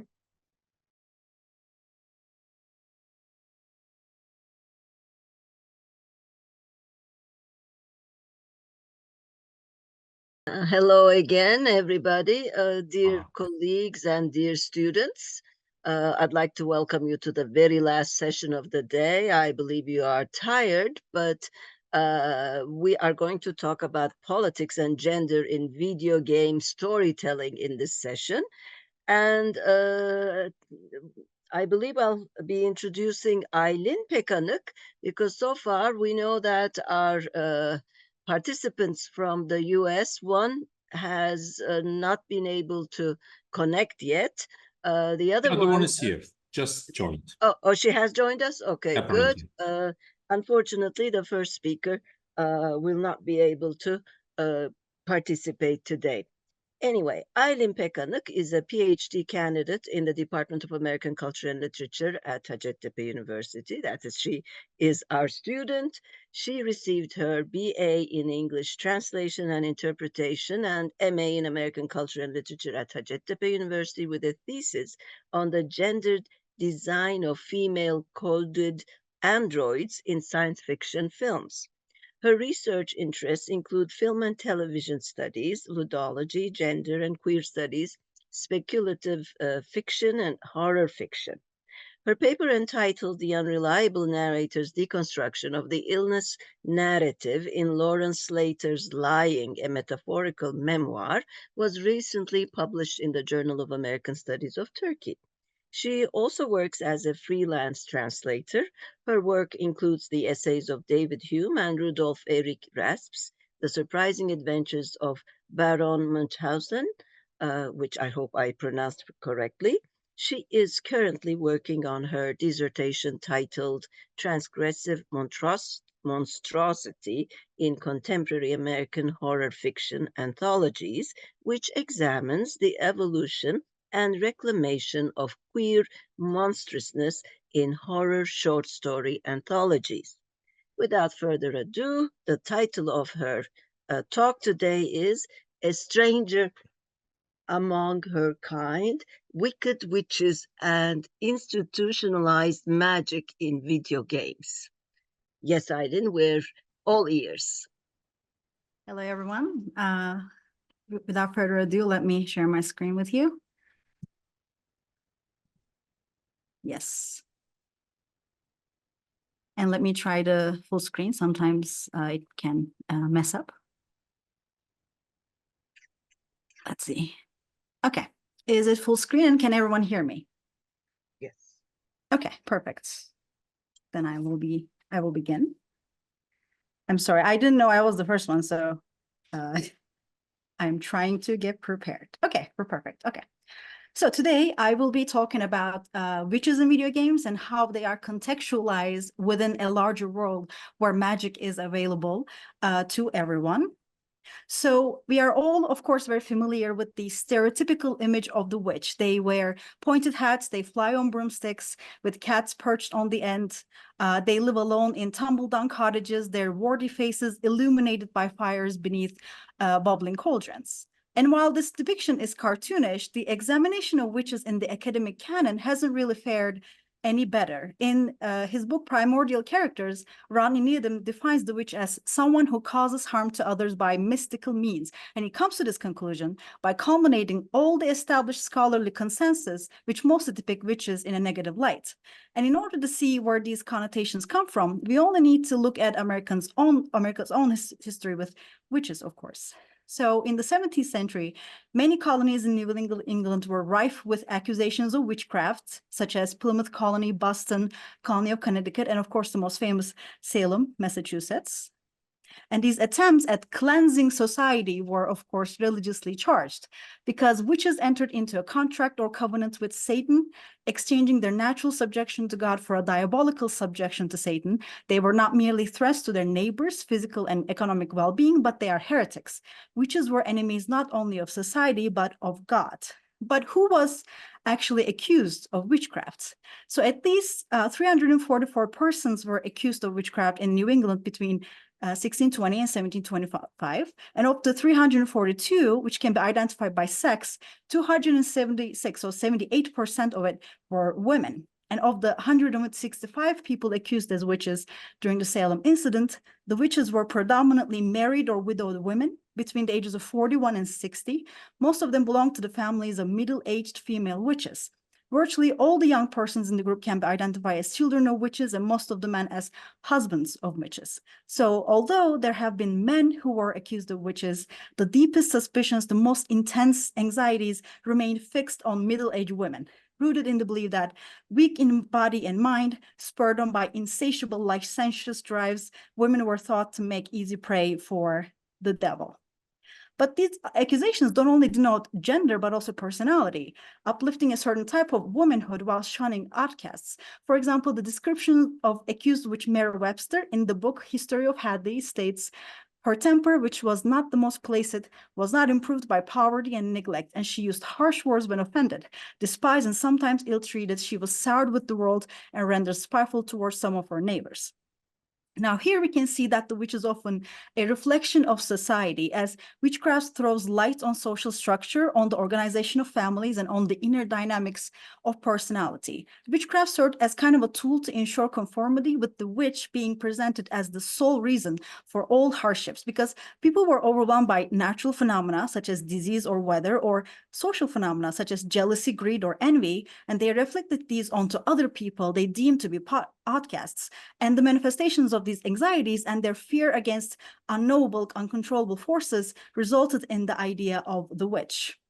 Now, of course, the witch is still a very popular figure in popular media with her distinct iconography. She's still used to signify our fear of unknown forces. But what I've personally always found fascinating is the fact that even in imaginative fiction where magic can and does exist, we still use the witch and all her negative connotations to draw the line between acceptable and unacceptable magic. So creating worlds filled with good magic users like wizards, mages, and sorcerers, and casting witches as solitary, shunned figures in a world where they should be accepted. And this observation formed the basis of this presentation. So the games I will be discussing today, Skyrim, Dragon Age, and Dishonored, all allow the players to utilize magic powers, but position the witch as a separate magical entity who symbolizes the dangerous nature of untamed dark magic in a world where magic is institutionalized.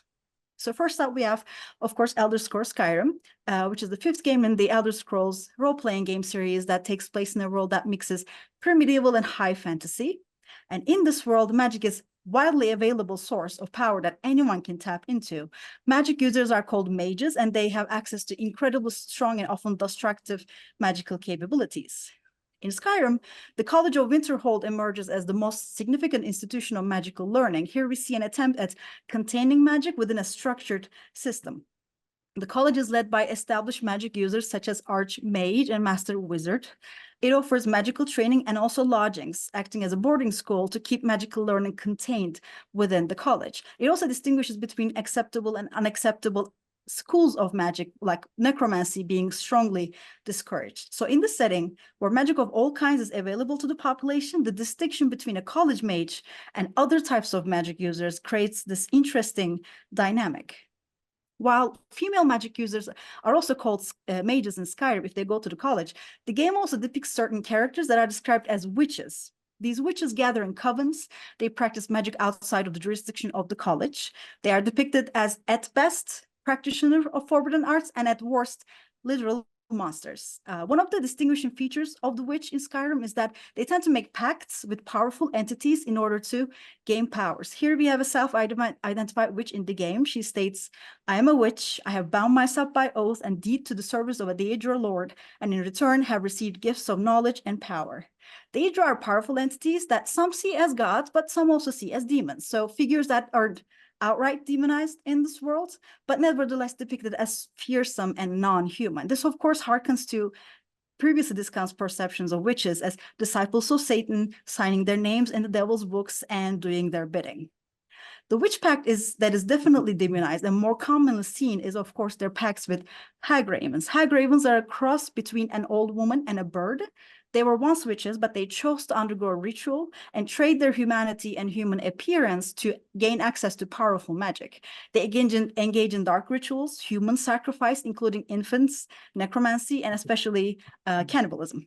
Here we see the demonization of witches as women who are ready to commit atrocious acts and lose their humanity to gain powers. The other significant point is the use of the word hag to refer to adept high-level witches and these monstrous creatures, as this word is associated with the perception of old women. So the hag is seen as a wizened old woman usually, but it is also associated with these mythical, malicious creatures who embody the visuals of old women. And this connection is heightened during the witch hunts because hags' intimate knowledge of healing and their position as midwives gave them a significant amount of power in the community, but also it put them in a precarious position as failure to heal or aid villagers caused ire. So when accusations of witchcraft started flying around, these women were very easy pickings. This led to the redefinition of the word to mean an ugly, evil old woman, which was then transferred to fantasy literature, of course, as an ugly, evil old woman with malicious magic, seen in various fantasy settings here. So the depiction of hag ravens brings us to this notion that the witch is not simply a malicious woman, but a grotesque, inhuman monster, which was a common perception in real life, as witches were believed to have distinguishing physical features called witch marks that gave away their nature. For example, the trial of Mary Webster that we previously mentioned, it featured physical examinations in search of these witch marks that revealed grotesque perceptions of her body. Quote, she not having the fear of God before her eyes, being instigated by the devil, hath entered into covenant and have familiarity with him in the shape of a verenage, which means a black cat, and had her imp sucking her and teeth or marks found in her secret parts. So here we first see a pact with the devil manifesting in a sexual context, but also a presumption that internal corruption would reveal itself in external corruption. As one succumbs to magical forces that are deemed to be unnatural, one would have to shed their humanity and become the monster that they were always suspected to be. So we move on to, another high fantasy role-playing game on one whose depiction of institutionalized magic is even more fascinating and strict than Skyrim. In Dragon Age Origins, the first game in the Dragon Age series, the player can choose different origins depending on their race, allowing them different starting quests that highlight and celebrate their heritage in the process. But all of these backgrounds vanish when the player wants to play a mage. While Skyrim had an institution to contain the use of magic, but still allowed magic outside of this establishment, the world of Thedas has extremely strict rules regarding magic and how it must be used. As such, a mage's only option is to be ripped from their community and join the circle of magi. The game doesn't allow the use of the mage class in any other origin that will start the character actually amongst their family in accordance with their race. The description of the mage background states, the wielding a power as dangerous as it is potent, you know that magic is a curse for those lacking the will to control it. You anxiously await your harrowing, the one chance to prove yourself against the demons lurking without and within. Succeed or be slaughtered by the knights who ward against your kind. So in this world, a mage is a magnet for demonic forces and in constant danger of being possessed. So magic is seen as a breeding ground for dangerous and sinister forces. As such, students go through this difficult test called the harrowing at the end of their training. If the student fails this test, it's an indication that they can't handle their powers, and this results in what we call the rite of tranquility, which functions as a sort of lobotomy that results in the utter destruction of their personality and clearing of all thoughts. These strict guidelines are exacerbated by the religious oppression of mages. So this world has a monotheistic belief system with the dominant religion featuring one deity and a Vatican-esque religious institution known as the Chantry, which has complete control over the circle of magi. And taking their prophet Andraste's saying, magic exists to serve man and never rule over him, to heart, the Chantry keeps mages in check with the deployment of guards that are literally called Templars, of course. As expected, this religious structure is extremely corrupt. So in a leaflet distributed by a collective of mages trying to declare their independence, they state, the circle was established not merely to protect the world from mages, but also to allow mages to practice their art safely and without fear. The Templars, sworn to protect all people, have instead persecuted mages with such biased judgment. The rite of tranquility, intended as a tool of last resort to stop uncontrolled mages from hurting themselves or others, has instead been used for punitive and political purposes to silence dissent and inhibit civilized discourse. Andraste herself intended the relationship between mage and Templar to be one of practitioner and protector, not prisoner and jailer. So, are there magic users outside of the circle? Of course, mages who dare to use magic outside of the circle or question the circle's authority, like we see here, are called apostates. They are not only dangerous rebels, but they're also considered heretics, because being a pious magic user necessitates that you must submit to the circle. And one of the apostate groups, of course, are witches of the wilds. These witches live in the Korkari wilds, practice magic outside of the circle's jurisdiction, and the backstory for the head of this group, Flemeth, on the left, is filled with stereotypes and acts as a cautionary tale. Loss of love, feeling vengeance, resulting in spirit possession, and decades-long violence, a terrifying witch that breeds twisted monsters, women who can kill a man with fear. But as one of these daughters, Morrigan on the right, joins the player's party, the narrative starts to challenge the circle's narrative regarding magic. Because as a witch of the wilds, Morrigan's class specialty is the art of shapeshifting, which allows Morrigan to shift into different animal shapes. The description of the specialty states, the circle of magi denies such rumors, but this rare art survives in the forgotten corners of Thedas. So for a play character with the mage class, stepping out of the circle's teachings and accepting an unorthodox practices of magic is the only way to access these abilities. Of course, when these abilities aren't erased, they are demonized, and they are integrated into tales of witches turning into animals to deceive humans and steal them away. These tales reflect tales of shapeshifting witches in real life. In his book, Demonolatry, the French judge Nicolas Remy states, apart from the external physical shape, the witch is also endowed with all the natural qualities, powers of the animal into which she is seemingly changed. She acquires fleetness of foot, bodily strength, ravenous ferocity, lust of howling, faculty of breaking into places, and of silent movement. Kill even the biggest cattle in the fields. They enter locked houses at night like cats.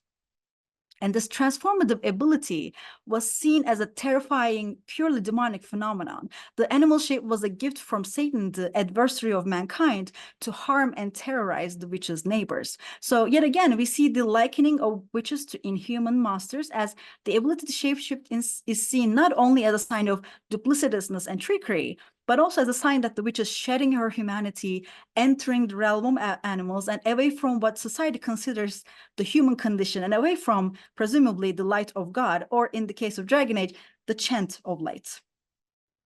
So our last game is one where magic is not as commonly found as the previous settings. The world of Dishonored is largely governed by science and industrialism. However, for a select few, access to supernatural abilities is possible through a godlike entity known as the Outsider. He appears to certain individuals he deems worthy of his powers and grants them various abilities. Naturally, the primary religious order in this world, Abbey of the Everyman, is strictly against the followers of the Outsider and any magic use. So the select few who share the outsider's power can be on the different ends of a political or moral scale, with both the player character and certain antagonists sharing these abilities. Although these individuals all owe their powers to one entity, the aesthetics of these powers change drastically in gendered ways. So the player of the first game, Corvo Atano on the left, and a minor antagonist, Daud, on the right, are men who don't overtly read as mages and more as assassins.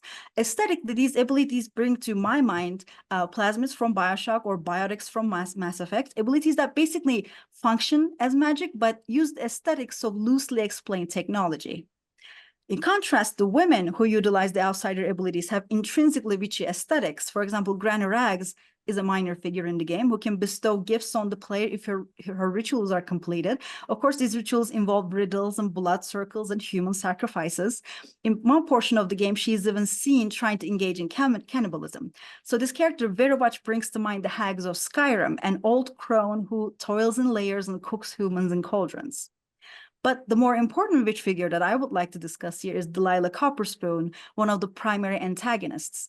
Visually, Delilah can be identified as a witch right away, with her outfit decked out in florals and vines, signifying her connection to nature. Also important to note that Delilah doesn't appear to have the outsider's mic that other characters have in their hands, as you can see here, which in my opinion intentionally separates her magic from the others. But beyond the visual design, and the methods she uses to manifest her powers are also distinctly different than Corvo and Daud's one-on-one combat approach.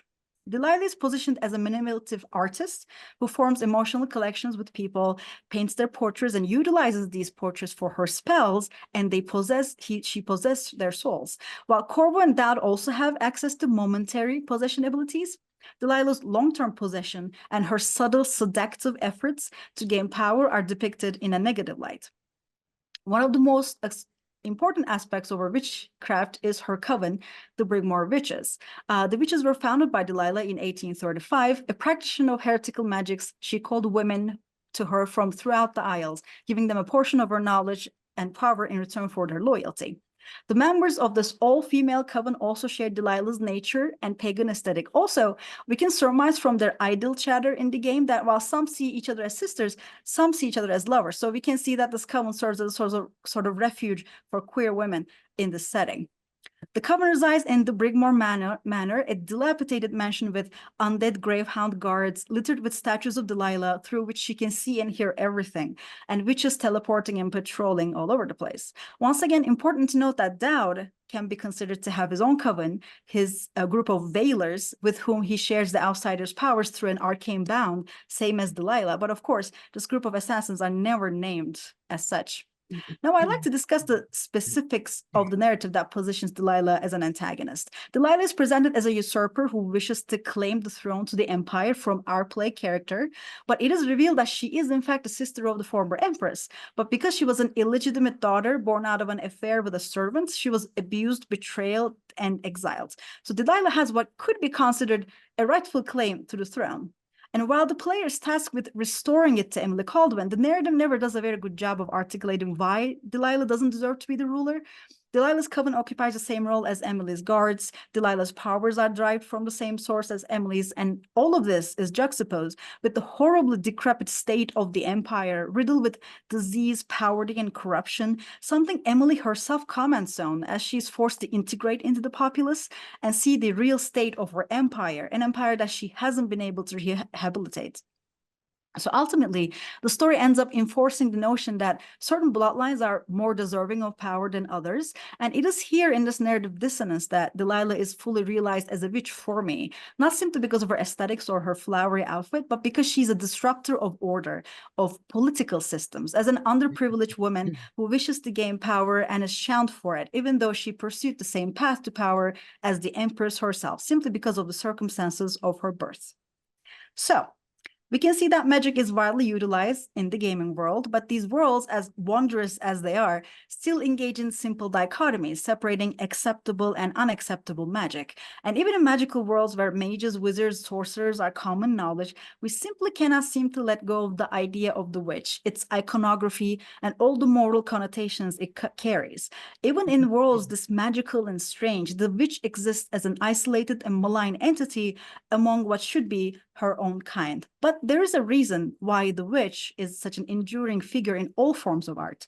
As the history of witchcraft is primarily a history of women, it will continue to be reclaimed and recognized as a term of self-improvement, a way of life, and an insult that at one time was powerful enough to result in death. And with that, that concludes my presentation. Thank you so much for listening. Thank you very much, Aylin, for your very interesting presentation of witches and at the same time scary witches you talked about. So our last presenter is from the States. Please save your questions. Don't forget your questions, that is, because we'll have the questions at the end. So our guest is from afar, Hannah Trammell.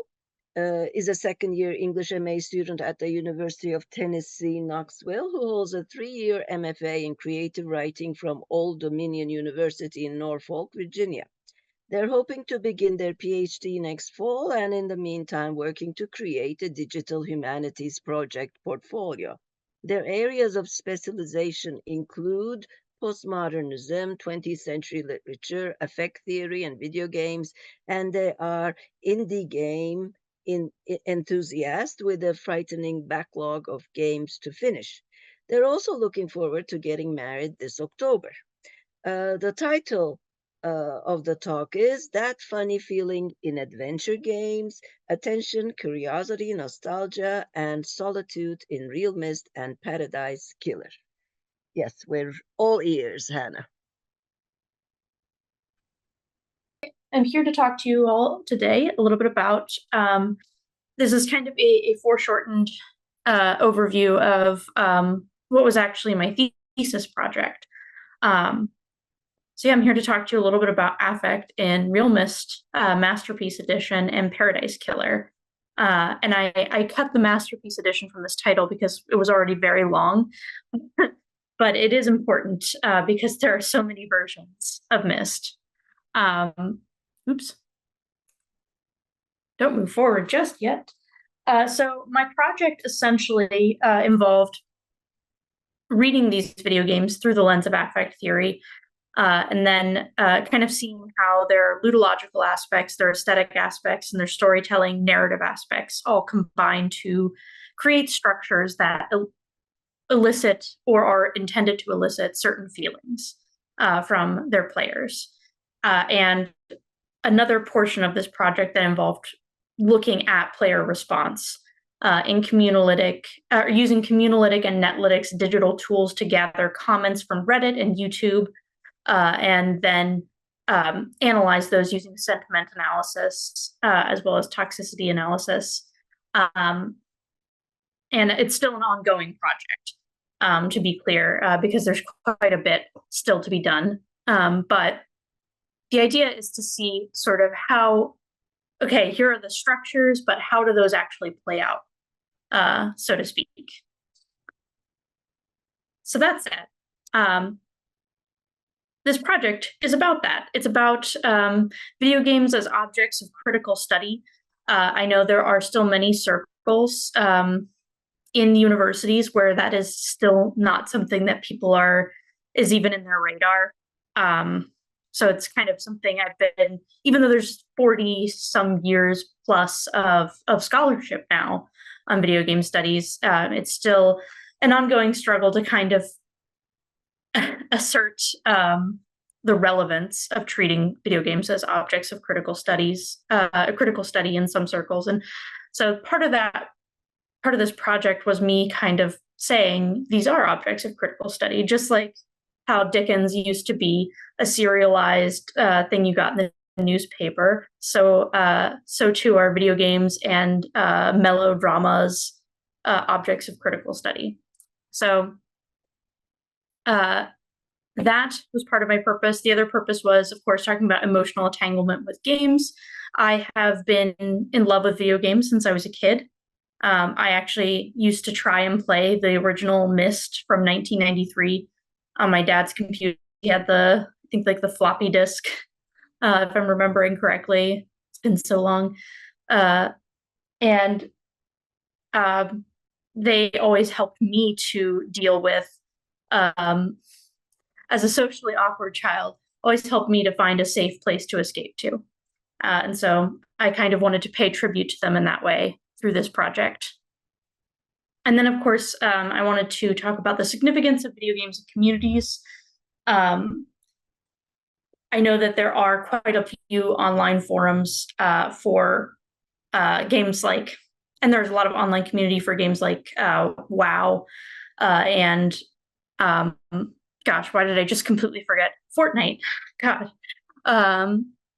But there are also online communities for less interactive multiplayer games that allow people to exchange experiences, to help each other out with certain puzzles and all that good stuff. So that's a large part of what this project has been about. And it's also to talk about what is unique about adventure games in particular. And when I say adventure games, that's also a thorny problem, because genre is always this fluctuating thing that we can't quite pin down, because there really is no definitive structural definition of genre that ever perfectly captures things. So for adventure games, I'm particularly speaking of games that have been referenced as walking simulators, games that involve puzzle solving, that don't necessarily rely upon fast reflexes, games that are generally pretty mellow in terms of their interactions within the game, but so in contrast, like Grand Theft Auto would be very different. And yeah, so I think, let me see here. I think Paradise Killer and Real Mist Masterpiece Edition are kind of a weird pairing. But the reason I chose these is because Real Mist Masterpiece Edition kind of represents this interesting recapitulation of the same game over and over and over again. It is, I want to say at this point, 4 or 5 remakes in of Myst, the original. And it has updated certain mechanical functions to, for instance, the original Myst was a series of like hundreds of still pictures that you could click through using the mouse. And Real Myst now is a continuous 3D scape that you can move through. And in my case, I was using Nintendo Switch versions of these because those were more easily accessible. And that sort of experience of continuity also adjusts your approach to the game as well. And then Paradise Killer is sort of this newer game that not only incorporates the 3D continuous movement of like the walking simulator experience, but also incorporates some platforming mechanics. So like you're able to jump around on things and like use an air dash. So allowing you to jump and then kind of jet forward a bit in order to get to different ledges and collect items, which as we'll get into a little bit, is a slightly different experience than Real Myst, where you're just kind of walking around and clicking on things. But I chose these two because I think they offer very interesting contrasts in terms of how video games have evolved technologically, but also aesthetically. And I think they also share some affective spaces with each other that are interesting despite their significant aesthetic differences, as you can see here in the visual. They also both involve, as I said, that horizontal movement within a 3D continuous space, interaction buttons, freedom of movement. There's no corralling players to do puzzles or speak to NPCs, non-player characters, in a particular order. Narratologically speaking, you don't have to complete things in a linear order necessarily. And they both make gestures towards nostalgia in interesting ways. So that said, how do these games create structures of affect that evoke feelings? Here I've selected a picture from Paradise Killer. And this is one of the relics that you can obtain. It's a collectible item that doesn't necessarily have any impact on the narrative. But when you collect these items, they all come with these sort of beautiful images with this sort of day glow aesthetic, and say like these sort of like fragmentary vignettes, as it even uses the word vignette here, that show you a window in time. And sort of part of what happens in collecting these items is almost, these are familiar things, right? We all recognize like a butterfly, but it's positioned in such a way that's defamiliarizing and a bit strange and eclectic. And one of the things that these games do that evokes feelings and creates structures that evoke feeling is they recapitulate pastiche and nostalgia in very interesting ways. Real Myst does so through a reliance on the aesthetics of antiquity and fantasy, also by necessity, the adventure novel, like Gulliver's Travels and Robinson Crusoe. There's very much a connection between those two, and that's again part of the ongoing project, is writing out those connections. But yeah, Real Myst uses antiquity and fantasy, where Paradise Killer is grounded in these sort of retro-futurist modes inspired by the cultural memory of the Western 1980s in America and Europe, which saw the time of synthwave and cyber aesthetics embedded in or inspired by cultural trends, towards a cybernetic future. And they both evoke affects that are embedded in cultural memory. But Real Mist, of course, is relying on nostalgia from both the pre-modern era as well as nostalgia from an established player base. Because each time you make a game available anew, there's necessarily people who come back to replay it, of course, because one of the issues with trying to play original Myst is that it's you have to go through a lot of hoops to get it to actually run. So if someone just makes an easier, accessible copy, it's very easy to go back. And the sort of interesting remediation that occurs between versions also inflects players' affective responses.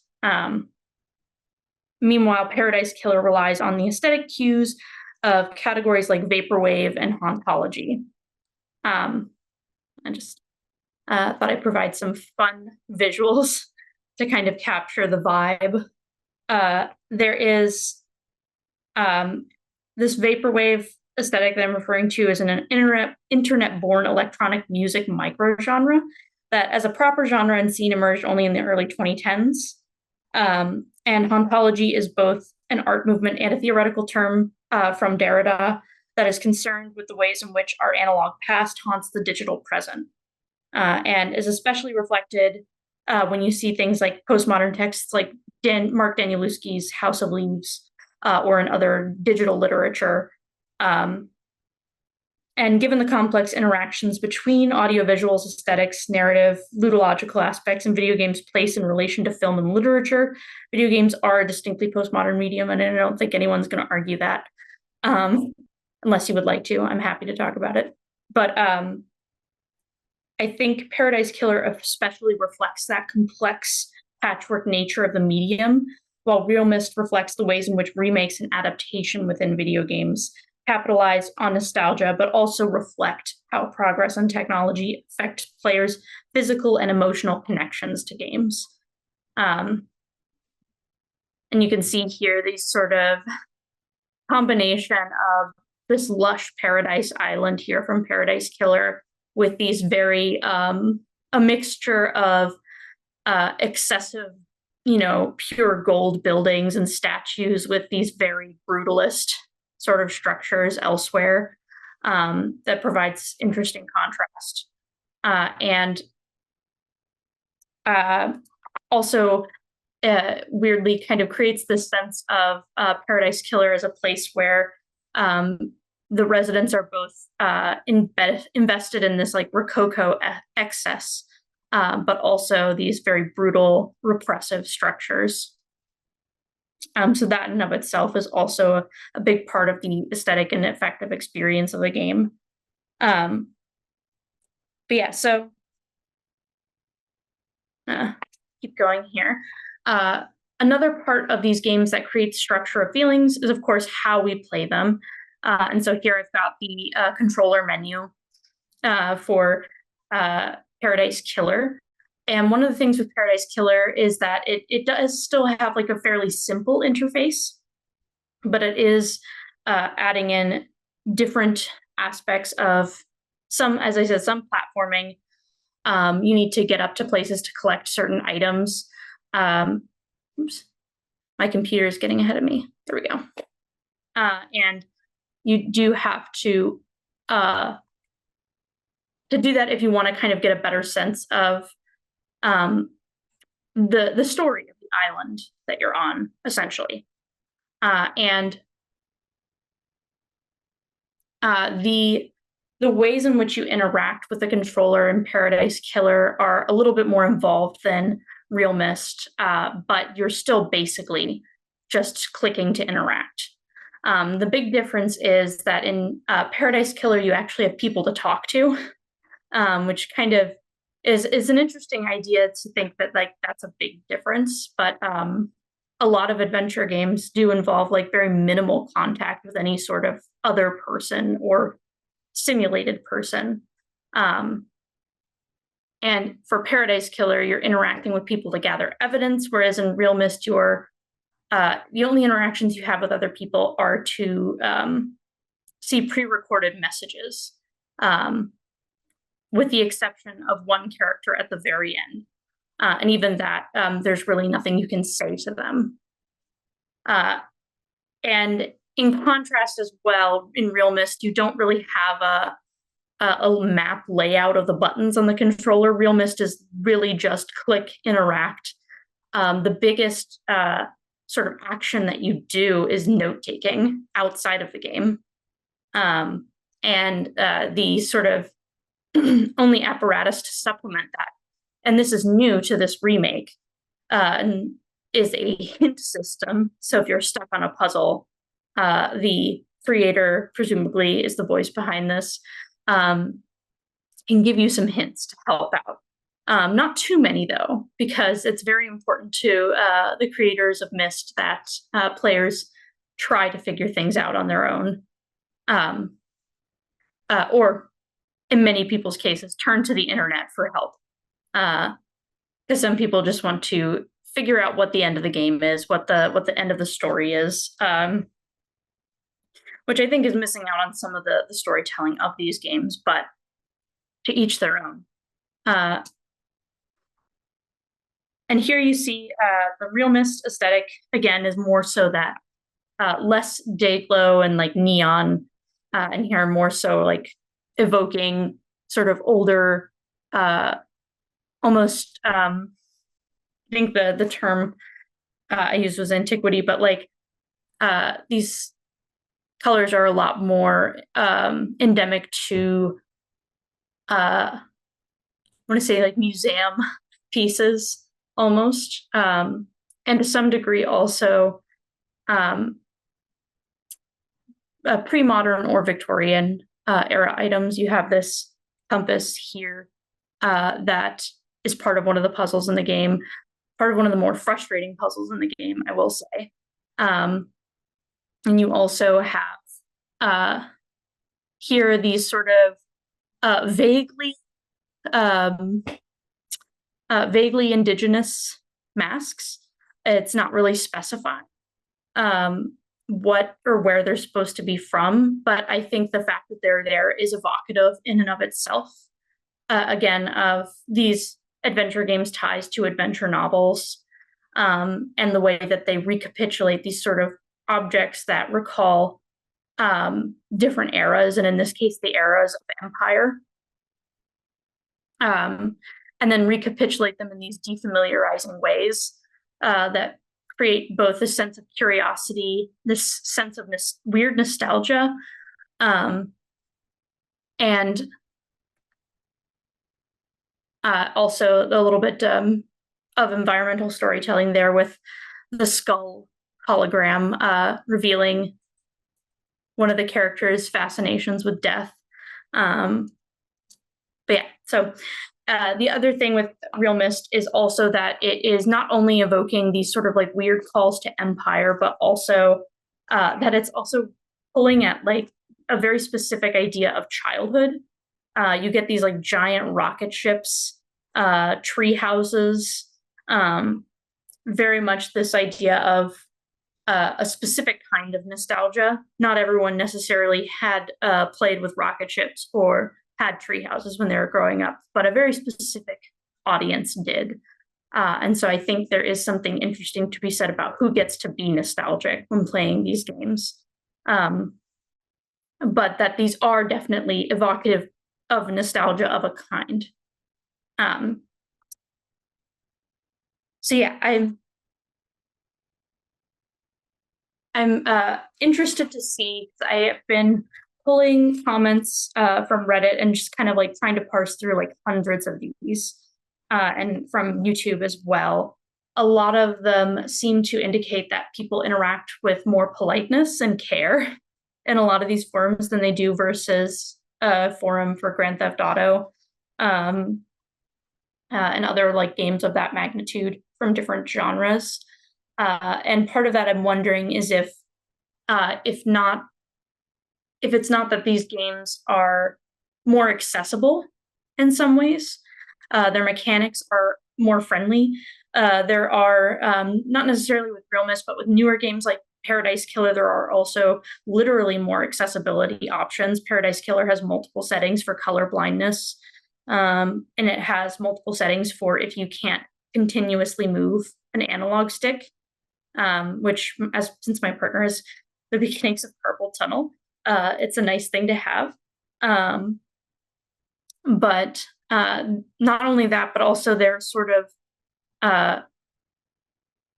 they're evocative of that like nostalgia and giving people a chance to participate in that nostalgia.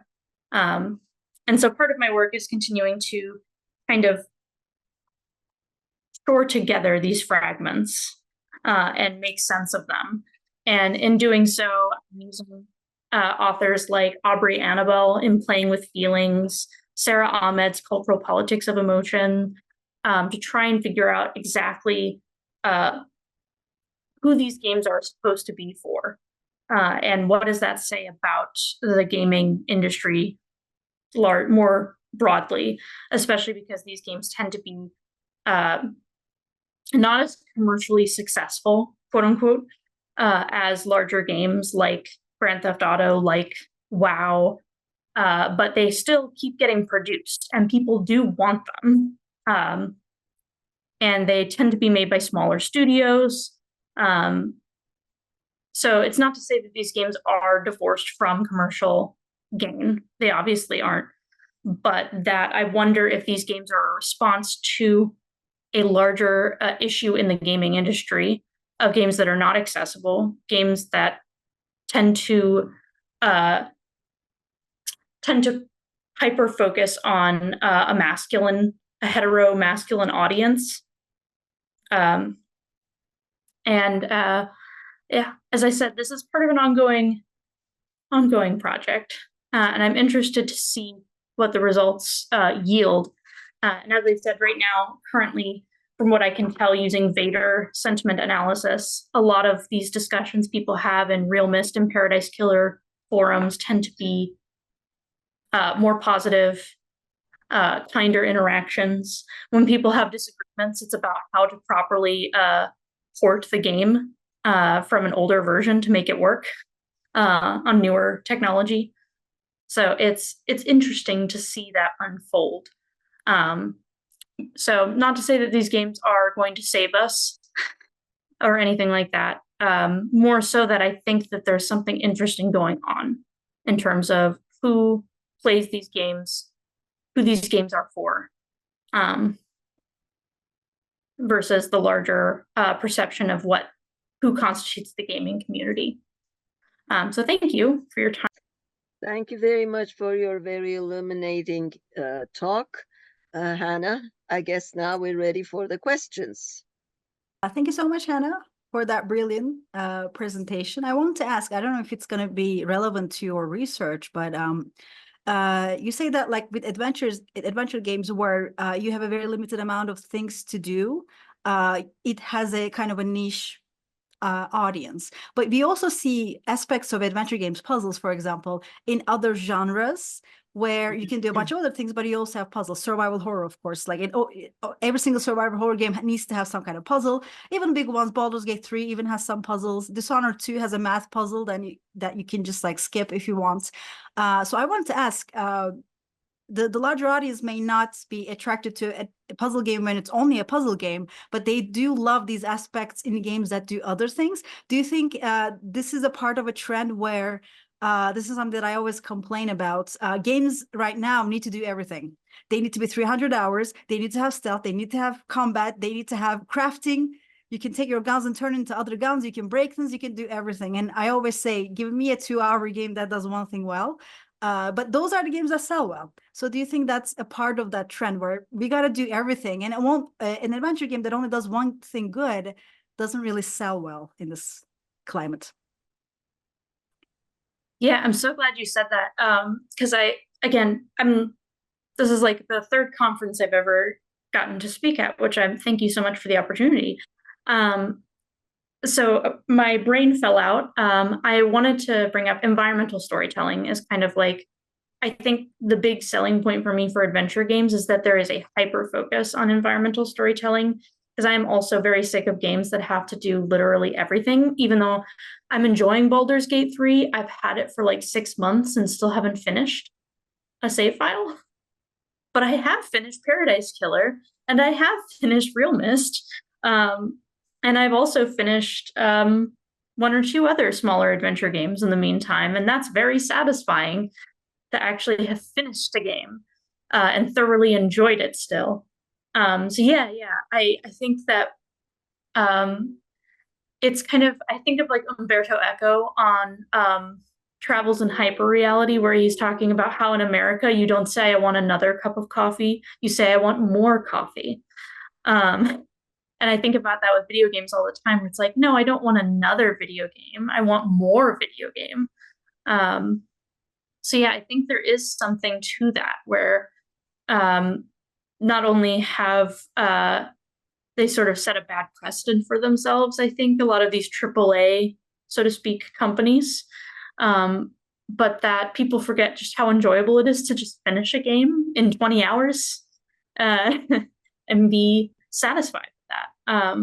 So yeah, I think there is an audience though that still does appreciate it enough to keep a lot of these companies afloat. And I think part of the appeal that adventure games,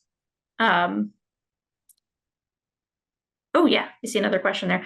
Part of the appeal of these adventure games, to wrap up that, is that they do rely so heavily on environmental storytelling. There's notes, there's detritus, there's ruins, essentially, that enrich sort of player experience, and you can really marinate in it without having to worry about 50 different side quests. So yeah, thank you for asking that. I think Tuğrul had one question, raising his hand. I had a question to Aylin about Delilah. Actually, we see Delilah in 2 games. In the first game's DLC and the second game's start, and she's the main antagonist of the game. But as far as I remember, there's a change in her look. Can you comment on that a little, if you can? Thank you so much for asking. Dishonored has this aesthetic that is very interesting. Every single character, even the character that we play, they always look haggard and weird, which I love. She looked more, of course, the first game had less capabilities, of course. And yes, what you're saying is correct. The first DLC and the second game, I didn't want to differentiate between all of that because I was going on too long anyways. So I didn't want to belabor the point. But yes, in the first one, she has a more greenish, more rosy look. The thing I love about it is in the second one, of course, they streamlined her a little bit. They gave her a more sleek outfit. You could even say that she is now coming to Dunwall Tower trying to take over the world. Now she wants to look even more presentable. But what I do love about it is that they never really get rid of her masculine appeal, which I love, that like florid downstairs but masculine upstairs look.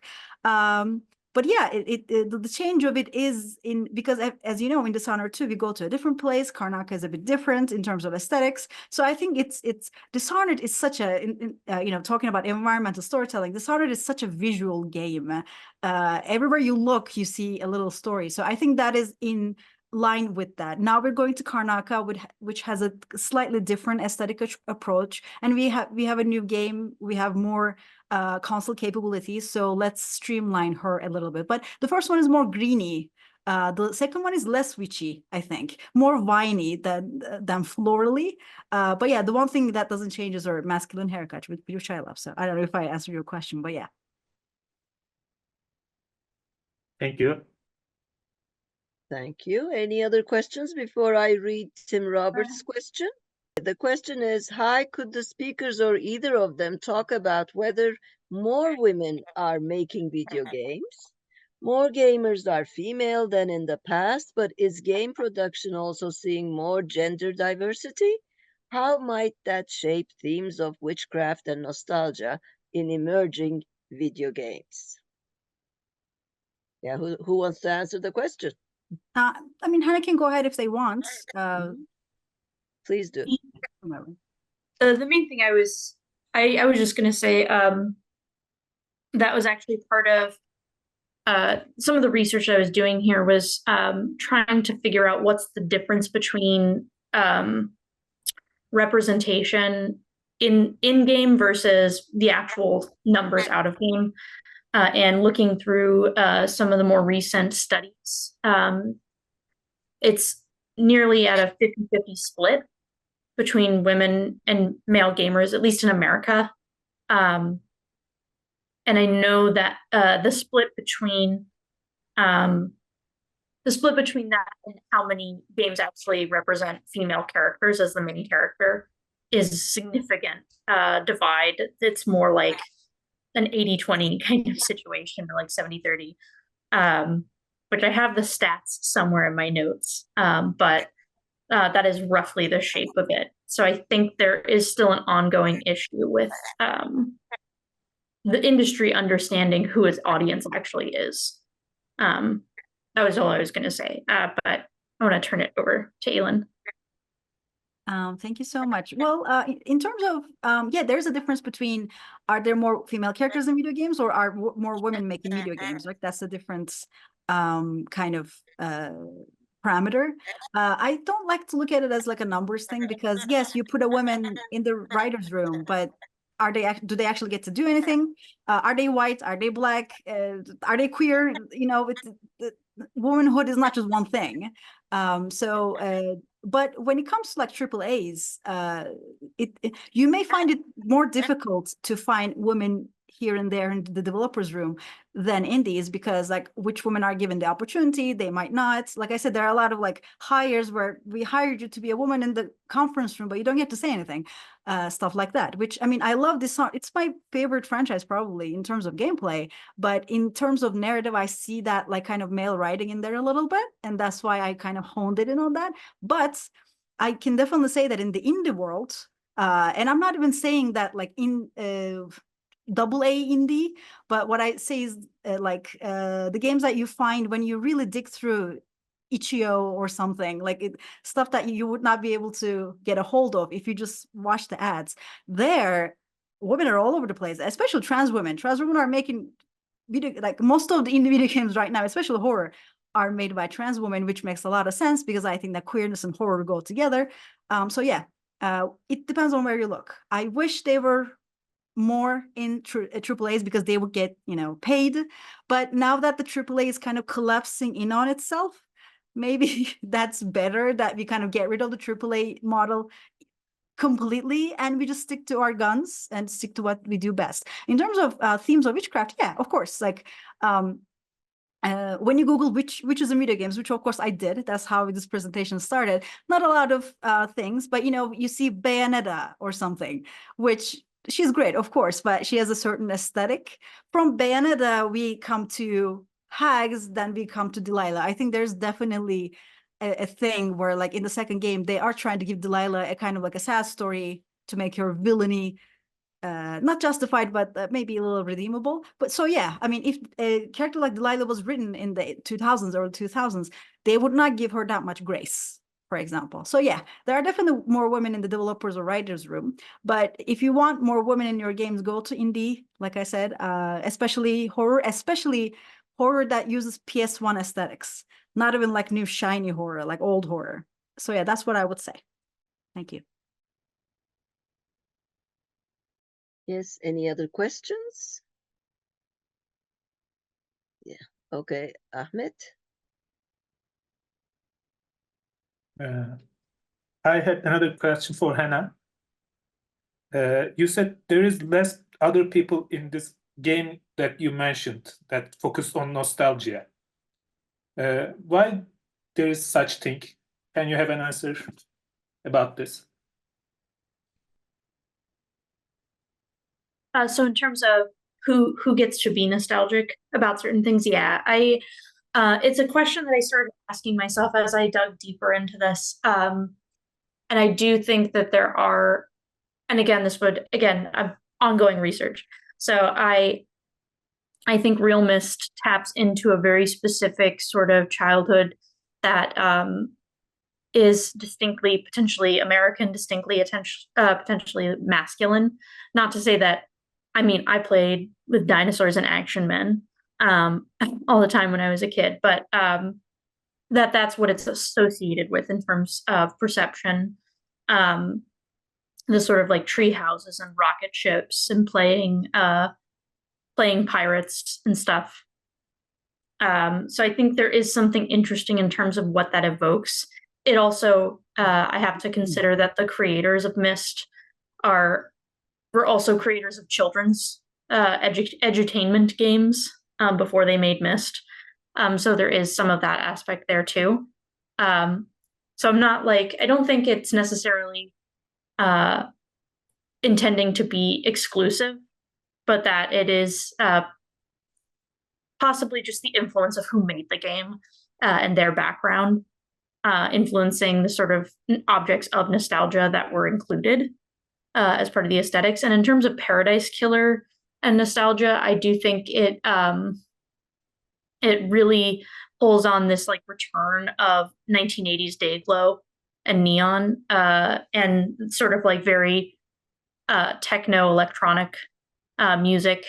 Then there was a recent resurgence of that in the 2010s that I think Paradise Killer is pulling back from as well. And that's where that vaporwave comes in. And so there's this weird sort of line of nostalgia. So you don't have to have been in the 1980s to be nostalgic for the 1980s is kind of what emerges from that.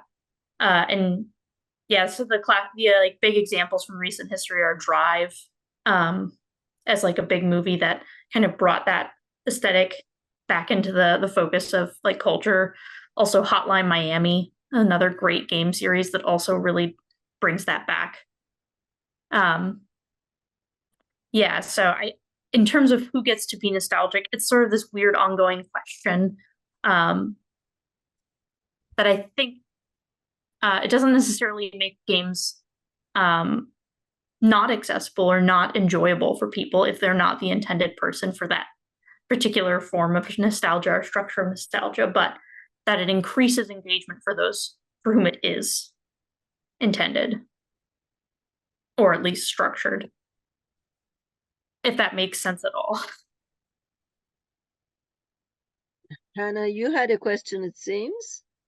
Yeah, I was actually going to ask Aylin a question about, you were talking, I love your presentation. It was absolutely brilliant.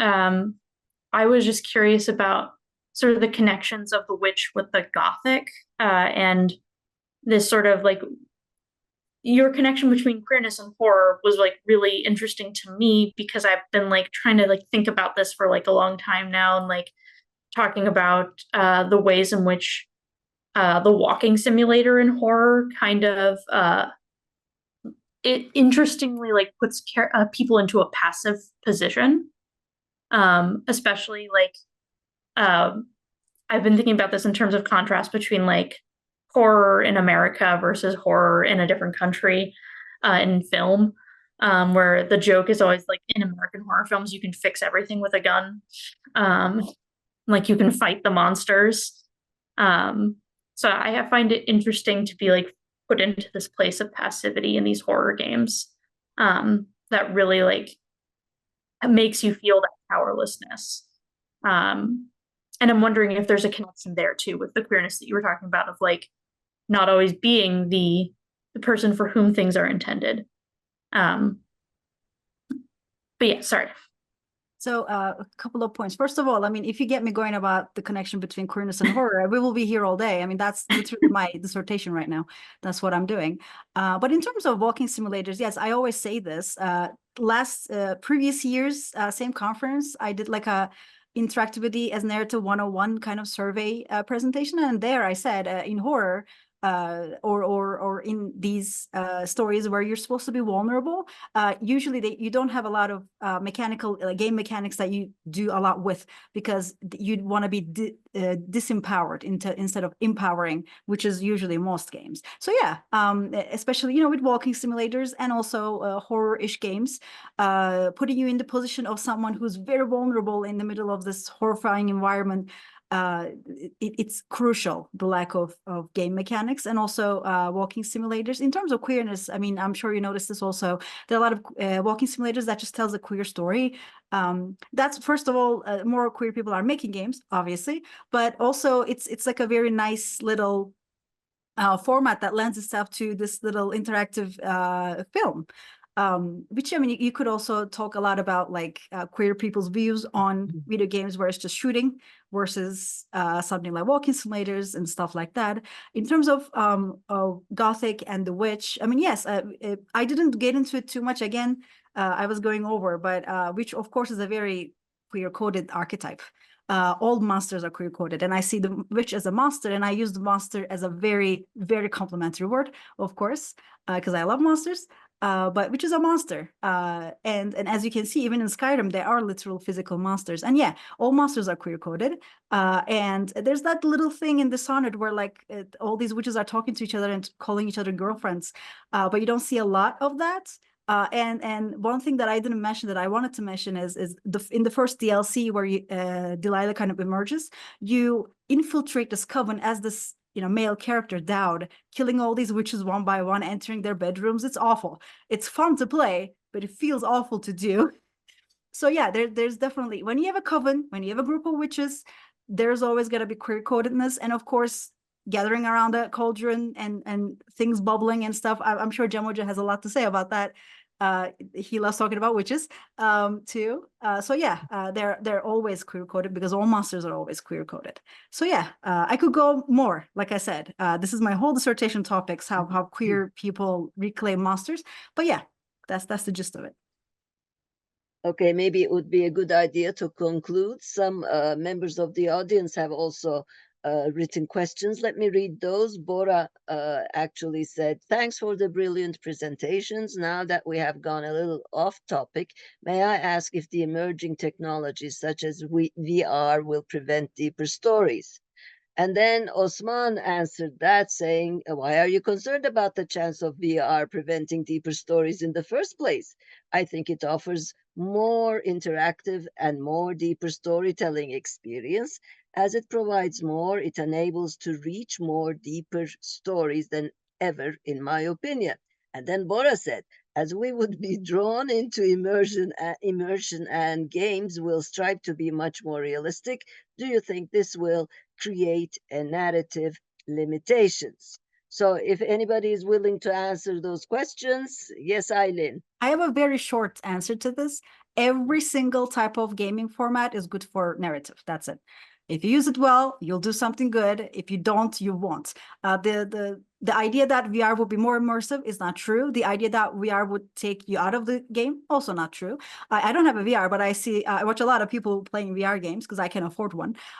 So I see awful games that give you just jump scares, but I also see games that use the limitations of the format, the fact that you can like have this whole all angles really well and use it for incredible storytelling, like Half-Life Alyx, for example. So yeah, every single format can be used for incredible storytelling, and no new format would diminish narrative.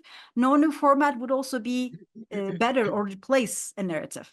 Because like I said, we still make games that looks like PS1 games, but we also make VR games. So yeah, that's my quick hot take, you could say. If you're good at storytelling, you will tell a good story. Okay, then I think it's time to conclude our lively session. Thanks to the presenters and also to the contributors. So unless you have any announcements for tomorrow, Ufuk Hoca and Cem Hoca, see you tomorrow. Thank you very much, Madun Hocam, for sharing this panel. So it's been a good day. We've heard very wonderful and very interesting pieces. We took down a lot of notes, but this marks the end of this day. And tomorrow we had only four sessions today. Tomorrow we have 6 plus a keynote speech. So we hope to see you back again with us with all this very long and very fuller day of presentations. Hope to see you tomorrow at 9:30. Okay. Bye-bye. Bye. It's been a long day with wonderful presentations. As Cem Hoca said, 4 sessions, keynote speaker. So tomorrow we're looking forward to our second keynote speaker, at 9:30 in the morning and 6 more sessions. Have a great evening. Bye.